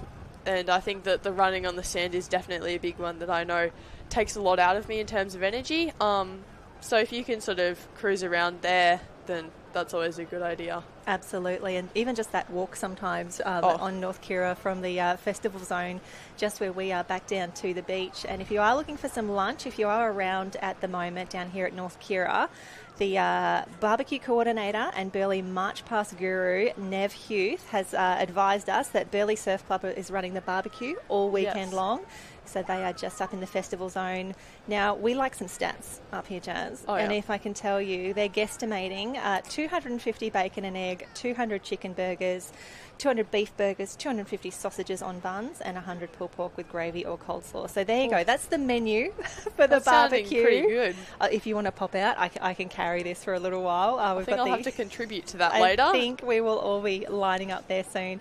And we also saw the Race 1 athletes doing their signings earlier today. The lines for that were so impressive. It was really wonderful. That's a bit scary, because I think I'm on that tomorrow as well, so it should be interesting. Practice your signature tonight. Get those hand muscles warmed up. It's been so great to see so many of the nippers from every club in Queensland really being part of this championship. And how is this gorgeous shot as North Burleigh just sneaks over that wave? She has lined that can up absolutely perfectly. That is a very nice race, and she'll be getting over those big waves just as the other girls might be getting hit by them. So it's really good timing, and hopefully she'll be able to get one on the way in as well. Well, that is the dream scenario, right? You get to just sneak out on the way out, knowing that everyone else is getting hit behind you. Yeah, so just lengthening that gap as much as possible. Take the good breather now. And as we saw last weekend at the Senior State Championships, there were so many races, especially in that finals package on Sunday, where the athletes were turning that last can straight onto a wave. It was so great to watch.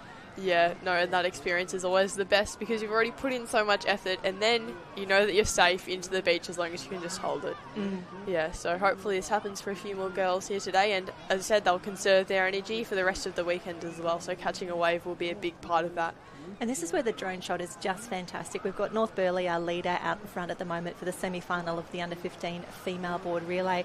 And then you track back and we just see how far down some of the girls who got caught in that white water, got caught in the set.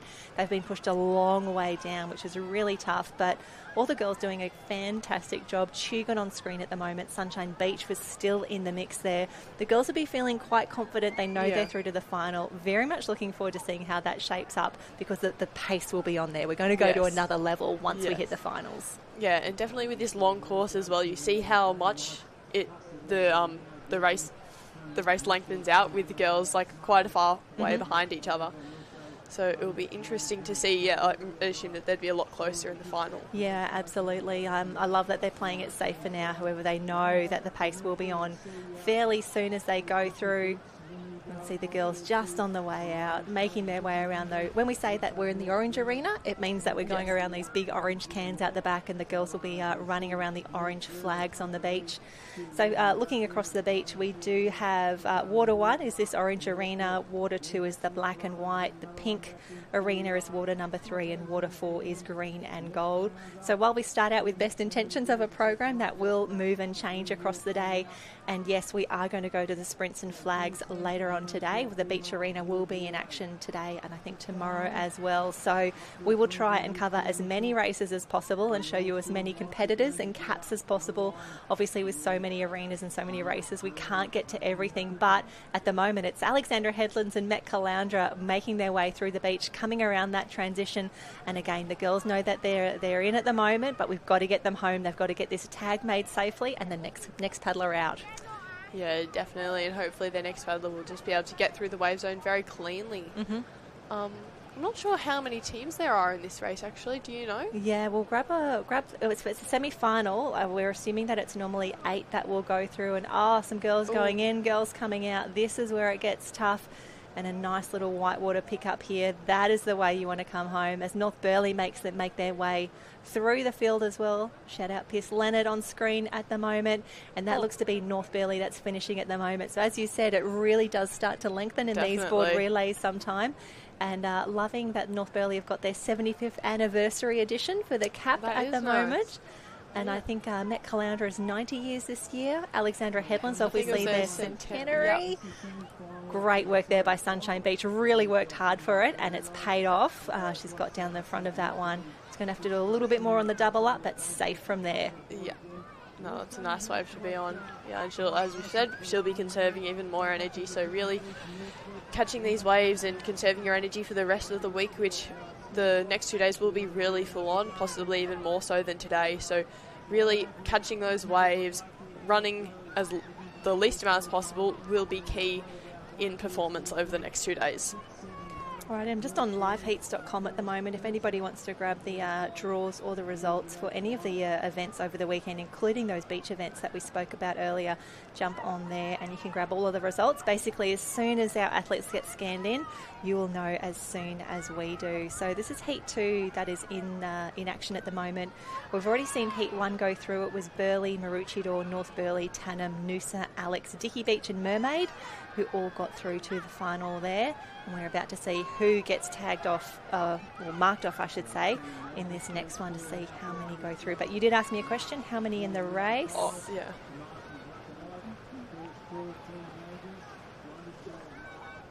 Yeah, about 10 or 12 in that one.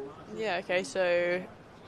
Top 8 through, 4. I would say. Yeah, so 4 to 2 missing out. Well, the last 4 or 2 missing out. So definitely an easier race for the girls who knew that they had a strong team, which is always good. It's always good to know that your fellow competitors are really going to help you through the race. Yeah, Point Lookout is coming through. They've had a great race, haven't they? Wonderful to see that red cap with the blue middle stripe and the two white stripes there. We see them in action a lot in the beach arena. Wonderful to see them getting some great screen time here at the Junior State Championships. Yeah, and as I said, it's very interesting to... Oh, and we've got North Burleigh down on the line for an interview. Congratulations, Ali. Your team has made it into the final. How are you feeling? Pretty stoked with that result, yeah. Tough conditions out there. Can you tell us a little bit? Massive sweep, which is like really hard. So, like, you kind of have to just go with it because there's nothing else to do. And then once you get out the back, there's pretty big waves as well. I've got Ryan Spence and Mika Locke, both amazing board paddlers. They got me a fair big lead on that one. And you're looking forward to the final? Yes, I'm very keen. Congratulations. Hopefully see you there. Thank you. Oh, fantastic work there. The team from North Burleigh giving us the big smiles down the camera there. Do love it, Jasmine, when we get some good interviews. We get to chat to everyone who's down on the beach. So you've done a few interviews now. It's just really important not to be nervous, not to be scared. We're here to make you look good and talk about all the good things that you're doing.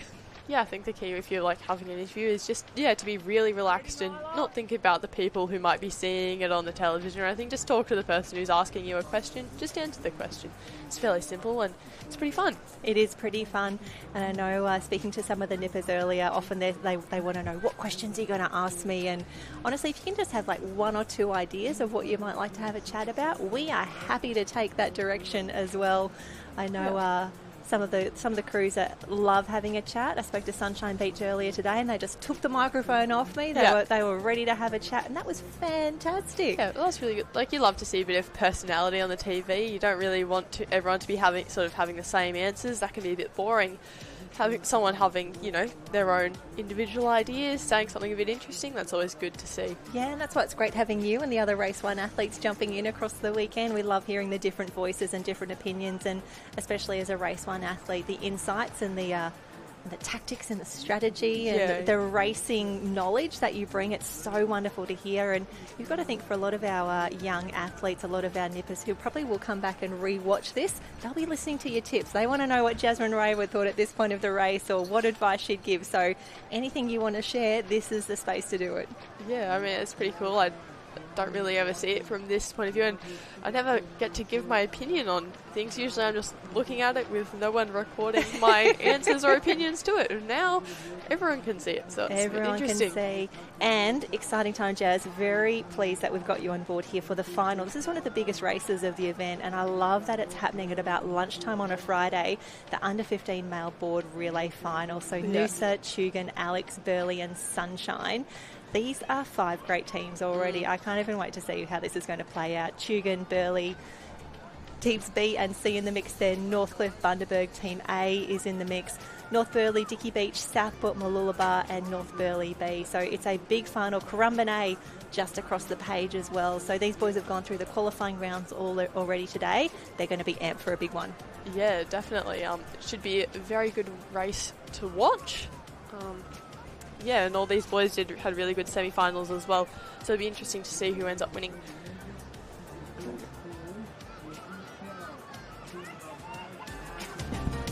And so a huge thanks. Jasmine's had a great time with us this morning. We're going to send her down the beach to watch some of this amazing racing, especially that we do have the final for the under 15 female board relay. Oh no, it's the men's board relay coming up next. I think we've got the semis for the ladies. Oh, that's the semis, the results coming up now. But we've had a bit of a change up here in the commentary booth. Hello, how are you? Not too bad. Yourself? Do you want to introduce yourself to our listeners? Hey, I'm Mitch Morris. Obviously not under 19, so keen to commentate for today. It feels like it wasn't that long ago that you were racing at the Junior State Championships, and now you're here telling us all the good news. Yeah, definitely. It wasn't long ago I was here, so good luck to all the competitors racing today. I'm sure they'll all rip in, so yeah. Well, you've come at the perfect time. This is the under-15 men's board relay final, one of the big races. Now, I think it actually might be a one-start rule for the under-15, so yeah, very intrigued to see what happens next. We've all false started. It's the worst feeling in the world. It sucks. It's the worst. So we see the official just making their way across now. We'll see what direction is given. Oh, this is tough. This is where we need the officials mic'd up to know what's happening down there. That'll actually be good. Oh no, someone's looks like someone's been taken off the line there. And this is even worse now. The boys know these are the stakes. This is how tough it is, and it's real if someone's just been taken off the line. Yeah, I feel sorry for that competitor. Oh no! What a way to start your commentary career here at the state championships. I think it was Karawa. Oh no! Pretty sure. Tell you what, I'm going to look that up on live heats now. But we know how important the start is. Look at the speed off the line. This is some pretty good. Yeah, that's form. pretty quick. It's always good to have a clean, nice start for these races, especially in the team events. Mm-hmm. And you raced in these conditions last week. It's pretty tough out there. Yeah, it is. It's completely different from last week. That bank's so shallow out there, so they might have to get off the board potentially and bunny hop. Yeah, it was looking pretty shallow out there earlier. A fantastic start. I think that's maybe Burley Heads, Mowbray Park, Sunshine Beach in the mix, but we'd be expecting this pack probably to stay together for a little bit longer. Yeah, for sure. But that Burley kid's really gone out and had a clean start. Oh, it just fell off. Oh, no. No, that's heartbreaking. Welcome early to the commentator's curse. This is what we do up here. But that's allowed your club, Northcliffe. Yeah, Kingston, he trains really hard, especially on the board. He's a good paddler, so hopefully gets strong over this. Just really working through that white water. Takes a little sneaky look over as well. The team just trying to size each other up. So they would have done semi-finals already today, so they sort of know who's on form, but the nerves for a final, they're real, aren't they? Yeah, for sure. But they would have done these races many times before, so I'm sure that they're still nervous, but yeah, they'll get through it. And we can see the boys heading out now. They're going to cut the can there, and I think they're in the orange arena at the moment. You can see the start list for the teams on screen at the moment. There's some quality individual paddlers in this race, like the Northcliffe crew that you mentioned here, but it's all about how you combine as a team. Yeah, definitely. It's all team-based, so you need to have three strong paddlers, and hopefully they all go well.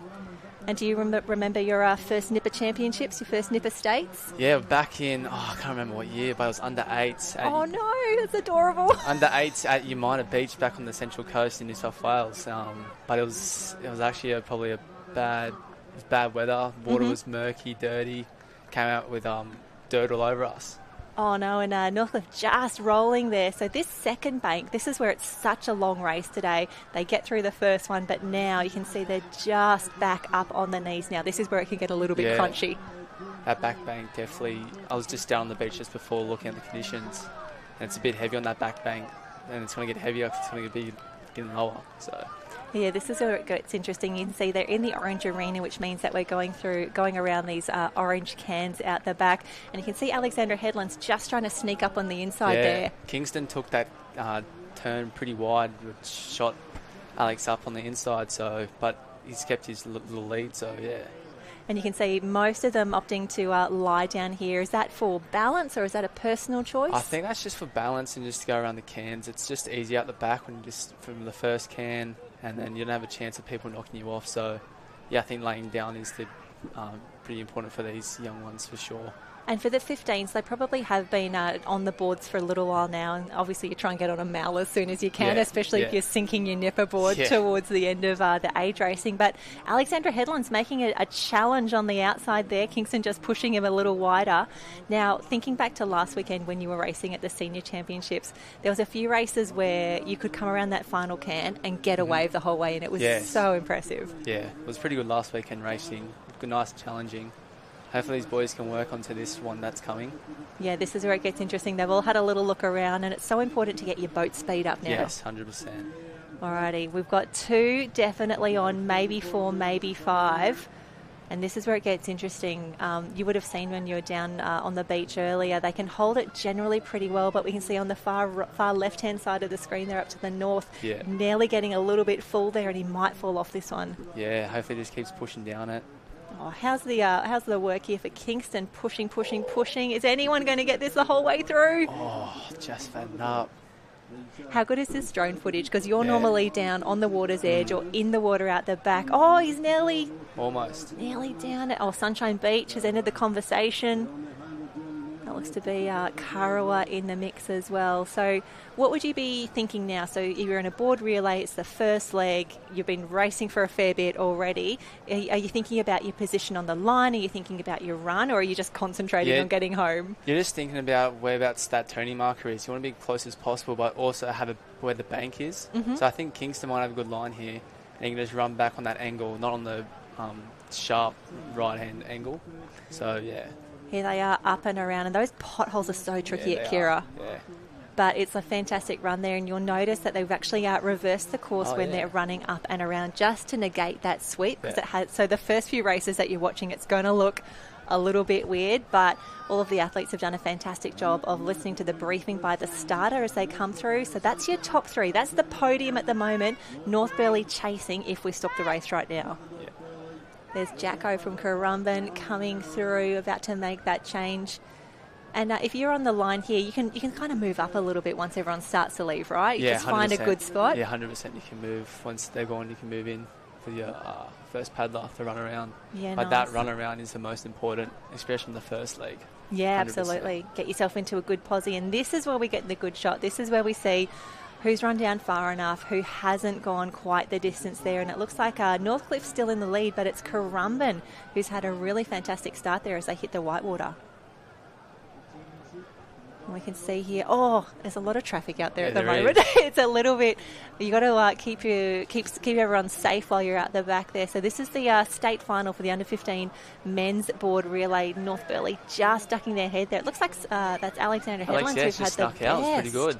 Good skills from Alex. Apologies, I called that Currumbin earlier, but it is all Alex at the moment. It must be such a relief as a board paddler when you get into that green water out the back. Yes, 100% for sure. I'm going to bring up that team. So that I'm pretty sure that's Alex A. We've got Nicholas Carter, Walter Nichols and Ryan Notley in the mix. And we were talking about Northcliffe in the past. So that was Kingston Lowe, Noah Lynch and Lincoln Phelan. What an A team. That is impressive. Strong team. 2 from North Burleigh in the mix, and the Currumbin coming around as well.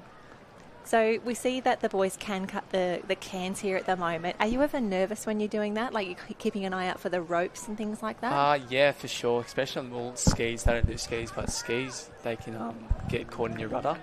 But also the same with boards. You don't want to just go over and then you're face first into your own board. So especially when you're on your knees. Especially when we've got you on the live stream as well. The drones do take a lot of the mystery out of it, and we've seen some really great skills there. It must be so jarring when you're out there on a board and you get knocked off. You've got to get back on so quickly and not lose your nerve. Yeah. Sets just started rolling through just then. Yeah. They're all getting hit. And you were in these conditions last week. Are you getting a little bit of deja vu watching these? Yeah, a little bit. It's completely different watching it from up here. You get to see everything. Especially these long shots, I find that they're the best because you can really see, like, you know when you're in the water, oh, this end was better or that was, but just these little nuances across the race, or who got back on quickly or who got pushed that little further down. It's really tough to watch, but this has also allowed some of our other competitors to move up into the race, and I think that's actually Bundaberg on the far right-hand side of screen at the moment. That's the black cap with the white cap with the black lightning bolt on there at the moment. Someone's just kind of tied it out in front. Yeah, is that maybe... Is that North Burleigh? Could be a North Burleigh cap. We'll grab that as they come through. It's all on liveheats.com, so if you're watching at home, jump on there.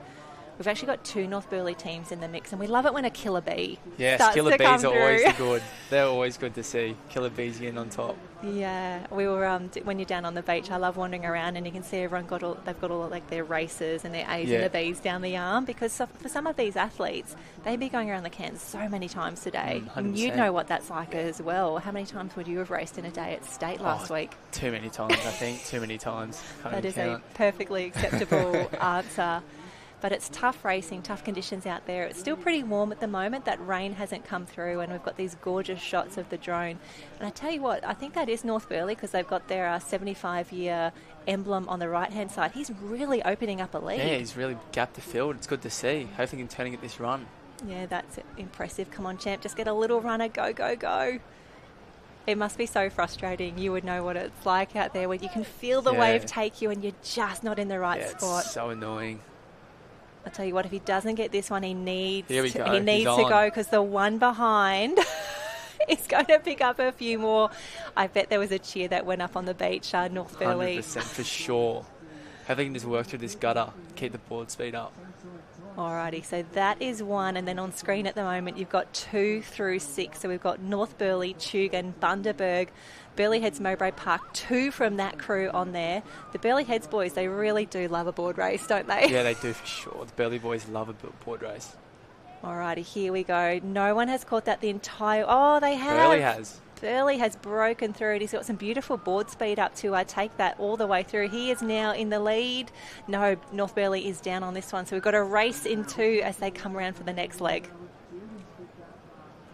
You can see the boys just angling for position, and it really looks quite messy as they come through here. There's a lot of water moving around. Does that make it difficult to keep your line? Yeah, for sure. It just chucks you off balance sometimes as well. Like you got little rips just pulling out, and it just chucks you off balance. Does this feel a little bit like when you're training down at Northcliffe? These are like the afternoon conditions that start to come through? Yeah, conditions for sure.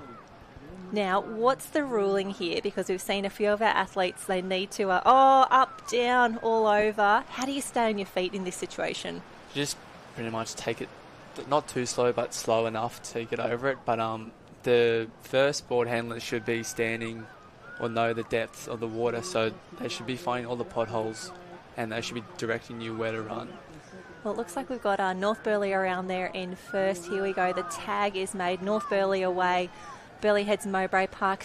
Okay, so it's 2 North Burleigh, 2 Burleigh Heads, Mowbray Park in the mix at the moment, and you can see the boys, they are absolutely gassed here. They've done such an amazing job. There's Bundaberg and Sunshine Beach coming around for the tag. So that's 2 out of 3 legs done. There's a lot of pressure being third in a board relay. Oh, 100%. 100%. I feel like you're sweating next to me at the moment. I'm nervous for these boys right now. Group of 4 going in, so you just want to pick the right line and just pray to God, pretty much. Yeah, well, and this is where all the training starts to pay off, right? For these boys, they have gone in and out of the break so many times across the season. They've done the flat water paddling as well. But there's an extra pressure when it's a team event, right? Yes, 100%. Way more pressure on the team events. But team events are always fun because you're with your mates and stuff. So yeah, it should be good to watch this finish. So thinking back to your Nipper days, you started at under 8s at that rainy day down there at your minor. And do you remember how good it was, like getting your team gear each year? Like you get a new shirt or something like that? It was so good getting all the team gear. I love the bucket hats. They're always so good. For some reason, just love them. So, yeah, it was so good getting all the team kit. And I think Burleigh Heads Mowbray Park, we've got 2 in the top 3 at the moment. They've got some of the brightest kit going around. The girls have got these incredible bright yellow togs. I know they've got quite the swag bag this year, which was quite exciting, especially when they were meant to actually be the hosts of the state champs this year. But similar to the Open Championships, we've moved down here at North Kira. And I'd love your opinion here. You can see the boys, they're going out in a line. Like no one's saying, I'll sit back, I'll take some drag. They're really all trying to find their own water. Yeah, well, in the break, you kind of do want to find your own water. Especially don't want to go behind someone just in case someone gets knocked around and then hits you and puts you back.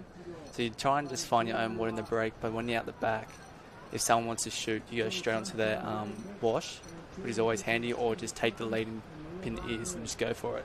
Absolutely, and we can see it's North Burleigh that's made the best of it at the moment, leading around those 2 crews from Burleigh Heads Mowbray Park. And this is where, as you said, this is where the pace increases. This is where they'll really start to go to work. Yeah, 100%.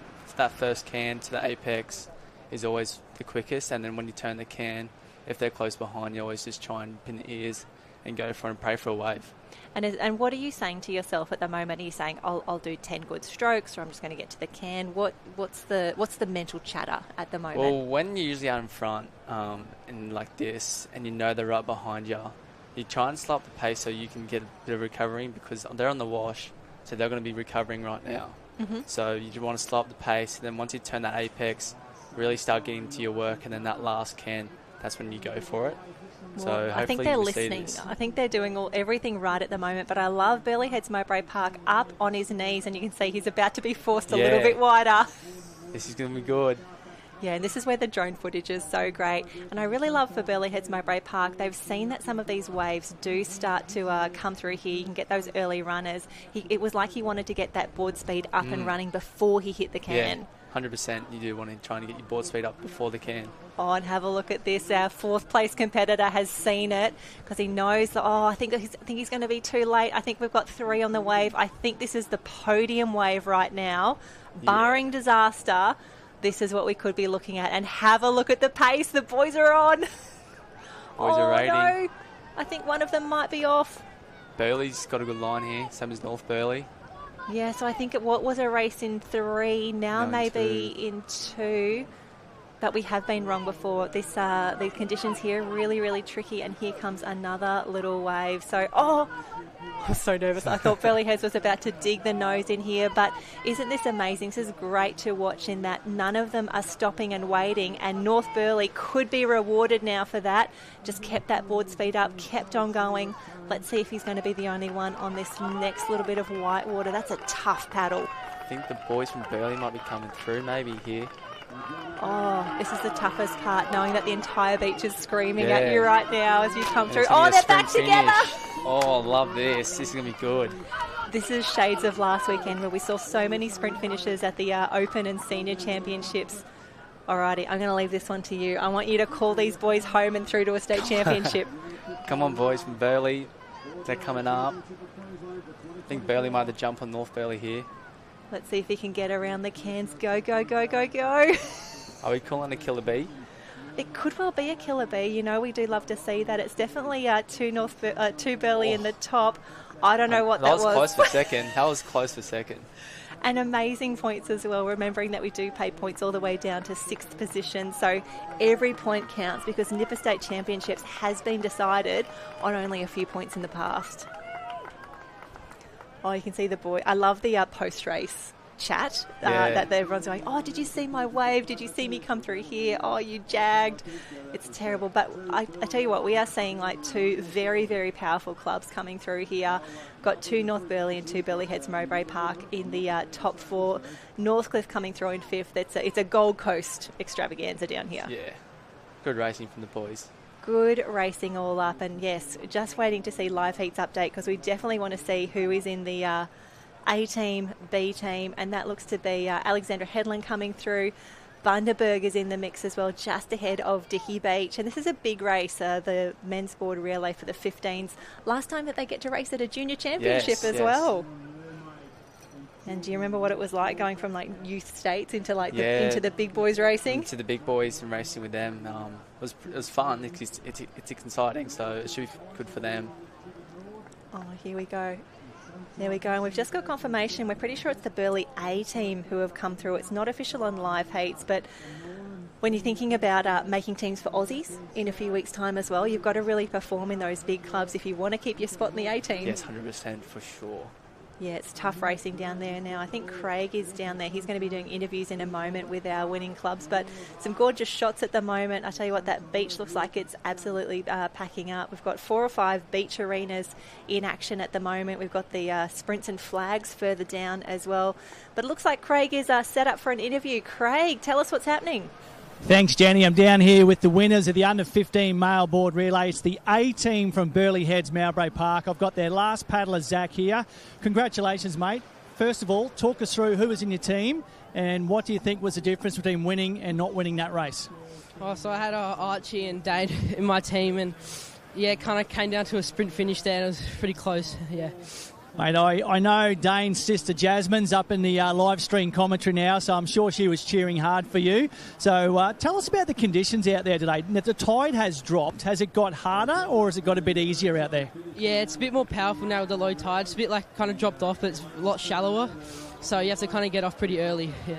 So we're looking at the course out there today. Obviously, you guys are going out through the second bank as well, so it makes it a longer paddle. But what's the most tricky part of the race? Is it the inside bank or is it the outside bank that's causing the most concern?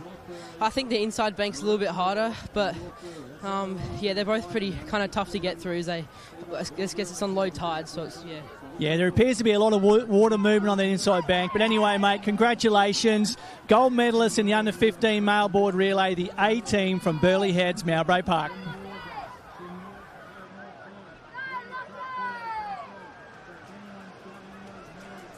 What a race that was. Nice close finish.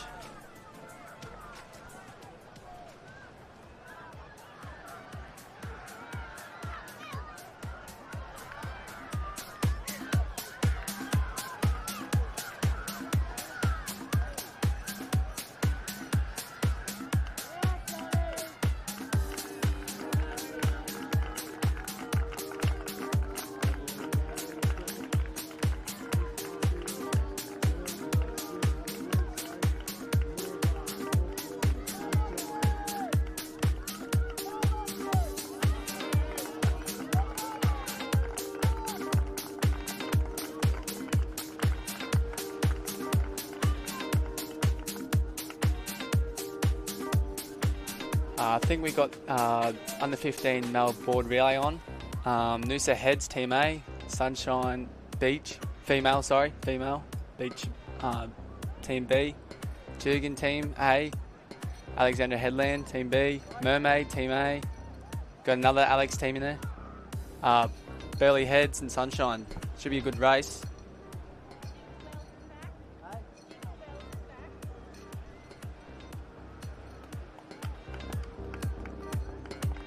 Just waiting for a start from the starters.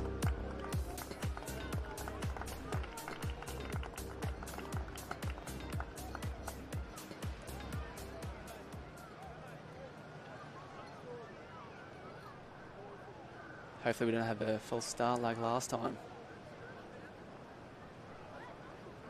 Ooh, boards are down.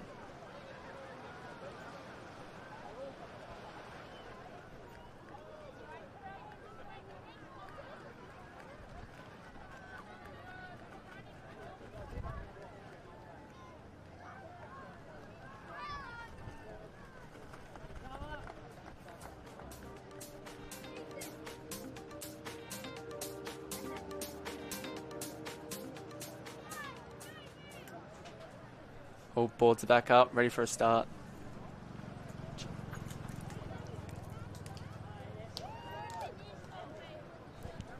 Alrighty, I'm back. We've done the drinks run and here we go. We are ready for a start now. Another big race of the carnival, the 15 female board relay. Now we just saw the boys go through. We saw some fantastic racing there. The girls, who have you got your money on?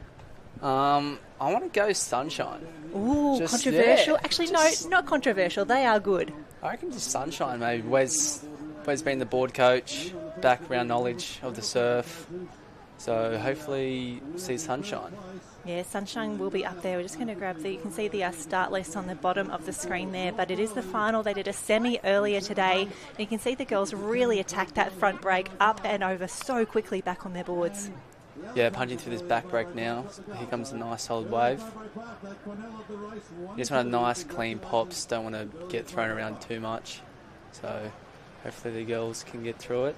And it must be so hard just even keeping your board straight as we see some of the girls with that sweep as well, starting Yes. to get the boards turned around. It's really tough out there. Especially with that white water being out there, just washes you around. It's like a washing machine, just goes left and right. And sometimes you can't even move anywhere. So you just have to keep the arm rate up and try and pull a lot of water just to get through it. And I think what I've been really impressed about, especially for this 15 age group, in these testing conditions, no one seems to be panicking. They're really showing some mature racing, and they're just up, they're going, they're moving. And as you said, Sunshine Beach currently Going in a for it. really great position. Hopefully I haven't called them too early. No, I tell you what, we love a bold statement here. And you're spoilt for choice as well. The under 15 age group so strong across the board at the moment. So we can see we've got on the bottom end of the screen here, that's another of our North Burleigh competitors, probably in about equal sixth at the moment. But it's Sunshine Beach. I want to say Mermaid maybe in the mix there. We can see those bright yellow togs from North Burleigh. Burleigh in third maybe. Burleigh in third. The girls up and over. They're just starting to hit that second bank now. And again, the drones, such amazing shots there. Burleigh just getting through. It must be such a relief when you just go up and over those final waves that are peaking. Yes, it is. It's such a relief. Just getting over it. And then everyone else gets hit by it. That's even better. And see the girls up and over the next Ooh. white water. And you can see just how far they're getting pushed back. And I guess you've been in this situation many, many times. It's just about, I guess, doing your best while you're out there, making the best of whatever situation that you're in. Yeah, for sure. Just making sure everything's nice and clean, doing everything right that you can control. But sometimes you can't even control just those big waves. They can just throw you around like you're nothing. Yeah, it's pretty tough, but the girls doing a great job here. Nice and wide on the can at the moment. It doesn't look like they're too worried at all as they come through. 1, 2 and 3. A nice little break on the rest of the field, and that's what you want at this stage of the race. You've got some clear water. You can, as you said, get your breath back, recover a little bit, and just get ready for that second phase of the race. It's like the race nearly restarts as they go around that apex can. I like where this Mermaid's sitting right on the inside, getting that nice inside run, but there's a chance she might be cut off, so hopefully she can hold the ground, which I'm sure she will. I feel like they're giving her room, Nelly, at the moment. The girls happy to go in that group of 3 at the moment. I also love that while they're not letting anyone in, they're also not giving any extra room at the moment. They know what's at stake at the moment. They would love to put their team, as the wave comes around out the back there, Nelly are heading back out into it. Oh, no. Oh, Mermaid may be nervous. Yeah. Just got real close to that break. But the girls, they're heading just to that final orange can that's about to come into shot. Oh, gosh, imagine if they got here 15 seconds earlier and that big one came through. But Mermaid, you're right. Oh, she fell in. She fell in. Oh, Mermaid up and at them.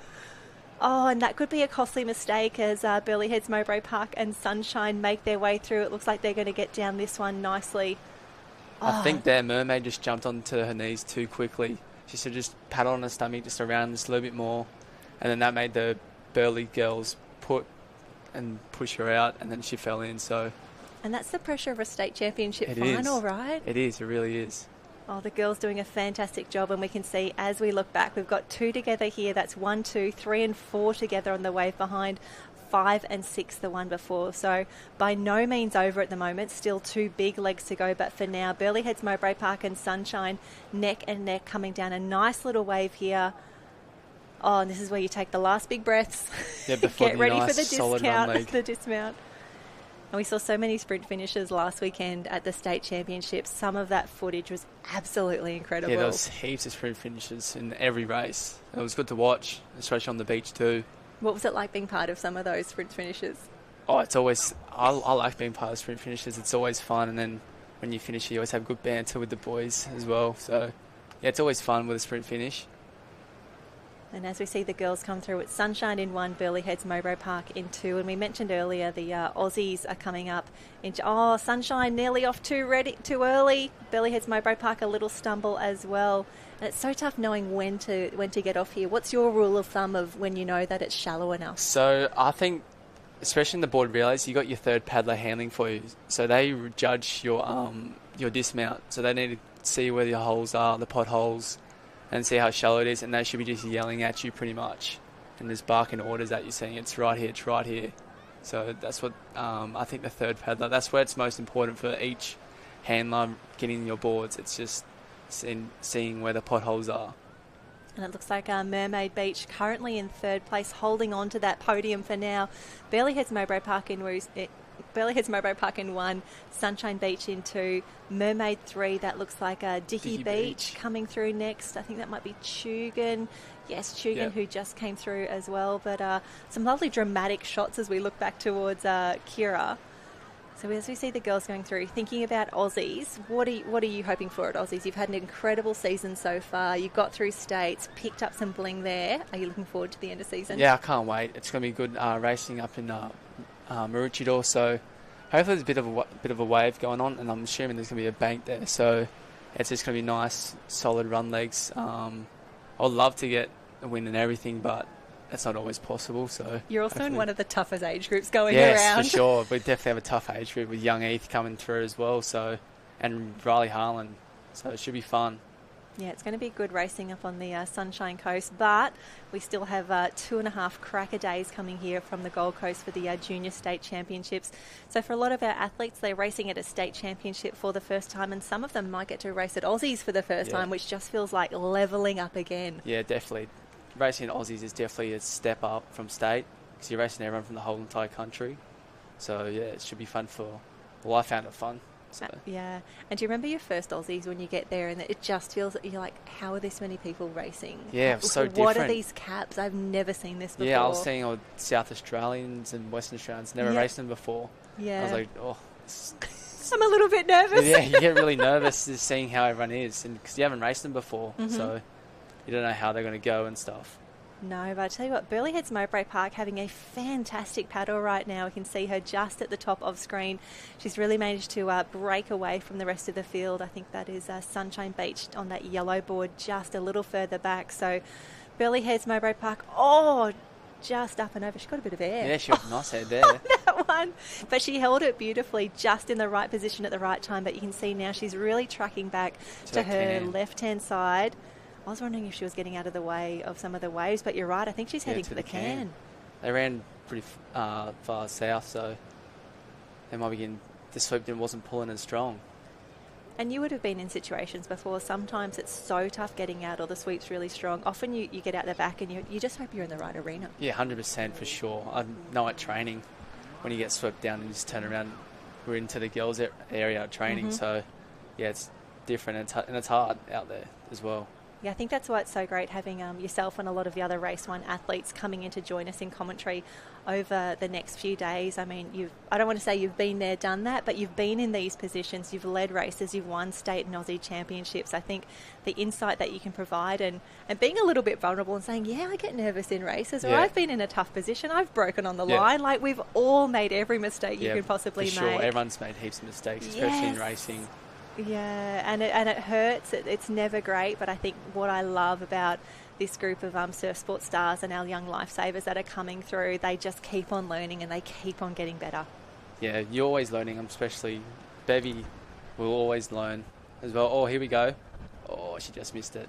Oh, that was close. I think this next one, if the girl's behind, if 2 and 3 don't get this one, I think she's in a perfect position to really start to open up a little bit of distance on the rest of the field. She's going to have to get going, though. It looks pretty full where she is at the moment. Unfortunately, not enough. And I think third place at the moment, she's gone way back on her board. I didn't think that was the right decision, but she knows what she's about. We have 1, 2 and 3 on the wave and a big one out the back. And here we go. This is where you see the girls really start to put some big ones in. So you want to keep your arm rate up here, especially in this gutter, where North Burleigh's keeping it up and she's just rode it just a little bit longer. Yeah, that's really great paddling there. Fantastic work by the ladies. 1, 2 and 3. And this is where you start thinking, oh, we're in a podium position, we're doing really well. Oh, She's my been gosh. rewarded for that too. What That's a huge. paddle. Again, I thought she was too far back. She is showing why she is one of the best junior lifesavers in Queensland right now. Look at the gap that she has now opened up on the rest of the field. That is so impressive. And I love that she's still fighting right now. The arms are going, the legs are going. We are not giving up just yet. Yes. She's coming through for the team. Fantastic paddling. Sunshine and Burley, they're working through this little second bit of the gutter. And you can tell the nipper training there, the arms and the legs Yeah. going. For sure. When you were finishing up nippers, were you looking forward to getting on a mal, or Oh, were you yeah. a bit sad to No, leave your little 100%. board behind? I was loving the males. I was in under 13s, didn't even train on the short boards because I was just too big for them. Yeah, sinking so it. I was just training the males for under 13s. Can we have a chat about how good this transition is? Look at her speed across the beach. She is putting everything into this. It's good to seeing people put everything into those run legs. Those run legs are so key. Oh, she's just got to get there. Great work. Oh, what a run leg. And I love that she's celebrating already with the girls on the line there. Is Sunshine Beach and Burleyheads Mowbray Park. That is 2 and 3. Wow, they left together. They're going back out together, but now it is North Burleigh in 1. There'll be a lot of nerves down there on the line at the moment getting ready for that final paddle. Oh, 100%. And a lot of nervous parents too Yes. watching them. So Yeah, the parents doing an incredible job. And we spoke earlier in the broadcast today, it really does take a village to get to state championships when you look at how many people are accompanying these athletes down to the beach. We've got our officials, our age managers, our water safety, the powercraft operators. There's a lot of people in there. But again, this is why we do it. Tugan coming up and around now. The girls doing a great job knowing that they're at a state championship final right now, coming up and around because every point counts, every position counts. I think North Burleigh's just been hit. They're all back in line with each other now. Oh, look at you working the other camera angles. It's like you've been doing this for a while. This is fantastic as we come in for the tag there as Tugan comes around. But yeah, out the back, the conditions are really difficult and you've called it. You're absolutely right. Unfortunately, North Burleigh has been hit. And as we pick up the footage on the drone there, Burleyheads Mowbray Park now in the lead. Strong paddle so far from Burleigh. Yeah, she's on the pink board out there. That's North Burleigh on the green, and then Burleyheads Mowbray Park, an earlier leader on the blue for now. But the girls doing a great job heading out and around, and it looks to be 1, 2 and 3 are really clear on the rest of the field at the moment. It feels as though these 3 will be on the podium. Order yet to be decided, but you've got to think these are our medalists that we're looking at. They've really opened up this field. It's good to see, good to watch as well. So hopefully nothing happens bad to them on this back bank, and hopefully they all get through it. Yeah, they are up and through. I love it when the girls decide, or the boys as well, and they're like, I'm not even going to break my rating. I'm just going to get some white water in the face. I'm just going to keep on powering through. Just keep punching through the waves. And you can see here from these shots just how long some of these courses are as the girls get up and over. She's done a fantastic job there. It is still Burleyheads Mowbray Park in 1. North Burleigh is off to the right-hand side, and that is up Sunshine. and over Sunshine just Sunshine. to the left. And you can see the girls really getting swept back down on the beach, but there's so many tents on the beach today. It There's is heaps. absolutely packed out Yeah, there. it's more than the open state. Oh, that I've easily. seen. Yeah. The girls doing a great job, and you can see just on the very top right-hand side of our screen, that's the beach arena a little further down, and we will be bringing you some of the racing there from the sprints and flags. But loving the rating of Burleyheads Mowbray Park right now. She is head down. She is going. She knows she is so close to a state championship for her and her friends in the board relay at the last time that they get to do it together at state champs in the 15s. Here we go. We see some of the early competitors coming through now, and the weather's just holding on down there at the moment. It's pretty warm down there. We did have some of our competitors earlier saying that the water was a little bit chilly. Oh, a little bit It chilly. was only 20 degrees in there, Oh. but you know they're having a great time. And just watching all the social media for the clubs over the last week, everyone was getting really amped, just getting ready for state championship. It is the biggest carnival of the year for a lot of our competitors. So the excitement is high. I love that the girls are they're just looking to the horizon at the moment. Sure. That's what I think Burleigh might be on here.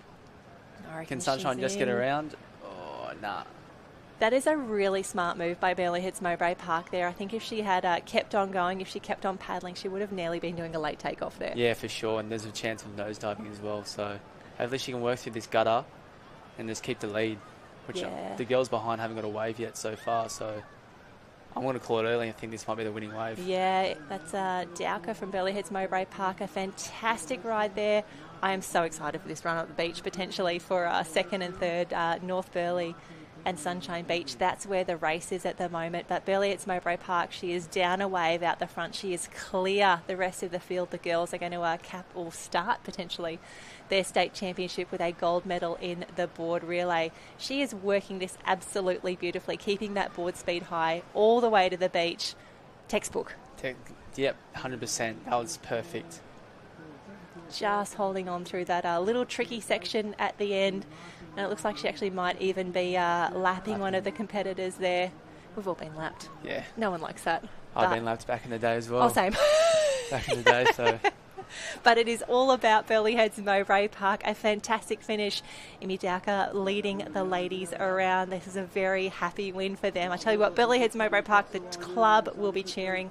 They were meant to be hosting the festivities this weekend. Unfortunately, I think North Burleigh just fell off that wave, so Sunshine's in second now. Oh, wowee. There you go.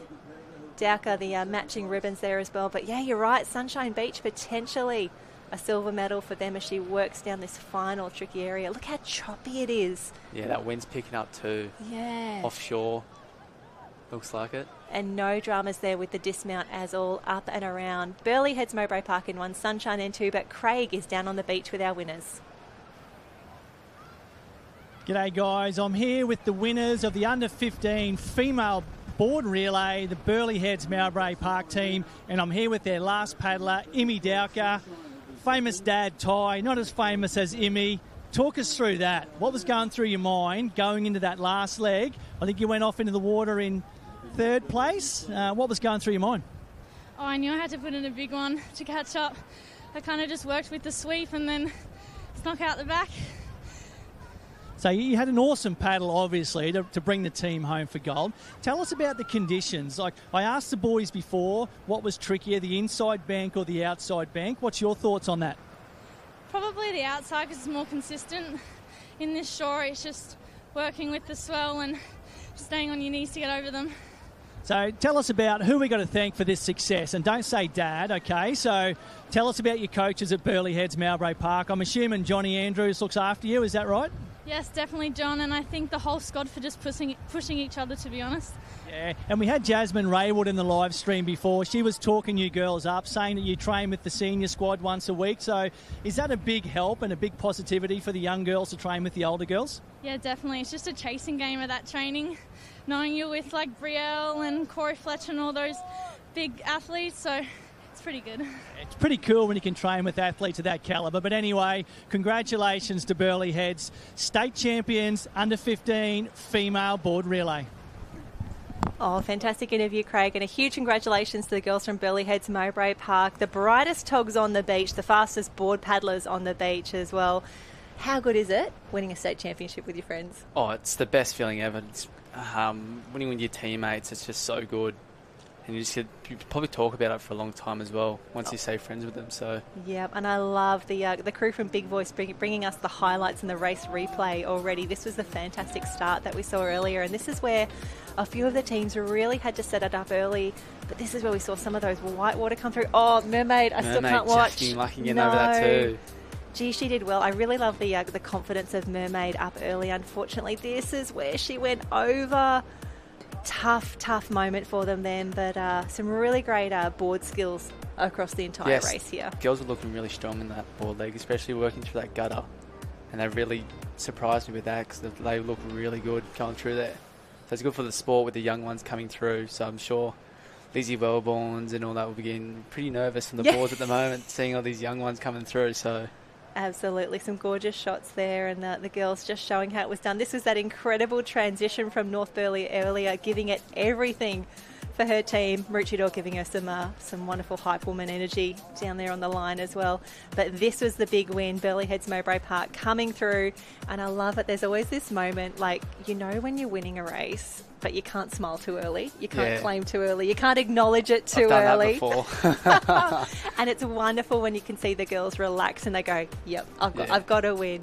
I've got a state championship. And we can see on the screen right now, there you have the official results. Burleigh, Sunshine Beach A in second and North Burleigh Team A in third. That's 1, 2, 3. Mermaid just off the podium there. Tugan came through for fifth, a fantastic result.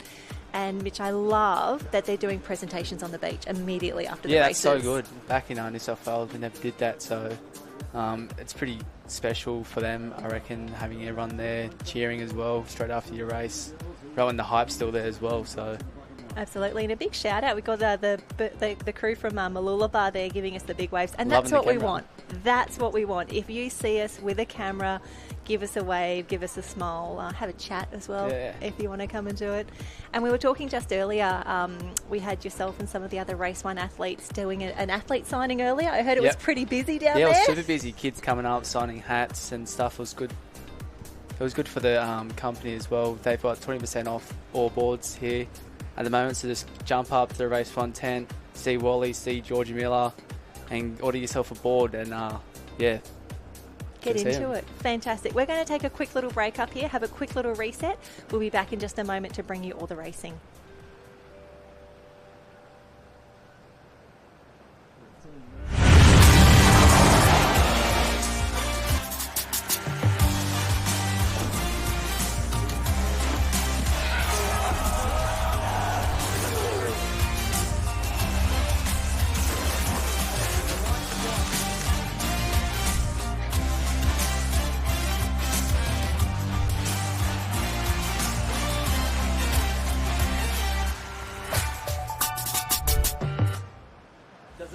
Get any better than these Queensland beaches, this freedom. But did you know 100% of the drownings on Queensland beaches were outside the flags? Some of these were even less than 200 metres away from the red and yellow. So when it comes to the beach and surf, maybe we just need to do better. Be a better example. Be the one to look at your mates and care. If not for you, then for them. So just do it for your mates and be a lifesaver. And welcome back to the Junior Surf Lifesaving Championships. It is the state titles for Queensland. We just had the big finals there, the board relays for the 15 boys and the 15 girls. Joining commentary here with Mitch Morris, one of our Race 1 athletes. He's made the trip down from Northcliffe. How's your hand after all those signatures that you're giving out earlier today? Pretty sore. I was just cramping up before, so I needed a bit of water. But now it's good to see all the young kids coming up wanting signatures. So yeah, it should be fun. Yeah, absolutely. And you were saying earlier, as a young athlete, as a young nipper yourself, you got a few signatures back in the day? Yeah, for sure. Seeing I got photos with Shannon, Floody as well, and getting all photos and signatures off them. And now racing underneath Floody as well at Northcliffe, racing alongside Matt Poole and all them. So yeah, it's pretty exciting. Yeah, it's like the cycle has continued again. I can't wait, for a few years in the future, we're going to have the throwback photos where a star of the future got Mitch Morris's signature back in the day when they were racing you. That'd be pretty special. Pretty special. Hopefully it happens. Well, I'm quite confident that it will. If you look at the signatures behind the signage behind us, this is where legends are bored at the Queensland State Championships. We've had a big morning already in the water arenas. We are heading down to the sprints and flags a little further down. I'm going to go to you on all of the technical questions, all of the speed and the sprints. You are one of the fastest kids across the sand. What's the secret? Is it just that you've done a whole lot of hard work? Yeah, I think that's just the key to it. Just get the legs going and just pray and just go for it. That's what I think anyway. Yeah, you can really tell who has been doing a little bit of extra sprint work when you come to those transitions, those run legs, the relays. Like, it makes a difference. Oh, 100%, especially in those relays and in the iron. Those run legs are so key in all those events, and you just need to train at it. Like Ali, he's so fast across the sand, just in those run legs and doing the work and all that stuff. So it's good to see. Well, it really is like the fourth leg. It's not just board, swim, ski anymore. If you're not running at speed, it's tough to make it as a top Ironman or Ironwoman. 100%. Running is so key for this sport, and most people don't realise it, but it really is. And I'm just trying to get better at it. So Yeah. That is great advice. So we can see it looks like some of our teams are lining up at the moment. There could be surf teams coming up next, looking by the amount of goggles down there. And Mitch, you might recognise a few, or you might not recognise a few of the different caps that we've got here this weekend. We've got a North Queensland and a North Barrier branch team in the mix. So if you see a white cap with 2 blue stripes, just like we do at the bottom right of screen at the moment, that is the North Barrier branch team. And then North Queensland is that aqua greeny, aqua blue with the yellow stripe. Yeah, they came up and had a yarn with us when we were doing the signings. It was good to know that they're coming together as one team. And it's just good to see, and hopefully they race well. No, they've done so well already, and I'm expecting wonderful things from them in the beach arena earlier. Now, just to follow through on a promise that I made earlier, I ran out to grab some water just earlier, and I may have I don't want to say I stole it. They gave it to me from the Burleigh Heads Mowbray Park crew who are running the barbecue right next door, and they said, we'll give you this for another shout out. And I was like, no, shout outs are free. They're doing a fantastic job down there. The bacon and egg burgers, the chicken burgers, the beef burgers, the sausages on a bread, everything is happening down there. Please go down and support the Burleigh Heads Mowbray Park team that are running the barbecue. They've done a fantastic job all day, and they are nowhere near finished. So if you need making me hungry right now. If you need to jump out, I can absolutely cover here for a while. It looks like we've got some more swims and surf teams in action at the moment. But for Friday of Junior State Champs, it is all about the team events. We've done some surf teams, Camerons, board relays. I think the board rescues will be happening later this afternoon in the pink arena. That's for the 13 men and women. But we will be heading down to the beach arena soon. We've got the sprints and flags in action. So you can see lots of caps across the beach here. What else do you remember from your Nipper State Championships experiences? It was so much fun, especially with all your friends and stuff, because you're at school with each other as well. So nice. It was always fun, especially those team events. I've always loved the team events, and I think that's they are the best kind of racing. So I just love Nippers when I'm just doing that stuff. And I just had to quickly look up one of the caps that we saw earlier. It's a royal blue cap with the Aqua Star on top. That is Balinga Surf Club. We don't see too many Balinga athletes in the open and senior competition, but they do have a few junior athletes racing at the moment, and I think they'll be in that next sort of surf teams race that we saw lining up earlier. So a big shout out the team from Balinga, just a little further along the Gold Coast highway here, doing some wonderful things, patrolling a beautiful stretch of beach there. Yeah, lovely type of beach. So I think that actually might be a great opportunity for us to revisit some of those club caps, because I know it is a little bit like a pop quiz every once in a while. Thanks to the crew from Big Voice popping that back on screen for us at the moment. So you can see there's quite a few caps to learn. The good news is for some of those North Queensland and North Barrier caps, they are racing under those branch caps at the moment. But I know I always used to get confused with Dicky Beach and Tugan. They were sort of the inverse of each other.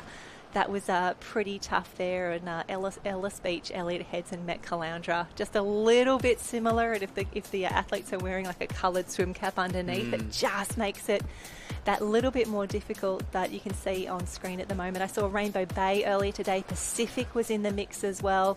So I've got some wonderful clubs doing wonderful things. And you can see on the left-hand side there, the North Queensland branch, that is the green cap with the yellow stripe down the middle. Very much expecting them to be in action for the beach arena, which is where we are heading just next. So you're still at North Kira Beach. We're just a little further along, and here we go.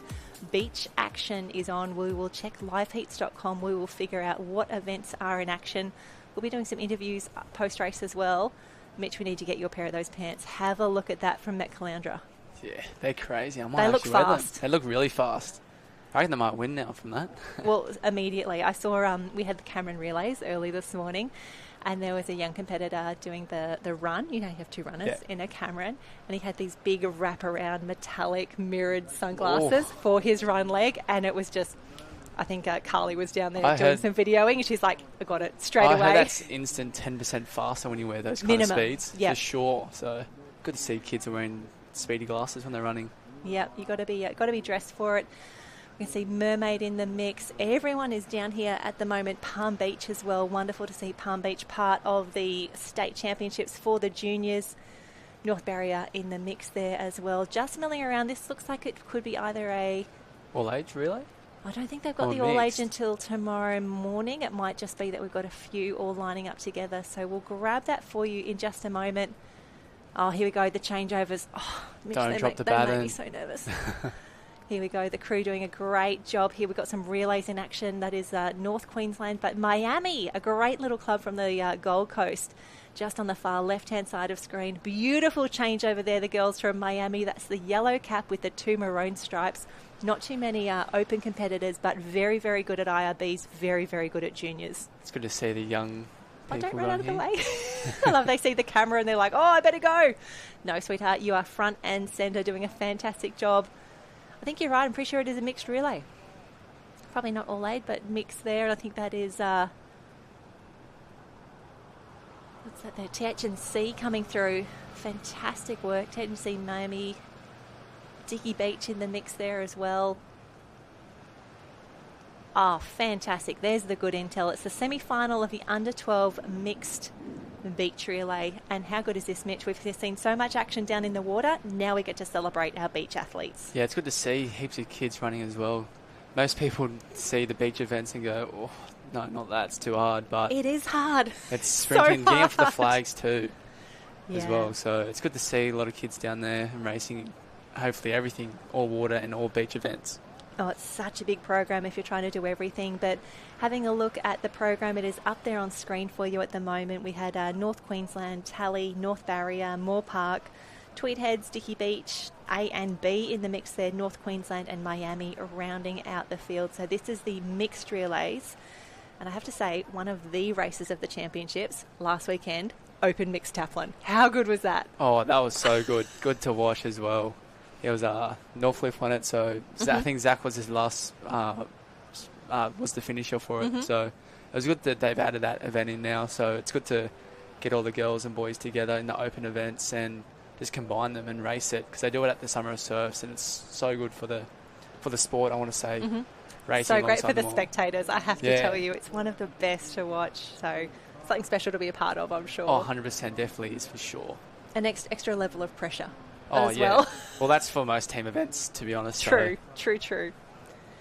So, yeah, we're loving the mixed events. And at the moment, that was semi-final number 1 for the 12 mixed beach relay. TH&C is in 1. Congratulations, Oliver Costello, Benjamin Dickens, Amaya Keith and Elise Powell. They have taken out semi-final number 1 ahead of Moore Park, Miami Beach. Dicky Beach as well was in 4. So I'm assuming top 4 through for a beach relay. We can see the officials doing a fantastic job there, just herding all the cats, moving people around. And looking at the setup there is so much sand. It looks nice and flat as well. Nice. That looks like a fair track up there as well, which is one of the tough parts about not only hosting but now relocating a whole surf carnival as well. The beach arena as well. There's only a few beaches that can really host this really well. Yeah, I know up at Northcliffe at the moment there's hardly any beach. So oh, really? Yeah, oh, glad it's not there.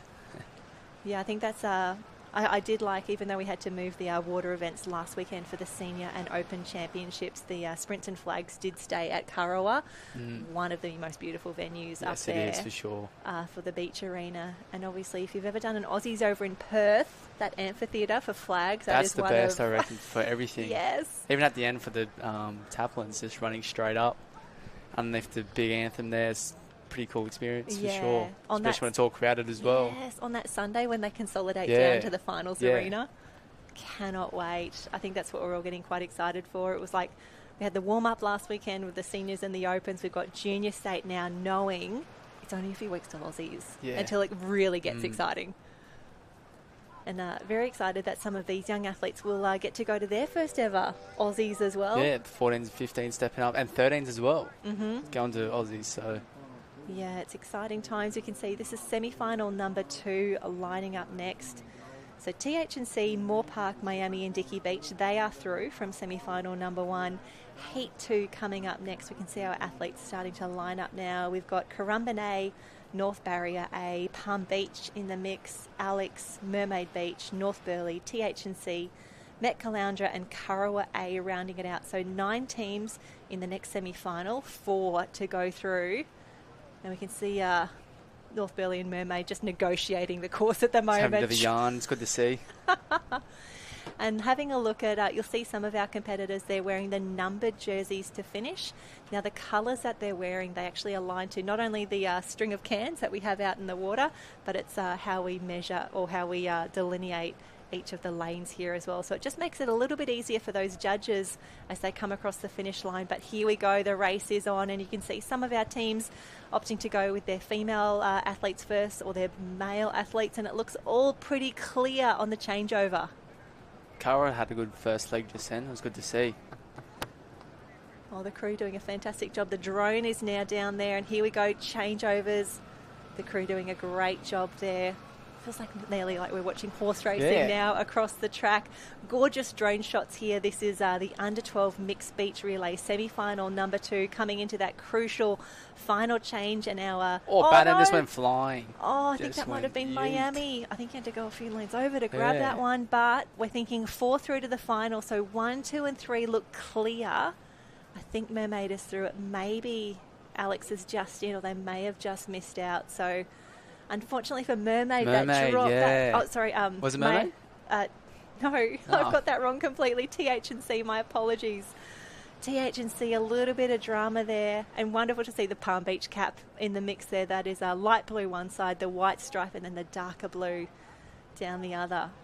And if you've done a beach sprint, you know what the pain is right now, having to do that right now. Oh, I'm very glad I'm not a judge in the beach arena as well. They would have to make some really, I don't want to say tough decisions because they've got the 100%. iPads, but there's some close decisions in there. It's rough. It's rough just dropping a baton in a team event. That sucks. It's like skipping a can in the team event as well. We've all done that as well. Yeah. But we keep on learning, and I tell you what, the nippers and the junior athletes that we've seen in action so far, this competition for this state championships, they've done an incredible job. And I feel like they're just getting better and better every year. They are, definitely. The speed's definitely going up on the beach arenas and the border. So it's good to see the young ones coming through. Absolutely. You can see this is the nerve-wracking part, whether you don't know if you're just quite in or if you've got a position or not, and you just have to wait for the officials to put their hand up and they'll call it out. And you can see as the athletes finish, they either go off to the side of the arena and they'll have their live heats wristband scanned, and you'll see that pop up in the results in just a moment. Or it may be, thank you so much for coming. Yeah. Unfortunately, you haven't made it through to the final, and they'll keep on moving there. But a beautiful setup, a great track there.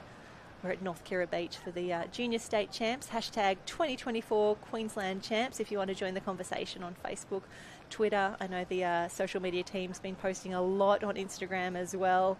And a huge congratulations. It was teams from Met Caloundra, North Barrier, Kurrawa and Mermaid just snuck through there. Fantastic work. Mermaid is through. Stu Duffy will be very happy with that one as well. Had a little chat to him earlier on the beach. And speaking about the barbecue just earlier, I'm sure he will be up there. 100% he would have got egg and bacon or something for sure. I was with him just before and he was giving me some tips of how to commentate and stuff. But I'm pretty sure I'm doing a better job than him. Fantastic job. Honestly, it's just here to bring the conversation. Obviously, we've got a few cameras across the beach at the moment trying to bring you as many races from as many arenas as possible. And having yourself and the other Race 1 athletes, we had Hannah Scully coming through to open the day, which was wonderful. Jasmine Raywood has been through, and we've got you in here now, Mitch, and it's wonderful just to hear your experiences, your insights, and some of the tips that you'd be giving or maybe getting from our amazing young athletes as they do the Queensland Champs. But have a look at how big that run leg is starting to Yeah, that would be tough. Glad I'm not racing there this week. Oh, no. That would hurt. Yeah, I think from some of the racing last week, I think we raced on the high tide for a little bit, but really tough running, and the soft sand of the Gold Coast. Yeah, the soft sand it's pretty hard up here. So. Increases the difficulty for everyone, but some great drone shots there showing. I mean, I thought there were a lot of tents down here in the water arenas, but you go down to the beach arenas and it's exactly the same again. There's heaps down there. I can see a Redcliffe Peninsula Surf Club tent there as well, one of our clubs up on the Sunshine Coast. Wonderful to see Reddy in the mix here. Now, they did pick up a few medals, not only at the state championships, but also at Aussies last year. They're only a very little club, but always punching above their weight in the point score, which is wonderful to see. So shout out to any Redcliffe competitors who are racing down there today. Here we go. Under 12 mixed beach relay. This is the start list for the final. We saw the semis in action just earlier. Miami, North Barrier, Met Caloundra, Mermaid and Moore Park. Shout out Moore Park. Haven't seen that cap too much this weekend. Tweedheads, Coolangatta, Team A, Kurrawa and Dickey Beach. So they are the 8 teams. They've had a warm-up. They've had a semi-final. They're ready for the big final now. So you can see just back to a camera now in the water arena. Looks like the ladies may have finished up another race there. And in addition to the team races that we've got today, I do think that there are some heats and potentially some semis for some of the surf races, getting those out of the way in the boards as well. It's a big program. It's a huge program. Big program. Especially for the young ones too. But they're young and they should just be able to keep going all day, I reckon. Fine. Are you looking forward to Aussies, where we get to spread the racing over close to 5 days there? Yeah, 100%. But you still got heaps of heats to get through as well, so... And you'd be doing a few opens as well? I think I'm just going to stick to 19s. It's going to be a big program. Good decision. As is. So, Good and decision. I've got many more years, hopefully, ending up in open. So You've got time. Yeah, I've got heaps of time. Especially, we did talk earlier about the really, really competitive age group that you're in at the moment. And that's the Moore Park cap. Just on screen at the moment, sorry to interrupt there. So that Moore Park cap, that is the green with the 3 yellow stripes. Wonderful to see Moore Park, one of the caps from the Wide Bay Capricorn branch. Not only at state championships, they're in the final now for the 12 mixed beach relay. I'm going to put my money on Moore Park to win this. Yep, that is Love to see it. That's good odds right there. Seeing a lot of race 1 caps in the mix, and that tent is massive. I walked past earlier today. Wally so much gear. Wally has set up 6 tents, and it's a lot of boards, a lot of skis as well for those 15s going to 17s. They're wanting a ski. And tomorrow you got $10 hats. And hats can go into a draw to win a board. So fantastic. Yeah, it should be pretty fun. Good stuff. So if you are down here at the state championships, make sure you check out the festival zone. A huge thanks to Race 1 and also to Engine Swimwear. They are the suppliers for the state champs, and you can get a few great deals on all the gear down there. But they will have athlete signings as well, I think, each day of the championships. Yep. You got the kayaking Australian team coming at 10 o'clock tomorrow, I'm pretty sure. That is right. So that's 12 p.m. tomorrow. And then Sunday, I think they've got 10 a.m. tomorrow. They've got some athletes in there. 12 o'clock is the kayakers. You're right. And actually, I think they've got quite the crew coming down tomorrow. It looks big like crew tomorrow. Emily Doyle, your brother's in there. I think we've got Bella, Joe's in there, Olivia as well. They're back from the New Zealand champs. Fantastic racing. Ali Day, Harriet Brown, Jasmine back in the mix as well. That is there's going to be some lines. Yeah, I know everyone was asking for Ali Day when we were doing the signings before. I'm like, you have to hold up. It's tomorrow. I'm free though, if you want a signature. I'm here if you want a signature. They all said no, so I was like, all right. It's all right. We can keep the crowd warmed up while Ali comes through. That's not a drama at all. But big racing over at the New Zealand Lifesaving Championships, and Jaden Murphy coming through for a win in the open iron. That was I don't want to say it's a shock or an upset. He's a fantastic athlete, but probably wouldn't have been in my top 2 or 3. Yeah, no, he came out of nowhere. It's good to see though, coming through, the young ones over there coming through, and I think it took Joe, CT, Max Speedy by surprise, seeing how strong he was. So yeah, it's good to see, and Well, we talk about the strength of our young athletes who are coming here at the Junior State Championships. It's not just happening in Australia, the Kiwis as well. There's happening everywhere. I love it. Looks like we're getting close here to a start in this 12 mixed relay final. So at the top of the screen, so the left-hand side at the moment, you can see the team from Miami. That's the yellow cap with the 2 maroon stripes. They're up the top there. North Barrier, Met Caloundra, Mermaid, Moore Park, TH&C, Kurrawa, and Dickey Beach. So that is how they line up. There you go. We've actually got 9 teams in the final here. So it must have taken 4 from one, 5 from the other.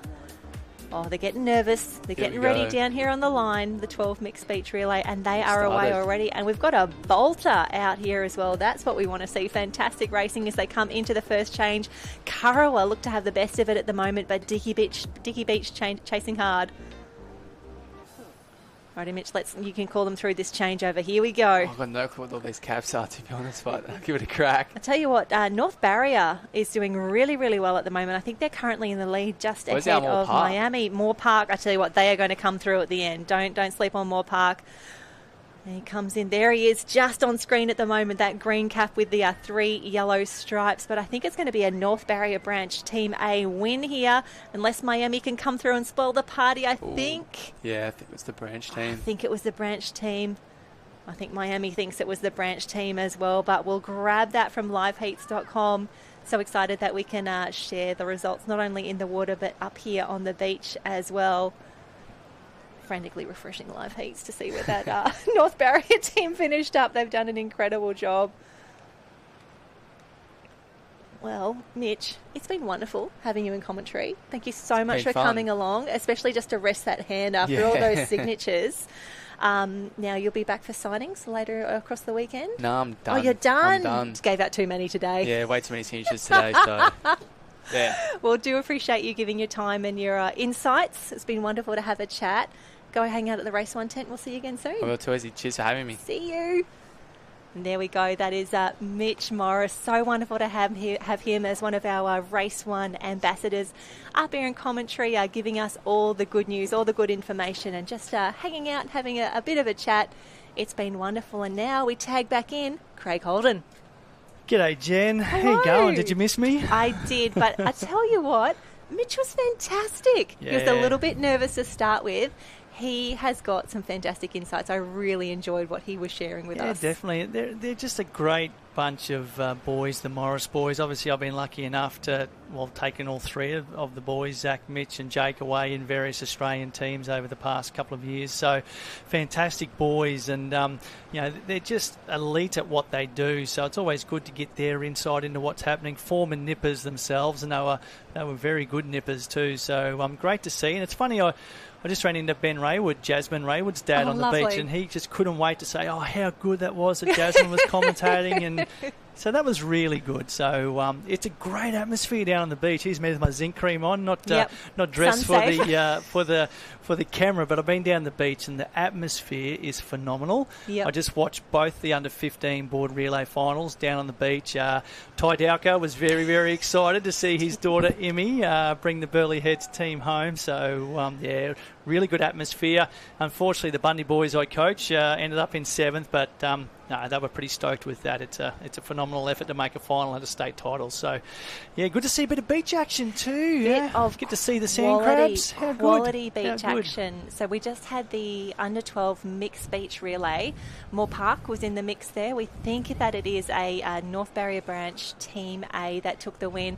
And I love, you can see there as the athletes, as they get, here's 1, here's 2, here's 3. Everyone's cheering down there. Everyone gets a clap. It's really one of the nicest environments that you can be a part of. And it is. I just bumped into Carly Nerthen down there before, and even she said, "Oh my God, how many people are down here?" It's incredible. And I know I said this before, and I'm certainly not taking anything away from the senior championships. Fantastic weekend, but you just see so many more people and spectators at the junior event because mum, dad and everybody is here watching the kids, and it's so good to see so much cheering, so much support. But I'm loving seeing the kids. They're just, the way they interact with each other, the way they congratulate each other, not just their own teammates, but competitors from other clubs. So it's just so good to see, and sportsmanship is on point today. I would agree with that 100%, and we can see now our athletes are being tagged in here. The under-12 mixed beach relay, a huge congratulations. North Barrier Branch Team A took the win. The team of Miller Chapman, Rice Fegan, Carter Renahan and Madison Malagueno. Fantastic work. TH&C was in 2nd. Oliver Costello, Benjamin Dickens, Maya Keith and Elise Powell. And then we've got Currawa Team A in the mix for 3rd, Sophie Cargill, Layla Cuthbertson, Corbin Farley and Riley Pride. And it looks like we might have the North Barrier Branch Team A, the winners, down there on the line ready for an interview. Yeah, good to see. We're going to bring them in. It's closer. So good. Coming closer. We're here with, fantastic North Barrier to see Branch. North Congratulations, gold medal. How does it feel? Pretty good. Coming into today, did you think you guys could come away with the gold medal? I don't know. Hoping for it. You guys are competing together as a branch team. Tell me how much training has gone into today? Not much. So to come away with a gold medal, you must be very happy? Yes. And tell us, how far have you guys travelled to be here? Where are you guys from? Like we were up north, so we're like serene up to our Townsville, so 5 hours plus. Yeah. Excited to be here at the state titles? Yeah. Congratulations, guys. Good luck for the rest of the state titles. And we were just saying, how good is it to see North Barrier getting the gold, getting the win in under 12, some of them probably at their first state championships. Yeah, quite possibly. We know that you don't start at junior state titles until you're under 11, so quite possibly it could be a very first time at a state championships for some of those boys and girls. Obviously a mixed beach relay team, a fairly new event. It's only been around for maybe, I'm going to say this is the third season. I might even be wrong there. So it's a fairly new event on our schedule, but so good to see some mixed events making their way into state and Australian championships events. Absolutely. Mitch and I were talking earlier about the open mixed taplin that was at the state championships last year.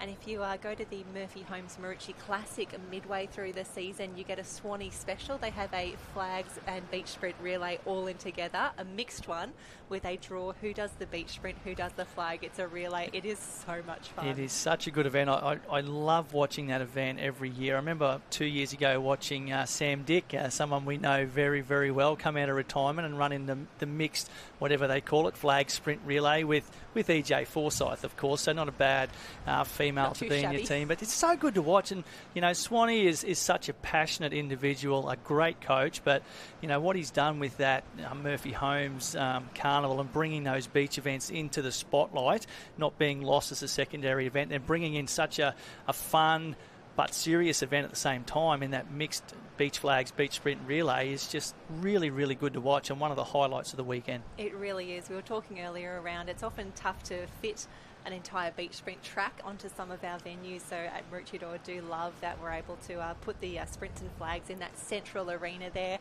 They also put some cash on it as well. But how gorgeous is this shot? North Barrier branch on top of Podium at the moment. That was look at the smiles. Yes. That's a Colgate commercial if you've ever seen one, isn't it? So those bright smiles, those kids are just so ecstatic. And I know as a former nipper, been to many state titles myself, and it's pretty special when you win a medal at a state championship. I think I only won one.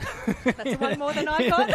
in about 8 years, and believe it or not, it was in a wade race, Jen. So congratulations. That was back in the day when the 8s and 9s and 10s went to junior state, and the wade race was one of the medals. So there you go. I don't think I didn't even crack a top 6. Never even got my name taken down. No, that was about as... I must admit, people I know would probably find this quite funny that I used to be a beach events were my better events as a youngster. So I think I made quite a few sprint and flag finals at junior state, but never won a medal. But I'm sure the board and ski paddlers and Ironmen and Ironmen when I coached would find that hilarious that I used to be a beachy. Yeah, I love it. I only made the surf race final, and that's because they took 48 back then.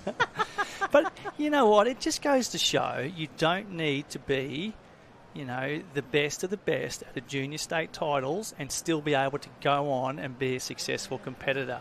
You have given me the most beautiful segue into a wonderful interview that I saw just within the last few weeks. It was from one of the track events, and one of our former stars, Bree Masters, who's been an incredible competitor across the beach sprints and beach flags. They were asking some of our, let's face it, top athletic competitors, what advice would you give? And she said, it doesn't matter if you're not smashing it in juniors. So someone like her, she's a self-confessed late bloomer coming through. She's now one of the top athletes in line for an Olympic berth. Exactly, and you know what? I think it's the kids who aren't winning, aren't medaling. They're the ones that learn resilience. They learn that, it's not all about natural ability. It's those that work hard, those that persevere, those that are prepared to do the extra work, and then they know that once everyone develops and catches up, that's a totally different story. Like Trevor Hendy, one of the best surf lifesavers we've ever seen.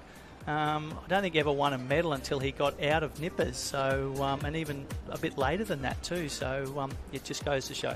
Bit of an absolute superstar, Trevor Hendy, but we are here to celebrate some of the best surf sports athletes, and wonderful to see a lot of our athletes getting their medals, getting their flowers, being celebrated here at the Queensland Champs. And we do have to thank Australia's Gold Coast, or Experienced Gold Coast as well, for supporting this event. Race 1, of course, we've had their athletes through. The engine tent, I'm surprised if they have any stock left at the end of today. Those nippers have been in there getting their jammers, getting their bags, getting their jackets. Like, it has been a big sales day for engine. I'm going there before I go home today. I've already hurry. already been given the list. My son Kobe said he wants a new Rashi, so I've got to go and get one of them. But I tell you what, I love the engine gear myself. Jen, they are the best togs going around, in my personal opinion. Yes, endorsed by Craig Holden. The engine weapon goggles are the bomb. So, really? Yeah. I'm not an iron gemmer person. I'm a traditional club cut, normal togs, and those engine club cuts are the bomb. Whatever makes you feel fast and fancy. Get into them. Yep. So good. But how's that shot? That gorgeous. Is just a beautiful. Even though it's a little bit gloomy and overcast, that just looks superb, doesn't it? The water is so clear and clean. It's amazing how much it's changed down there. But I've just been down the beach, as I said before, and now that the tide has gone out, it's a totally different setup down there. And even that the far southern arena, which I think the under-11s are in, has totally changed. And, very different conditions. So still a bit of swell rolling through as we see the mums giving a hurry along to the kids. And I tell you what, we talk about the passion that the kids have. The passion that mums and dads have down there is next level as well, but in a good way. 100% in a great way. We can see the great shot of all the different clubs that are down here. We were talking earlier, Craig, obviously so many caps in action at the state championships for the juniors, more diversity than we saw last year. And then you head to the beach arena, it's a little bit different again. It's funny, you seem to get that. You have your clubs that are strong at beach, then you have your clubs that are strong at water. Then you have a few clubs that go across both. But, you talk beach events, and it really is a specialty activity. So specialty coaches and obviously clubs that are strong at beach will attract other beachies because they get beach relay teams. So slightly different, but you still see the normal caps down there, don't you? But just a little bit of a different spread. And, I'm really keen to see. And that's a great shot of the beach sprint track. I tell you what, there'd be some beachies out there loving the look of that. It looks like quite a fair track. I know how they get with the lanes, but they're all on the soft sand. They all look fairly even. I'm assuming the grade has been down there to make it nice and flat and nice and even. So I don't think there'll be any bias down there. But no, probably the only thing they've got to worry about is they're running into the wind. So that would be tough. And we can see just on the right-hand side of the screen there's a group of athletes starting to form up, and that is the flags marshalling. We are going to go to the flags arenas next, bring you some of the quick action down there. So as we see panning across the different club tents that we're seeing there. We spoke earlier about Redcliffe Peninsula is in the mix, Point Lookout, Moore Park. There's quite a few different clubs down there, but honestly there is action all across the beach at the moment.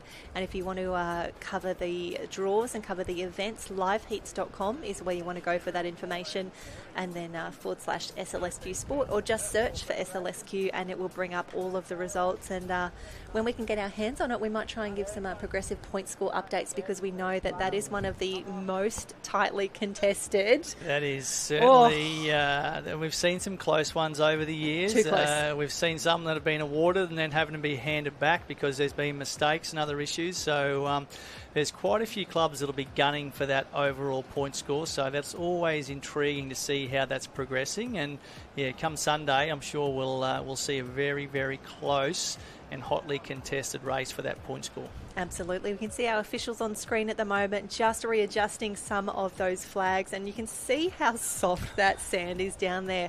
These beachies are so good at what they do. The calves are going to be burning. My calves are burning just from walking up and down the beach a few times. Yeah, it's funny, hey, I know when you come to state and Australian championships you always get the soft sand, but some of the beaches, particularly in regional Queensland, where they run their branch championships, are hard sand because the tides are so big that it makes the beach very firm and very hard. So you don't have a lot of soft sand. So I know a lot of the country kids really have to differentiate between running on that hard sand and now coming down and running on that powder soft sand, and that looks super soft. So it really does. I'm glad I'm not doing 20 or 30 or 40 flags turns there today, because I'm assuming under 12s, non-qualifying event, the flags in under 12. So there's probably 100, 120 nominations. How many turn up to do the event? We'll wait and see. But I'm assuming there's going to be plenty of heats and plenty of run-throughs for those that get all the way to the pointy end. Absolutely. I'm just jumping on to live heats at the moment. So, yes, you're right, 91 confirmed starters there for the under 12 female beach flags. So that's probably only 8 to 10 going around in a heat. So maybe 10 to 12 heats. So whether they knock 2 at a time out to start with, I'm not sure. I'm assuming there'll be multiple flags pits going at once. So it's certainly going to be survival of the fittest when it comes to some of these beach flags. We know the under-11s have to qualify, so their numbers are capped at a maximum of 60. But some of these older age groups, open slather, anyone can come along and join in as long as they're a member of a surf lifesaving club and fulfilled their requirements. I can see an Elliot Heads cap down there, so this must be the under-12s we're looking at, Jen. So under-12 girls are getting ready to march. I can see another Moore Park Beach cap down there as well. So obviously I'm seeing a different camera to what our viewers at home are seeing as we see the boys getting ready for their beach sprint heats at the same time. So while the boys are doing sprints, the girls are doing beach flags. So great to see multiple events happening at once. Had a fantastic shot there, the drone picking up the action there. I'd say there's probably 4 to go through to the next round, so it's going to be a tight finish, as all the finishes are in our beach events down here. So jump onto live heats and you can track the progression of your athletes as they go through the qualifying rounds, and fingers crossed through to semis and finals. So that is the beach sprint in action at the moment. You can see one of the flag pits just to the right-hand side. They will be kicking off very soon. And a bit of a shout out, we've got some competitors here from Bribie Island as well. One of my favourite caps, the black with the white lightning bolt down the middle. As soon as you say Bribie Island, I just think Andrew Bolt. Oh, I know. Good old shout Bolty. Out Bolty. G'day Bolty. I'm sure you're sitting at work pretending you're busy, but actually watching the live stream today. So if you're there, mate, g'day, how you going? I know you'd be frothing on seeing a bit of sprint and flags action, particularly if you see that famous Bribie Island cap. It's actually the complete opposite of the Bundaberg cap. So Bundaberg is white with the black lightning bolt, Bribie Island black with the white lightning bolt. So great to see them. And you talk about beach clubs, they're a club that's always had some very, very strong beachies. Absolutely. So I've got the draw up here for the female beach flags. We might grab the boys sprints as well, and just try and track some of those results as they start to go through, because I remember as a nipper, when you hear your name called out, it's one of the best things ever. We all really enjoy that. It's funny, I just ran into Jack O'Brennan down there before. He's already been copping it from all his mates about leading Kook of the Day so far. They've all been sending him clips of me calling him out there, so good on you, Jacko. Hopefully you hang on to Kook of the Day. But we're back on the beach sprint. It's great to see TH&C. We've seen a stumble. From Tally. Well, it just goes to show you how soft that sand is down there. A couple of TH&C boys. That's the maroon cap with the 2 yellow stripes. They were well in contention.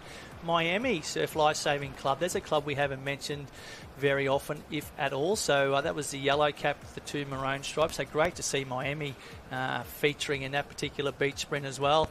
Not sure who took a tumble. That may have even been a Harvey Bay competitor. No, it was Robbie Nichols, unfortunately, from Tally. He was over there in lane. I love that they've got 10 lanes running in the beach sprint. So good. We can see, he was just on the end there in lane 10. Robbie, tough gig there, champ. Hopefully that wasn't Robbie's only event for the day. He'll bounce back. Unfortunate, Robbie's but our nippers are tough. They're resilient, so I'm sure he'll bounce back. He's got flags to fall back on now after the sprints, and hopefully he's going to beat Relay Team too. So maybe that's just the run he needed to get him back on course for later events. I believe so. So this is the under 12 men's beach sprint. It was Kurrawa 1-2 in heat number 1. Raphael Wilson and Albie Brace 1 and 2 there. We'll grab the results of all of these as they start to come through, but have a look at the volume. There's the boy in lane 9. Is he in the wrong age group, Jen?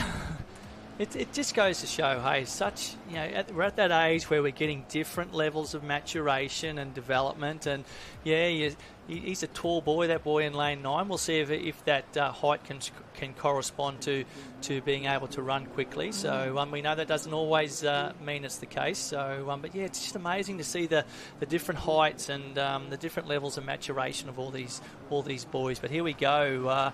Got a full heat of 9 lining up here. Noosa Heads in the middle. Great to see Noosa on the beach. Is that an Emu Park cap there, Jen, or is it Nobby's Beach? There's a few Emu Park. I Great think this run might from be... North Barrier. It's like Maroochydore and North Barrier. Yeah, I think that's right. That's going to be Levi Padrana. Actually, I spoke to Levi earlier today after one of their Cameron relays. Interviewed him after the Cameron relay. Great chat. Yep. Great chat there from Levi. Well, he's qualified through comfortably there. I'm assuming it's hard to say whether they're taking 4 through or they're only taking 3. It will depend on what the numbers are. We're going to guess it's top 4. Normally what happens is top 4 through. But yeah, you're right. There's an Emu Park cap there, Jen. Couple of Emu Park caps there. So all in the taking mix. Jenny back to her youth at the famous Central Queensland club there on the Capricorn coast. So my days of making up numbers as a nipper at state champs, had the best time ever. But yeah, so Heat 1, that is done. Heat 2, congratulations to Dylan Prescott, Leo Fraser, Joshua Wellman and Benjamin Dickens. That is 2 from TH&C in the mix there. They will progress through to the next round. Maroochydore, North Burleigh, TH&C and Mooloolaba qualifying through that heat we just watched then. They were the 4 boys that got called out. So we'll grab their names shortly. I'll let Jen call them out because I don't have my glasses on. That's all right. I've got mine on. We are all fine. And yes, it is Oliver Costello from TH&C, Carter Renahan from North Barrier, Levi Padrana from Maroochydore and Connor Jackson from Mooloolaba coming through. There's our next heat. There's a Harvey Bay cap there. So geez, they're stacking them now. We have a North Queensland. Looks like Miami, Maroochydore, Burleigh Heads, Alexandra Headland, Mermaid Beach. Plenty of different cap colours there, but looks like North Barrier, or is that North Burleigh? Over on the inside, Mermaid Beach, Alex. So we'll just have to wait and see. We're just getting a funny camera angle for us to be able to judge those sprints, so we'll leave that to... Mermaid. Yeah, it did look like Mermaid. So Talabudgera there as well. So, geez, that Talabudgera cap doesn't look as maroon as it normally does, or is it just the way that the sun's shining on it? You don't have your glasses on, No, Craig. mate. Well, no, I'm long-sighted's fine, so I'm not even going to run with that excuse. I'm going to say that the maroon and the tally cap is not looking as maroon as it usually does. A little pinky. So it's a little reddy. Yeah, so it's getting me every time. So, but great to see Tally here, and we know that one of our co-commentators from last weekend, Courtney Hancock, is doing some coaching now. I'm not sure she's coaching the Beachies, but I'm sure she'll be there cheering them all on because it doesn't matter whether you're a Beachy or a Watery. We're all one club, and we're all here as one team representing our caps. So yeah, I think she was down yesterday, Arvo. Saw some fantastic shots of her in the middle of it all with a million nippers wanting a photo funny, with her. I got a text from some of the Elliott Heads parents because they were wanting to do a warm-up paddle yesterday, and I wasn't here. So some of the other dads are running late. So, don't worry, Craig, we just threw them in with Courtney Hancock. And she said, yeah, come and join in. So big shout out to Courtney. Thank you for taking a couple of the Elliott Heads kids under your wing. Hopefully they weren't too much trouble for you. As we see a Moore Park cap in the middle of this one, Jen. I know you and Mitch were loving it before. We were, and it's actually the Currumbin Club champs as well. 4 Currumbin competitors in this heat, which is really, really tough. That is the white and green quarter cap, but I think it's going to be more 5. Is there 5 Currumbin caps in there, Jen? Oh my gosh, there is. 5 Currumbin, wow. Just goes to show these random draws. It's funny how that happens, isn't it? Like, got a heat of 9 or 10, and we had 5 Currumbin caps in the same. Yeah, Milo Eddington, Smith Masson, Jack Tomlin, Ethan Musk, and Owen Cross, all in there. Lucky Sam Dick's not here; he'd be blowing up about that, wouldn't he? There'd be protests. He'd be sure. filthy. He'd be filthy with that. But anyway, we're going to slip away from the men's beach sprint and have a look at some of the female beach flags preliminaries. And look at that, we've got 2 flag pits back to back, so they're both running into each other. Obviously not into each other literally, but the pit to the south is going to be running south to north, and the pit to the north is running north to south. Obviously plenty of room in between, but great to see. Oh wow, they're down to the top 89. The top 89 in the female beach flags, and this is going to be a long process. And a long process, not just for our athletes, but for the officials who do have such a tough job making sure that every race is fair every race. There's no interference. Oh, and they come across. Oh, I love that. I love the cherry picking. That's just, Yoink. That's so good. You're never out of it until you're out of it. And if you can keep your eyes up, even if you think you're being beaten by the competitors beside you, you've got to have a look across and see what's left, because it's amazing how many times we see the same competitors going for the same flag and leaving one right beside them bare. So plenty of interesting flag techniques here in terms of the get-up. So obviously Nipper State this weekend, so the actual length of the flags pit is shorter. So I think, and I'll have a beachy chip me for getting this wrong, but I'm pretty sure the seniors 20 metres and the juniors are 15 metres, so slightly shorter distance. So that's why the start is so crucial in beach flags. It's about having that reaction time, having a good turn, and then getting up, because if you're up a step or two in front, it's a big advantage because it's only a 15-metre run to get to that flag. Yeah, it is a cutthroat down here, as we see, especially in flags. It only takes one little thing to go wrong, or a missed start or something like that, and your race is over. When we consider how many flag turns you need to do just to get through to the final, it is such an impressive job. We can see they'll get the call of heads down and then the whistle to start as they head through. And one of the caps we don't see too often, Pacific. Yep. So wonderful to see them. That is the brown cap close to us with the middle yellow stripe and then the two blue either side. Club that's not far down the road at obviously one of the Point Danger branch clubs, and we're down in the Point Danger branch at the moment. So Harvey Bay in the mix. Going through these Point Lookout as well, going through these flag heats very, very quickly. And it's always interesting to see, and it's not until you start hanging with these beach flags elite competitors and coaches that you get a bit more of an understanding of just how technical and how you've got to be on your game in beach flags. Just even knowing the person beside you, which way they turn, because the last thing you want is probably you both turning the same way and colliding. So yeah, it's a very technical event, and my favourite term in beach flags is covering the flag, Jen. So I know I rambled on about this last year with Dowks, but it's all about, if you're in front or slightly in front, being able to cover your flag so that the competitor beside you can't snip you and come in underneath with a better dive and get that flag. So there's a lot to think about in an event that probably takes, what am I going to say, 5 seconds from whistle goes to picking the flag up. So very, very technical. We can see the starter just giving the thumbs up there, making sure the officials who are down the other end of the flag pit there are saying, yes, everyone's straight, everyone's aligned, no one's trying to get those few extra centimetres down the track. The other thing they've got to be mindful of, 2 arenas, so obviously the other arena can't start until that one started, because there'll be confusion with whistles and whatnot. So they need to look at each other. So that one starts, the next one starts. There's that Elliott Heads cap, Jen. Love seeing the Elliott Heads cap represented. We're looking back to our northern flag pit now. There's a Tannum Sands cap in the middle there, Jen. So great to see Tannum Sands. Next door to Redcliffe. That is the Pokemon cap. Where's Nicolette Lowe when you need her, Jen? She'll be frothing seeing a bit of Redcliffe action on the live stream. Hopefully she's watching. I think she's still in New Zealand. Is that right? No, I think they're home now. They're home now. Yeah. So hopefully she's watching on the live stream. Big shout out to Nicolette Lowe. I know she's a proud Redcliffe member these days. So doing wonderful things on the Sunshine Coast. And if you jump onto liveheats.com, Craig, I'm just watching the numbers start to tick over. Obviously, we've got the sprints still in action, but for the under 12 female beach flags, what you see is that as the competitors are eliminated, they start to come through. So it started at number 91, and the officials doing an incredible job, just like chipping through the flags. So we're down to 78, so only 77 more run-throughs to go. And unfortunately, it is Millicent Hunter from the Redcliffe Peninsula Club that we were just talking about there. Millicent, we say goodbye to her, along with Jasmine Steele from Currumbin and Layla Barrett from Mooloolaba. So if you're watching the live stream, you will see on the bottom of the screen some of the event results are trickling through as well. So Jen and I can only do our best, and there's a Yeppoon cap. How good to see Yeppoon as well. But we can only do our best to try and keep you up to date with some of the results, but some of them are flashing up on the bottom of the screen as well. So keep an eye on that while you're watching the live stream. Yeah, wonderful to see. If you're unfamiliar with the Yeppoon cap, that is a white cap with the navy blue half moons over each year.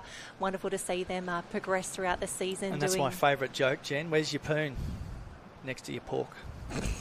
Okay, no more dad jokes for today. So I'm sure the silence on the comments for our Facebook is just deafening right now. Big shout out to Yeppoon. I love the Poonies, and good to see them here. They're a very proud club, and they have a lot of tradition in surf sports, and had some sensational competitors over the year. One that springs straight to mind, Cassandra Sedgman, one of the pioneers of female surf lifesaving, come from the Yeppoon Surf Lifesaving Club. And I just ran into Clay Lennox before too, having breakfast, and he's another proud Yeppoon youngster who's now at Dicky Beach on the Sunshine Coast. His mum Joan, I call Joan the godmother of junior surf lifesaving in Queensland. So it's only fitting that we're at a Queensland Junior Surf Lifesaving Championships. We need to give Joni Lennox a massive, massive shout out. She did so much for junior surf lifesaving in Queensland. Oh, wonderful, Joan. Thank you so much for your service and for your wonderful time and for producing such a wonderful son as well. Well, let's not talk Clay up too much, eh? Hey,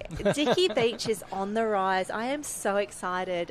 They've been building for a few years now. They've got some wonderful clubs, some wonderful numbers down there as well, and they are just going strength to strength.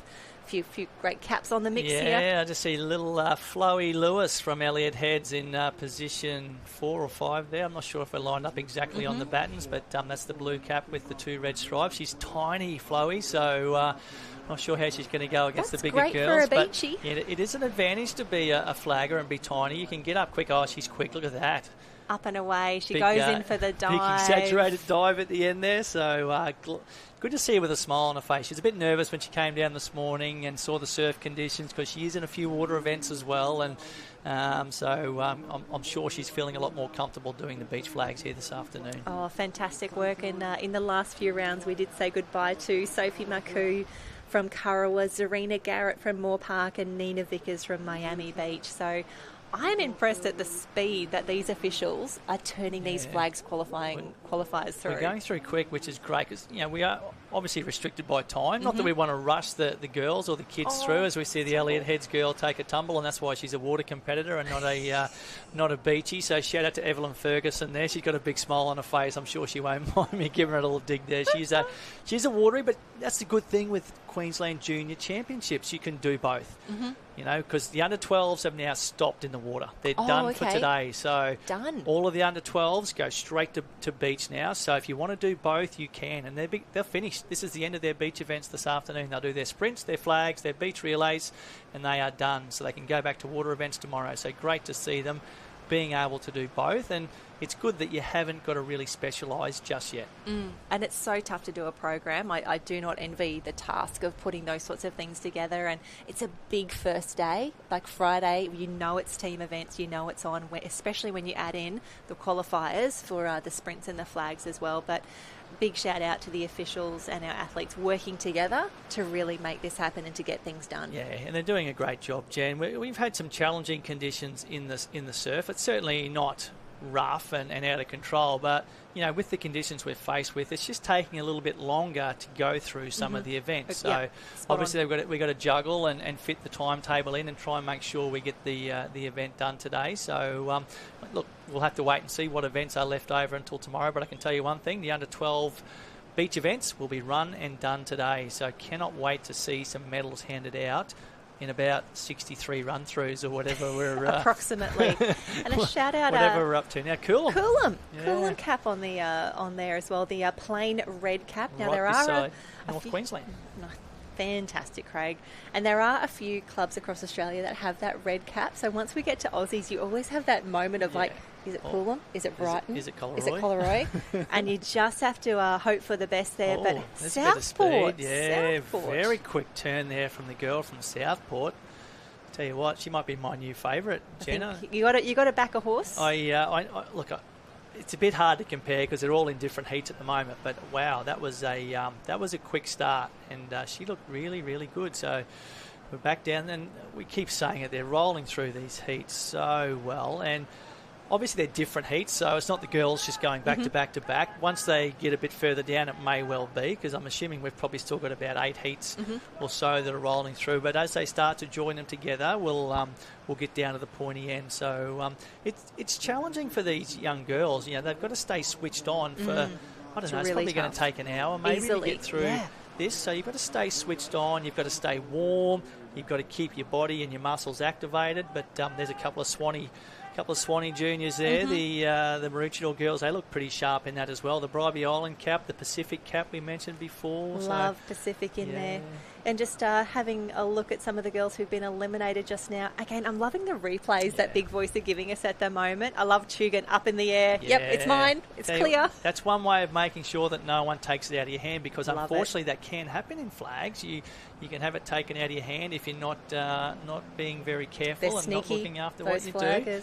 That's where the officials got to be on their game, but because they should be able to rule on that. If you had it first and you both end up with it, well, they could get to make a call. But if you get it taken out of your hand, it's a different story. Absolutely. So just having a look at some of the ladies who've just been eliminated. We said goodbye to Imogen Sporton from Dickey Beach, Carlia Velasquez from Southport, Verity Painter from Northcliffe, Ava Hardup from Bribie Island, Macy Donovan from the North Queensland branch, and Abigail Mitchell from Miami, with Mia Bamford from North Queensland. So, and Mila Griffiths from Palm Beach, she's out as well. But Palm Beach, there's a cap we haven't spoken about much today as well, just up the road here, again in the Point Danger branch. So good to see Palm Beach represented. Oh, another stumble. The Elliott Heads girls have got the stumbles on today, but that's another water competitor trying to do beach flags. So shout out to Chloe Woods there. Point Lookout was quick in that one. Do love seeing the Point Lookout cap, which is the red cap with the white and blue stripes across the top. Oh, the close-up on Alex. Oh, that was well-deserved. Oh, over. Well Did done. she get one? Yeah, I think. Oh,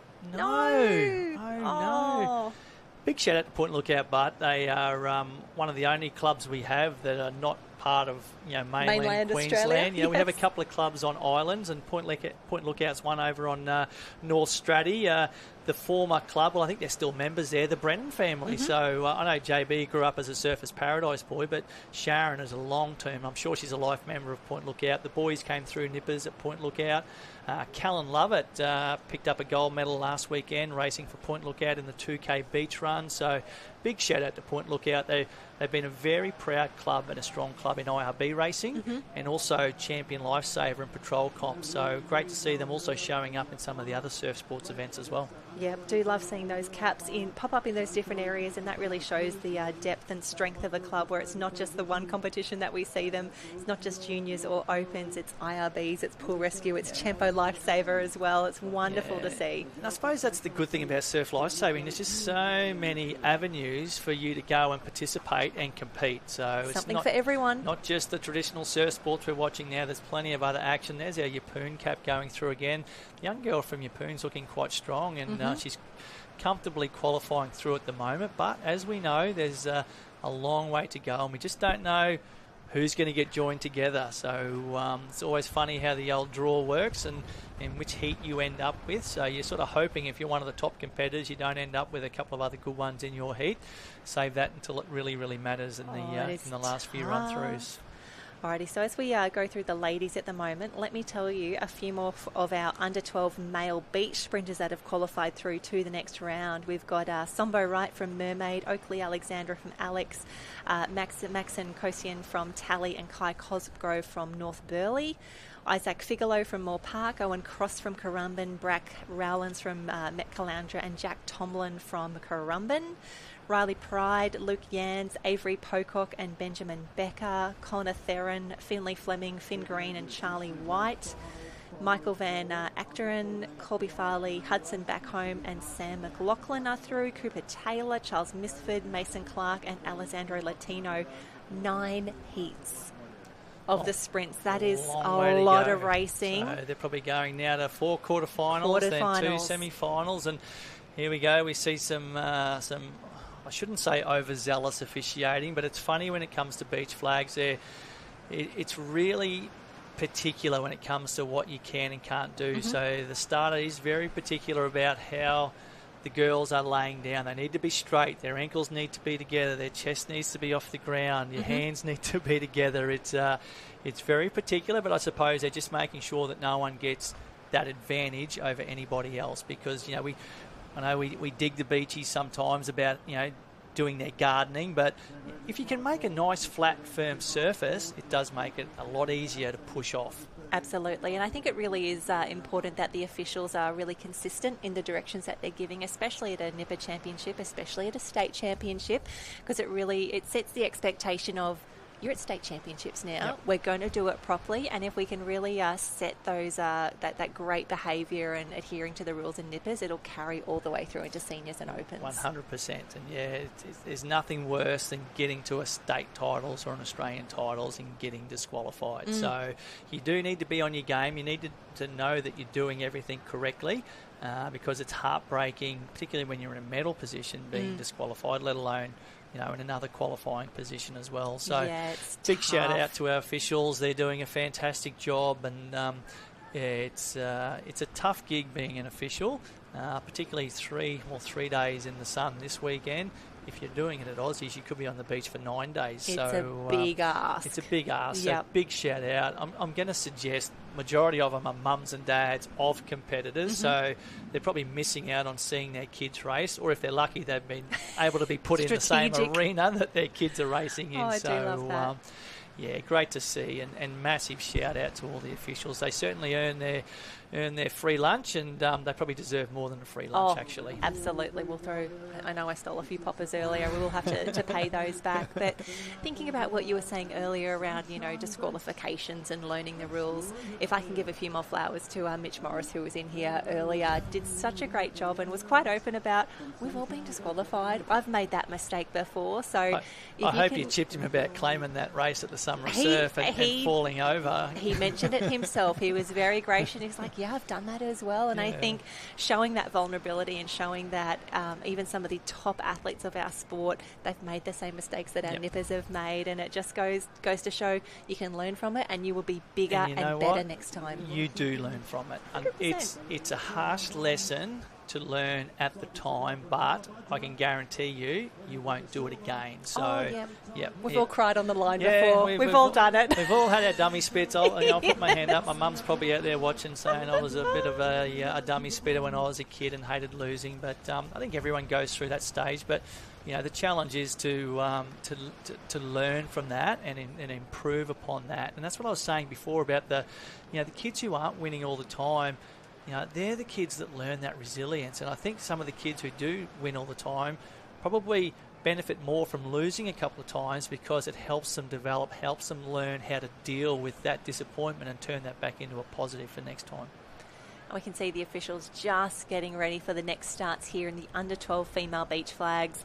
We've recently said goodbye to Lua Allen from Palm Beach, Jasmine Cullen from Tannum, Gypsy McAvoy from Southport, Sasha Valenda from Bribie, and Hallie Sigler from the North Queensland branch. So athletes just continuing to move through here. The officials doing a great job. And as you said, Craig, the 12s are in the beach arena now because they're done in the water for the day, but we can see that those water arenas are still going for some of the other age groups. Yeah, they're definitely still going. So the under-14s have only just hit the water in the last hour or two, because they were the ones who had the beach block racing this morning. So the under-14s have only just rolled into their water program in the last few hours. So I've got a few under-14 boys I coach, so very keen to see how they're going down there today. So, it's a funny mix, because, you do know at some stage over the 3 days, if you're not a beachy, you're going to have a few hours off where you get to relax and unwind. And I know the under-14 kids I coach are majority water competitors, so they were enjoying the sleep in this morning and not having to be here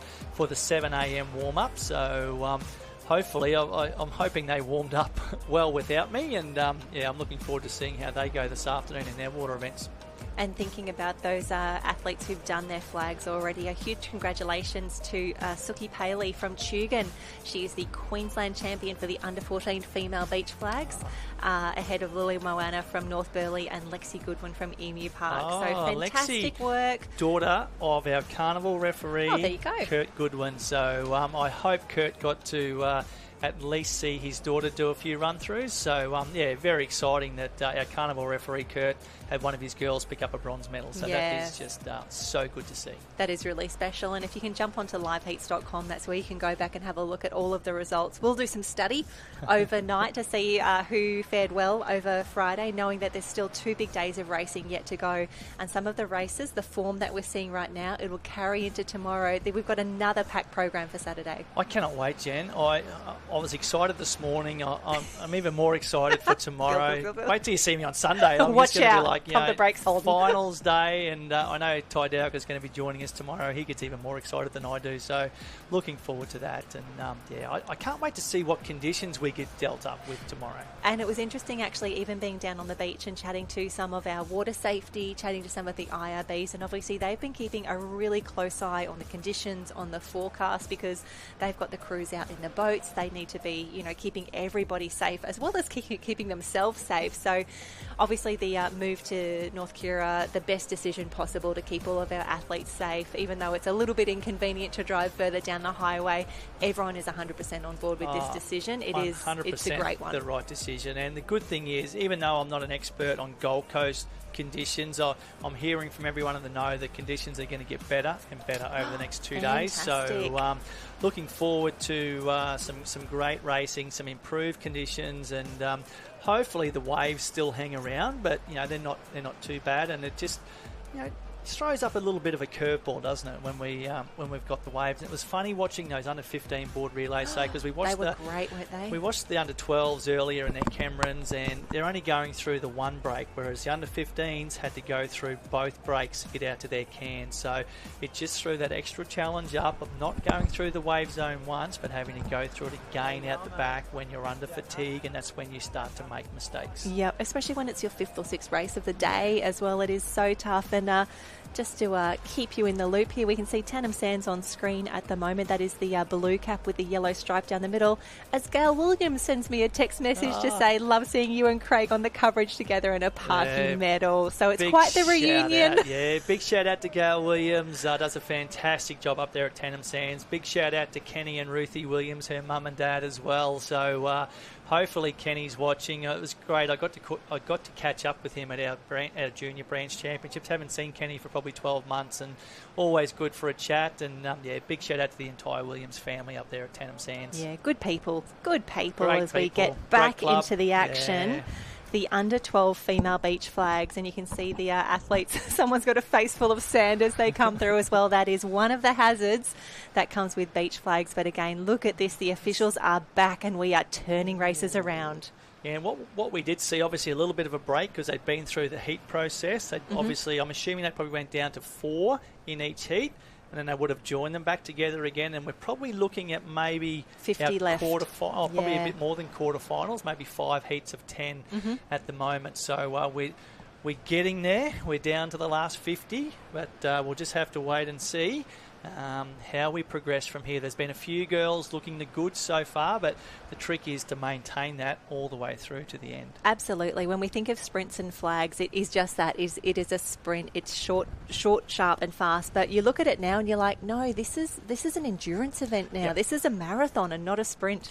It's funny, we talk about that in coaching courses. You start to talk about energy systems that are involved in different events, and it's funny, someone brings up beach flags. Oh, that's 100% anaerobic, pure lactate event. But then you go, well, not if you're going through 100 or 150 competitors. It turns into almost a little bit more endurance based, because you've got to maintain that speed over multiple run-throughs. So good to see the fried egg there of Southport. So the blue cap with the yellow dot on top, our Coolum girl, Pacific. So some of those clubs we haven't seen a lot still featuring, and good to see. I'd love to see a different cap get through to a medal here, Jen. Oh, absolutely. I mean, any athlete who picks up a medal at the state championships has done an absolutely incredible job, but we do love seeing the different caps up in the mix. Point lookout girl looking good there in the middle with the red. Couple of North Barrier caps there. And Nobby's Beach in the mix as well. Beach. Dickies. Look, here we go again. We're down to our top 50, 2 Point Lookout girls in the same heat. Yeah, it's tough, isn't it? It's amazing how often it happens. There's a Surface Paradise cap. Haven't seen a lot of Surface Paradise today, so good to see them represented. And I saw a couple of earlier run-throughs from the Surface Paradise girl. She looked pretty good as well. So she certainly knows how to do a gardening, Jen. Look at that. This is not her first rodeo. Yeah, not her first rodeo. So she's doing a fantastic job. We see our Poonie there, the girl from Yeppoon. Looking very good, the white cap with the 2 blue half moons either side. So TH&C, 2 TH&C girls in the same heat there, Jen. It's tough. It's amazing how it happens. But as we look at the Surfers Paradise cap, a very famous cap, the sky blue with the yellow star, a shout out again. They picked up the double, the Open Ironman and Open Ironwoman Championship last weekend at the Senior State Champs. That was Lucy Derbyshire and Ali Day, as Surfers Paradise just makes a few of her own blocks there. Hey, if you can make it happen, more power to you. Definitely not her first rodeo, that's for sure. She knows exactly what she's doing when it comes to getting those feet in the right spot, and she's done some fantastic work in manufacturing some almost some starting blocks there, Jen, to get herself out of the blocks. We'll see if it pays off, but because these girls look like they're pretty slick in this particular heat as they're about to be in the starters' hands. Oh, fantastic turn. Looking good, the Surfers Paradise girl. That was a very even heat, but there, Jen. Not really a super dominant performance coming out there. Very level, very even. So I think for that particular heat, it's going to come down to where they draw in comparison to each other, I think. Yeah, it's going to be interesting as we get through. And again, speaking of surfers, and now that we're in the beach arena as well, it was actually Jet Milford-Ferguson, one of our younger competitors, who stood up and took out a big win last weekend in the Open Men's Beach Flags. Now, he's been up there for juniors, but to take a state championship win in the Opens, that's huge. That's impressive. I'm going to suggest Jet would be maybe first year 19s. Maybe. Yeah. So that's a fantastic effort for a great young beach flagger coming through. As we see a couple of Miami caps there, the yellow with the two maroon stripes, and again 2 from the same club in the one heat, 2 Tennant Sands girls in the same heat. So it's amazing how that keeps on happening as we see 2 Noosa Heads girls in the same heat. I've got to stop saying this because they are 100% random draws. So, but it's just funny how it happens like that. So the girls up and looking away. the 2 Noosa girls looking very slick there. There's haven't seen those girls do a run through yet, so they look particularly sharp, Jen. So and it's so exciting that it's really wonderful that we're spending a little bit of like quality time down here in the beach arena. We know that we can't get to everything, and I know that it's not just like changing the channel, like changing arenas here, but as they do the random draws and all the girls start to filter through, it does mean that we get to see more people. And I know that there'll be a few people watching out for the Redcliffe cap or the Dickey Beach or Palm Beach in the mix here as well. So this random draw does work in our favour to get a little bit more screen time, a little bit more coverage. Yeah, we get a bit of a shout out, and while we're talking about Noosa before, just a shout out to Byron Mills, good mate of mine who works up there at the Noosa Club. I haven't seen Millsy for a while, but we do speak via text message very well, and we talk about famous coaches. Darren Mercer coaching up there at Noosa, Craig Law, who we both know, I believe, is going in there in a surf sports manager role soon. So yeah, big moves and big changes happening up there at Noosa. So good luck to the Noosa crew. Some exciting things happening. One of the Burley girls having a bit of a sunbake in the background. Looked like Taj Andrews' little sister actually having a bit of a lay in the warm sand, as our girl from Coolum looking very slick in that particular heat. And maybe the Coolum cap could be the one we get to see come through later on. That Jen. would be exciting. Coolum used to be a different cap back in the day with the spot on the top, but now it's just the full red there, and easy for us to pick, which we do love, and a bit of Mooloolaba action in here as well.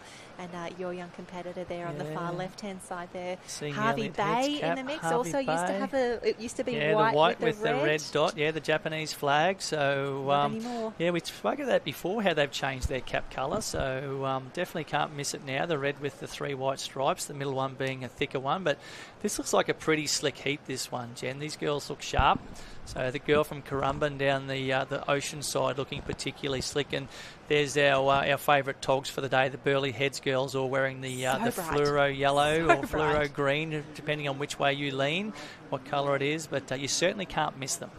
And I think, as you said, the pace has started to pick up, and that is only going to accelerate as we get towards the pointy end here, as we continue to drop competitors as they get through the qualifying rounds. Just going back, I'm going to bring up what we had with the ladies earlier just to see who has been eliminated over the past few rounds, because it's going to get tight, and this is where it gets very interesting. We'll see the girls start to come through now. Very interesting. Yeah, the girl from Tugan there looking very good. There's our Surfers Paradise girl who had the best gardening technique so far today in the under-12 female girls. She's looking good as well. So we talked about some of the heats looking a little bit fast, and that one was one that certainly looked like it was a very even and a very fast heat. As we go back to the northern pit, there's our point lookout cap, the red one there with the blue and white stripes. So girl from Mermaid Beach. It's both our point lookout girls again. Nobby's Beach.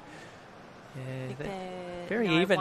One will bow out very there. even heat again, Jen. It's amazing. We're getting down now to getting real. the slightly faster girls now, so there's not going to be a lot of differentiation between some of these run-throughs. So. Well, we've actually just hit the top 40. So Kira Hooper was 41.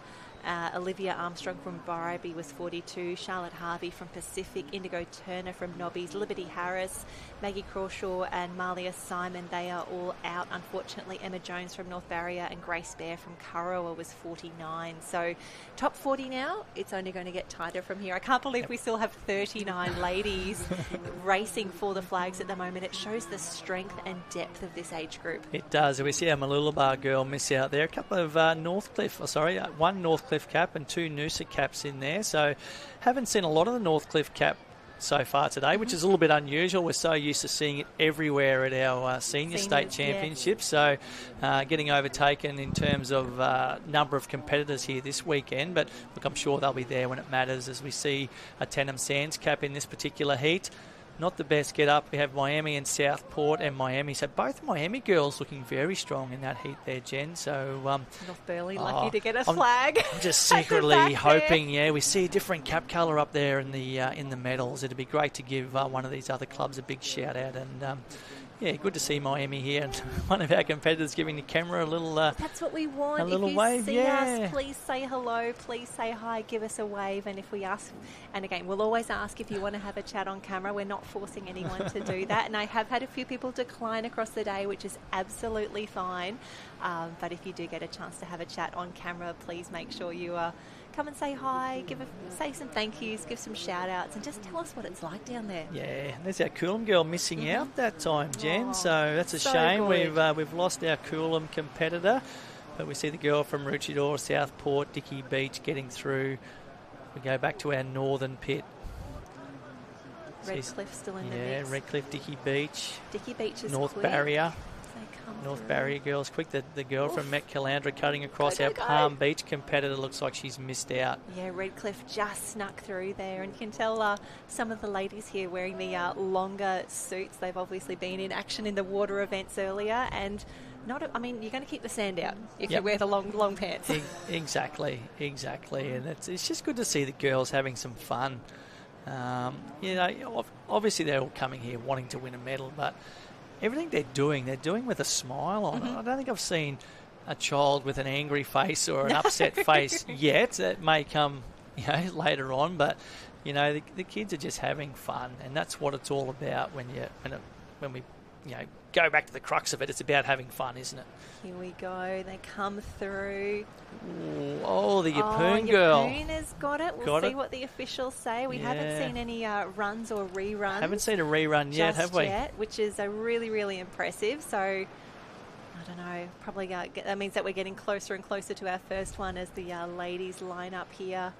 Heads down and away. The pace is definitely picking up. These runs are far more consistent.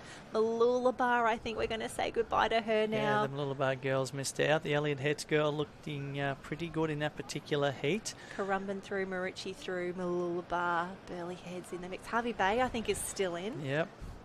Good to see Harvey Bay. They've got a really good group coming through at the moment. Not to say they never have, but they seem to have a good bunch of juniors that are coming through. A lot of parents who are getting involved and doing masters competition as well. Wonderful. So it's great to see, and that's what surf lifesaving is. It's a family sport. It's something that the whole family gets involved in, whether you're competing or patrolling or instructing or examining, or what do we call it now, assessing and training, not instructing and examining. I'm showing my age now, aren't I, Jen? But everyone's doing a great job, and we're going to throw back to the under 12 men's beach sprint shortly. I think we're actually nearly at finals there, which would be quite exciting. Let me have a look. We are down to the final. Jen, I'll let you read them out. Yes, here we go. Michael Van Actor and Maroochydore in 1, Hudson Backholm from Tally in 2, Cooper Taylor from Tugun in 3, Carter Renahan from North Barrier in 4, Levi Padrana from Maroochydore in 5, Connor Theron from Currumbin, Oliver Costello from TH&C, and Corbin Farley from Kurrawa. Now these boys have done round 1, quarters, semis. It's time for a final. So we're going to have Maroochydore in lane 1, Kurrawa over in 9.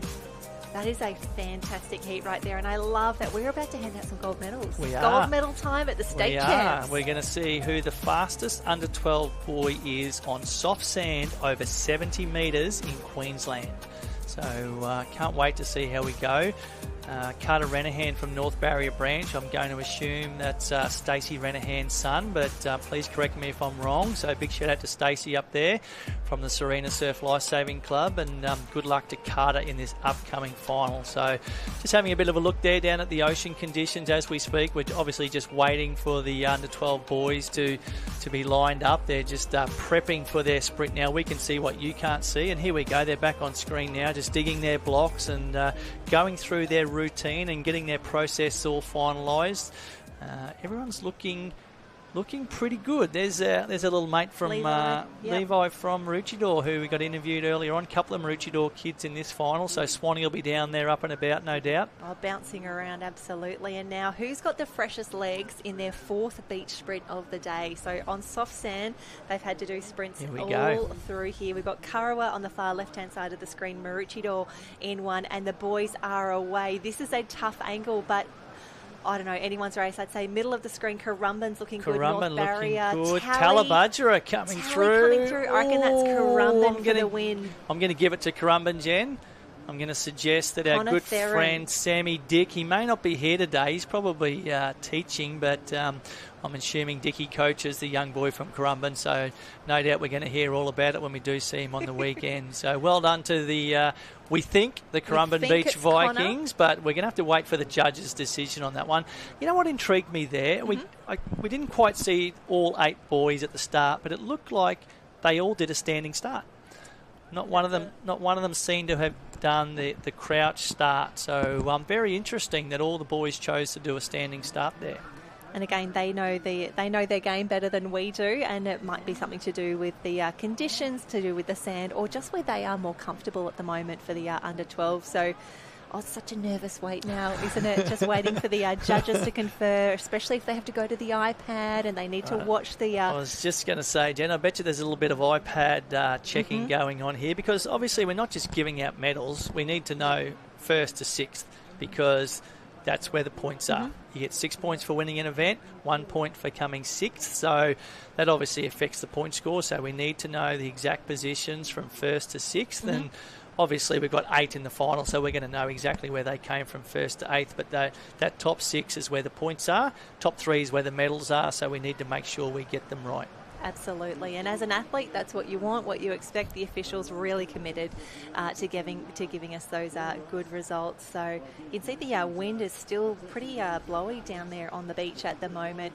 And again, keen to see how these conditions develop over the next 2 days of racing, because it feels as though some of these athletes have been around the Cairns or along the beach sprint track quite a few times already. They're going to have some tired athletes come 2 p.m. on Sunday. We certainly are, because I don't think we do any 3-day carnivals until we get to state titles. So it's a new thing for the kids. You know, they've got to get used to backing up day in, day out. And then, we're going to go to Aussies in a few weeks' time. It'll be a similar story. And for the open athletes, it's 5 days of racing. So how you recover is imperative. And here's a replay of the under-12 men's beach sprint final. You can see the boy from Crumman with the yellow singlet, number 6. Talabudgera over in lane 2. Maroochydore in lane 1. They're certainly up there. And I think that's going to be where our medals are, but we'll just have to wait and see exactly which colour the boys end up with. But from where we were, I'm going to suggest potentially Currumbin in gold, Tally in silver, and Maroochydore in bronze. But hey, I could be totally wrong, Jen. What happens? I think the officials look like they were just about to walk back out across, and that is where we get to find out who has got those official placings. And this is where you hope that an official stands in your lane and goes, number 1, you know, if there's an official in your lane, you've got it's a good sign. Somewhere. You're obviously, well, at the moment, top 3 by the looks of it. Oh, no, there's 4 officials there. So they normally have 6. So be interesting to see what order they're handing these results in, whether they're going from 8th to 1st or, it's a bit hard. Across the field. It's just it's hard for us. I'm suggesting they may be going from 6 to 1 or maybe even 8 to 1, working their way up.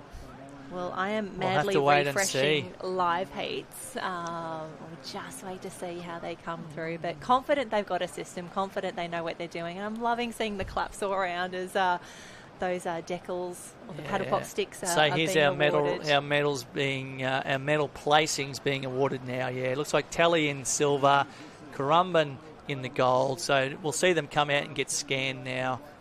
So it looks like the boy from Currumbin in lane 6 could potentially be our gold medalist, but again, we're just going to have to wait. Give me a second. Because, they're not scanned yet, Jen. They've only been given their decals, so they'll go over now. They're being scanned as we speak. So here we go. There we go. Connor Theron in Currumbin is our newest state champion. You're correct. Talabudra, that's Hudson Backham, is in second. The silver medalist just waiting for third to come through now, and it's Michael Van Achteren, who was on that far left-hand side from Maroochydore. Currumbin, Tally, Maroochydore. TH&C just off the podium there. Oliver Costello is filthy fourth there. Cooper Taylor from Tugun is in 5.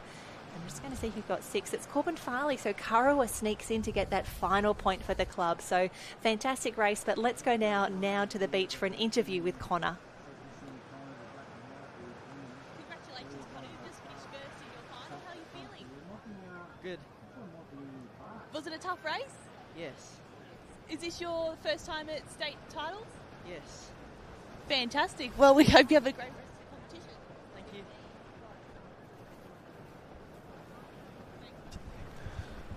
And fantastic job there. Currumbin will be celebrating tonight as Connor Theron takes a win over Hudson Backham and Michael Van Achteren. Fantastic word, Connor there. And Currumbin, quite the powerhouse when it comes to beach events, led by EJ Forsyth. She took her 5th Beach Flags title in a row at Aussies last year. Such a superstar. You talk about phenomenal athletes. You've just named one right there. You know, we always talk about the Ironman and the Ironwomen as the final result comes up from the under-12 male beach sprint. You can see there from first to 8th. Carter Renahan, we mentioned, from North Barrier in 8th place, and Levi from Maroochydore, one of Jen's favourite, in 7th. But Jen read them out before. The gold medal went to Connor. But yeah, we was talking about EJ Forsyth. All the Ironmen and Ironwomen seem to get all the notoriety and the flowers. But EJ is just one of the most phenomenal athletes you will ever see. A fantastic human being to go with it. And I know she's had a limited preparation leading into state and Aussies this year, but I can't wait to see her go around again in a few weeks' time at the Australian Championships. And great to see her still racing for Currumbin. I know a lot of the Currumbin Beachies moved a few years ago to different clubs, but EJ's still there. And good to see our good mate Sammy Dick doing a great job coaching a lot of those up-and-coming Currumbin nippers in the beach events. Yeah, it was great. I think EJ popped a post up during the week saying just how much she was looking forward to the Aussie Championships. You know, even though she did have that interrupted preparation, she was just as clinical as normal at the state championships recently. She's ready. As we see a few Currumbin caps on the screen there, all of the boys ready to go. It looks like one of the under-19 boys, young Ty Smith from Currumbin. Good to see. Good to see one of the under-19 boys giving back and looking after the nippers. So great to see. Fantastic to see. So that has been a very big day one of the Queensland State Championships for our junior athletes. We've covered a lot of team events in the water. We've done some individuals and teams over here in the beach arena. That actually does wrap up our coverage for day one, but we will be back tomorrow a little earlier than we were today because I think we actually have the all-age relay kicking off tomorrow morning. So it has been a big day, Craig. I don't know if you can pick your favourite from there just yet, but just having a look at some of the highlights from today, those board races, some really great shots across the day. Oh, look, my favourite event today was watching the under-15 board relays, so I really enjoyed that. Fantastic to see. That's my second favourite thing, the smiling faces, Jen. I've just seen no shortage of smiling faces. I can't wait to come back tomorrow. Looking forward to the all-age beach relay first up in the morning. There's almost our second best kook of the day there, and that's not being detrimental. It's so easy to make a mistake out there today, but boards going flying. The determination on the kids' faces today has been first class, and I'm loving seeing it. That finish in the under-15 men's board relay was quality. It really was. It was good on the beach, and you can see here, I think I actually was down here for the semi-final of this one, had a chat to the crew afterwards, but they were just frothing on how good the surf was out the back as well. They were telling me these stories. Oh, Mermaid just getting over that wave. out the back here. This is actually scenes from that under-15 board relay final. That's Imi Dowker there. But Craig, it's been wonderful, and a shout out, a thank you to our Race 1 athletes who have come in to join us as well today.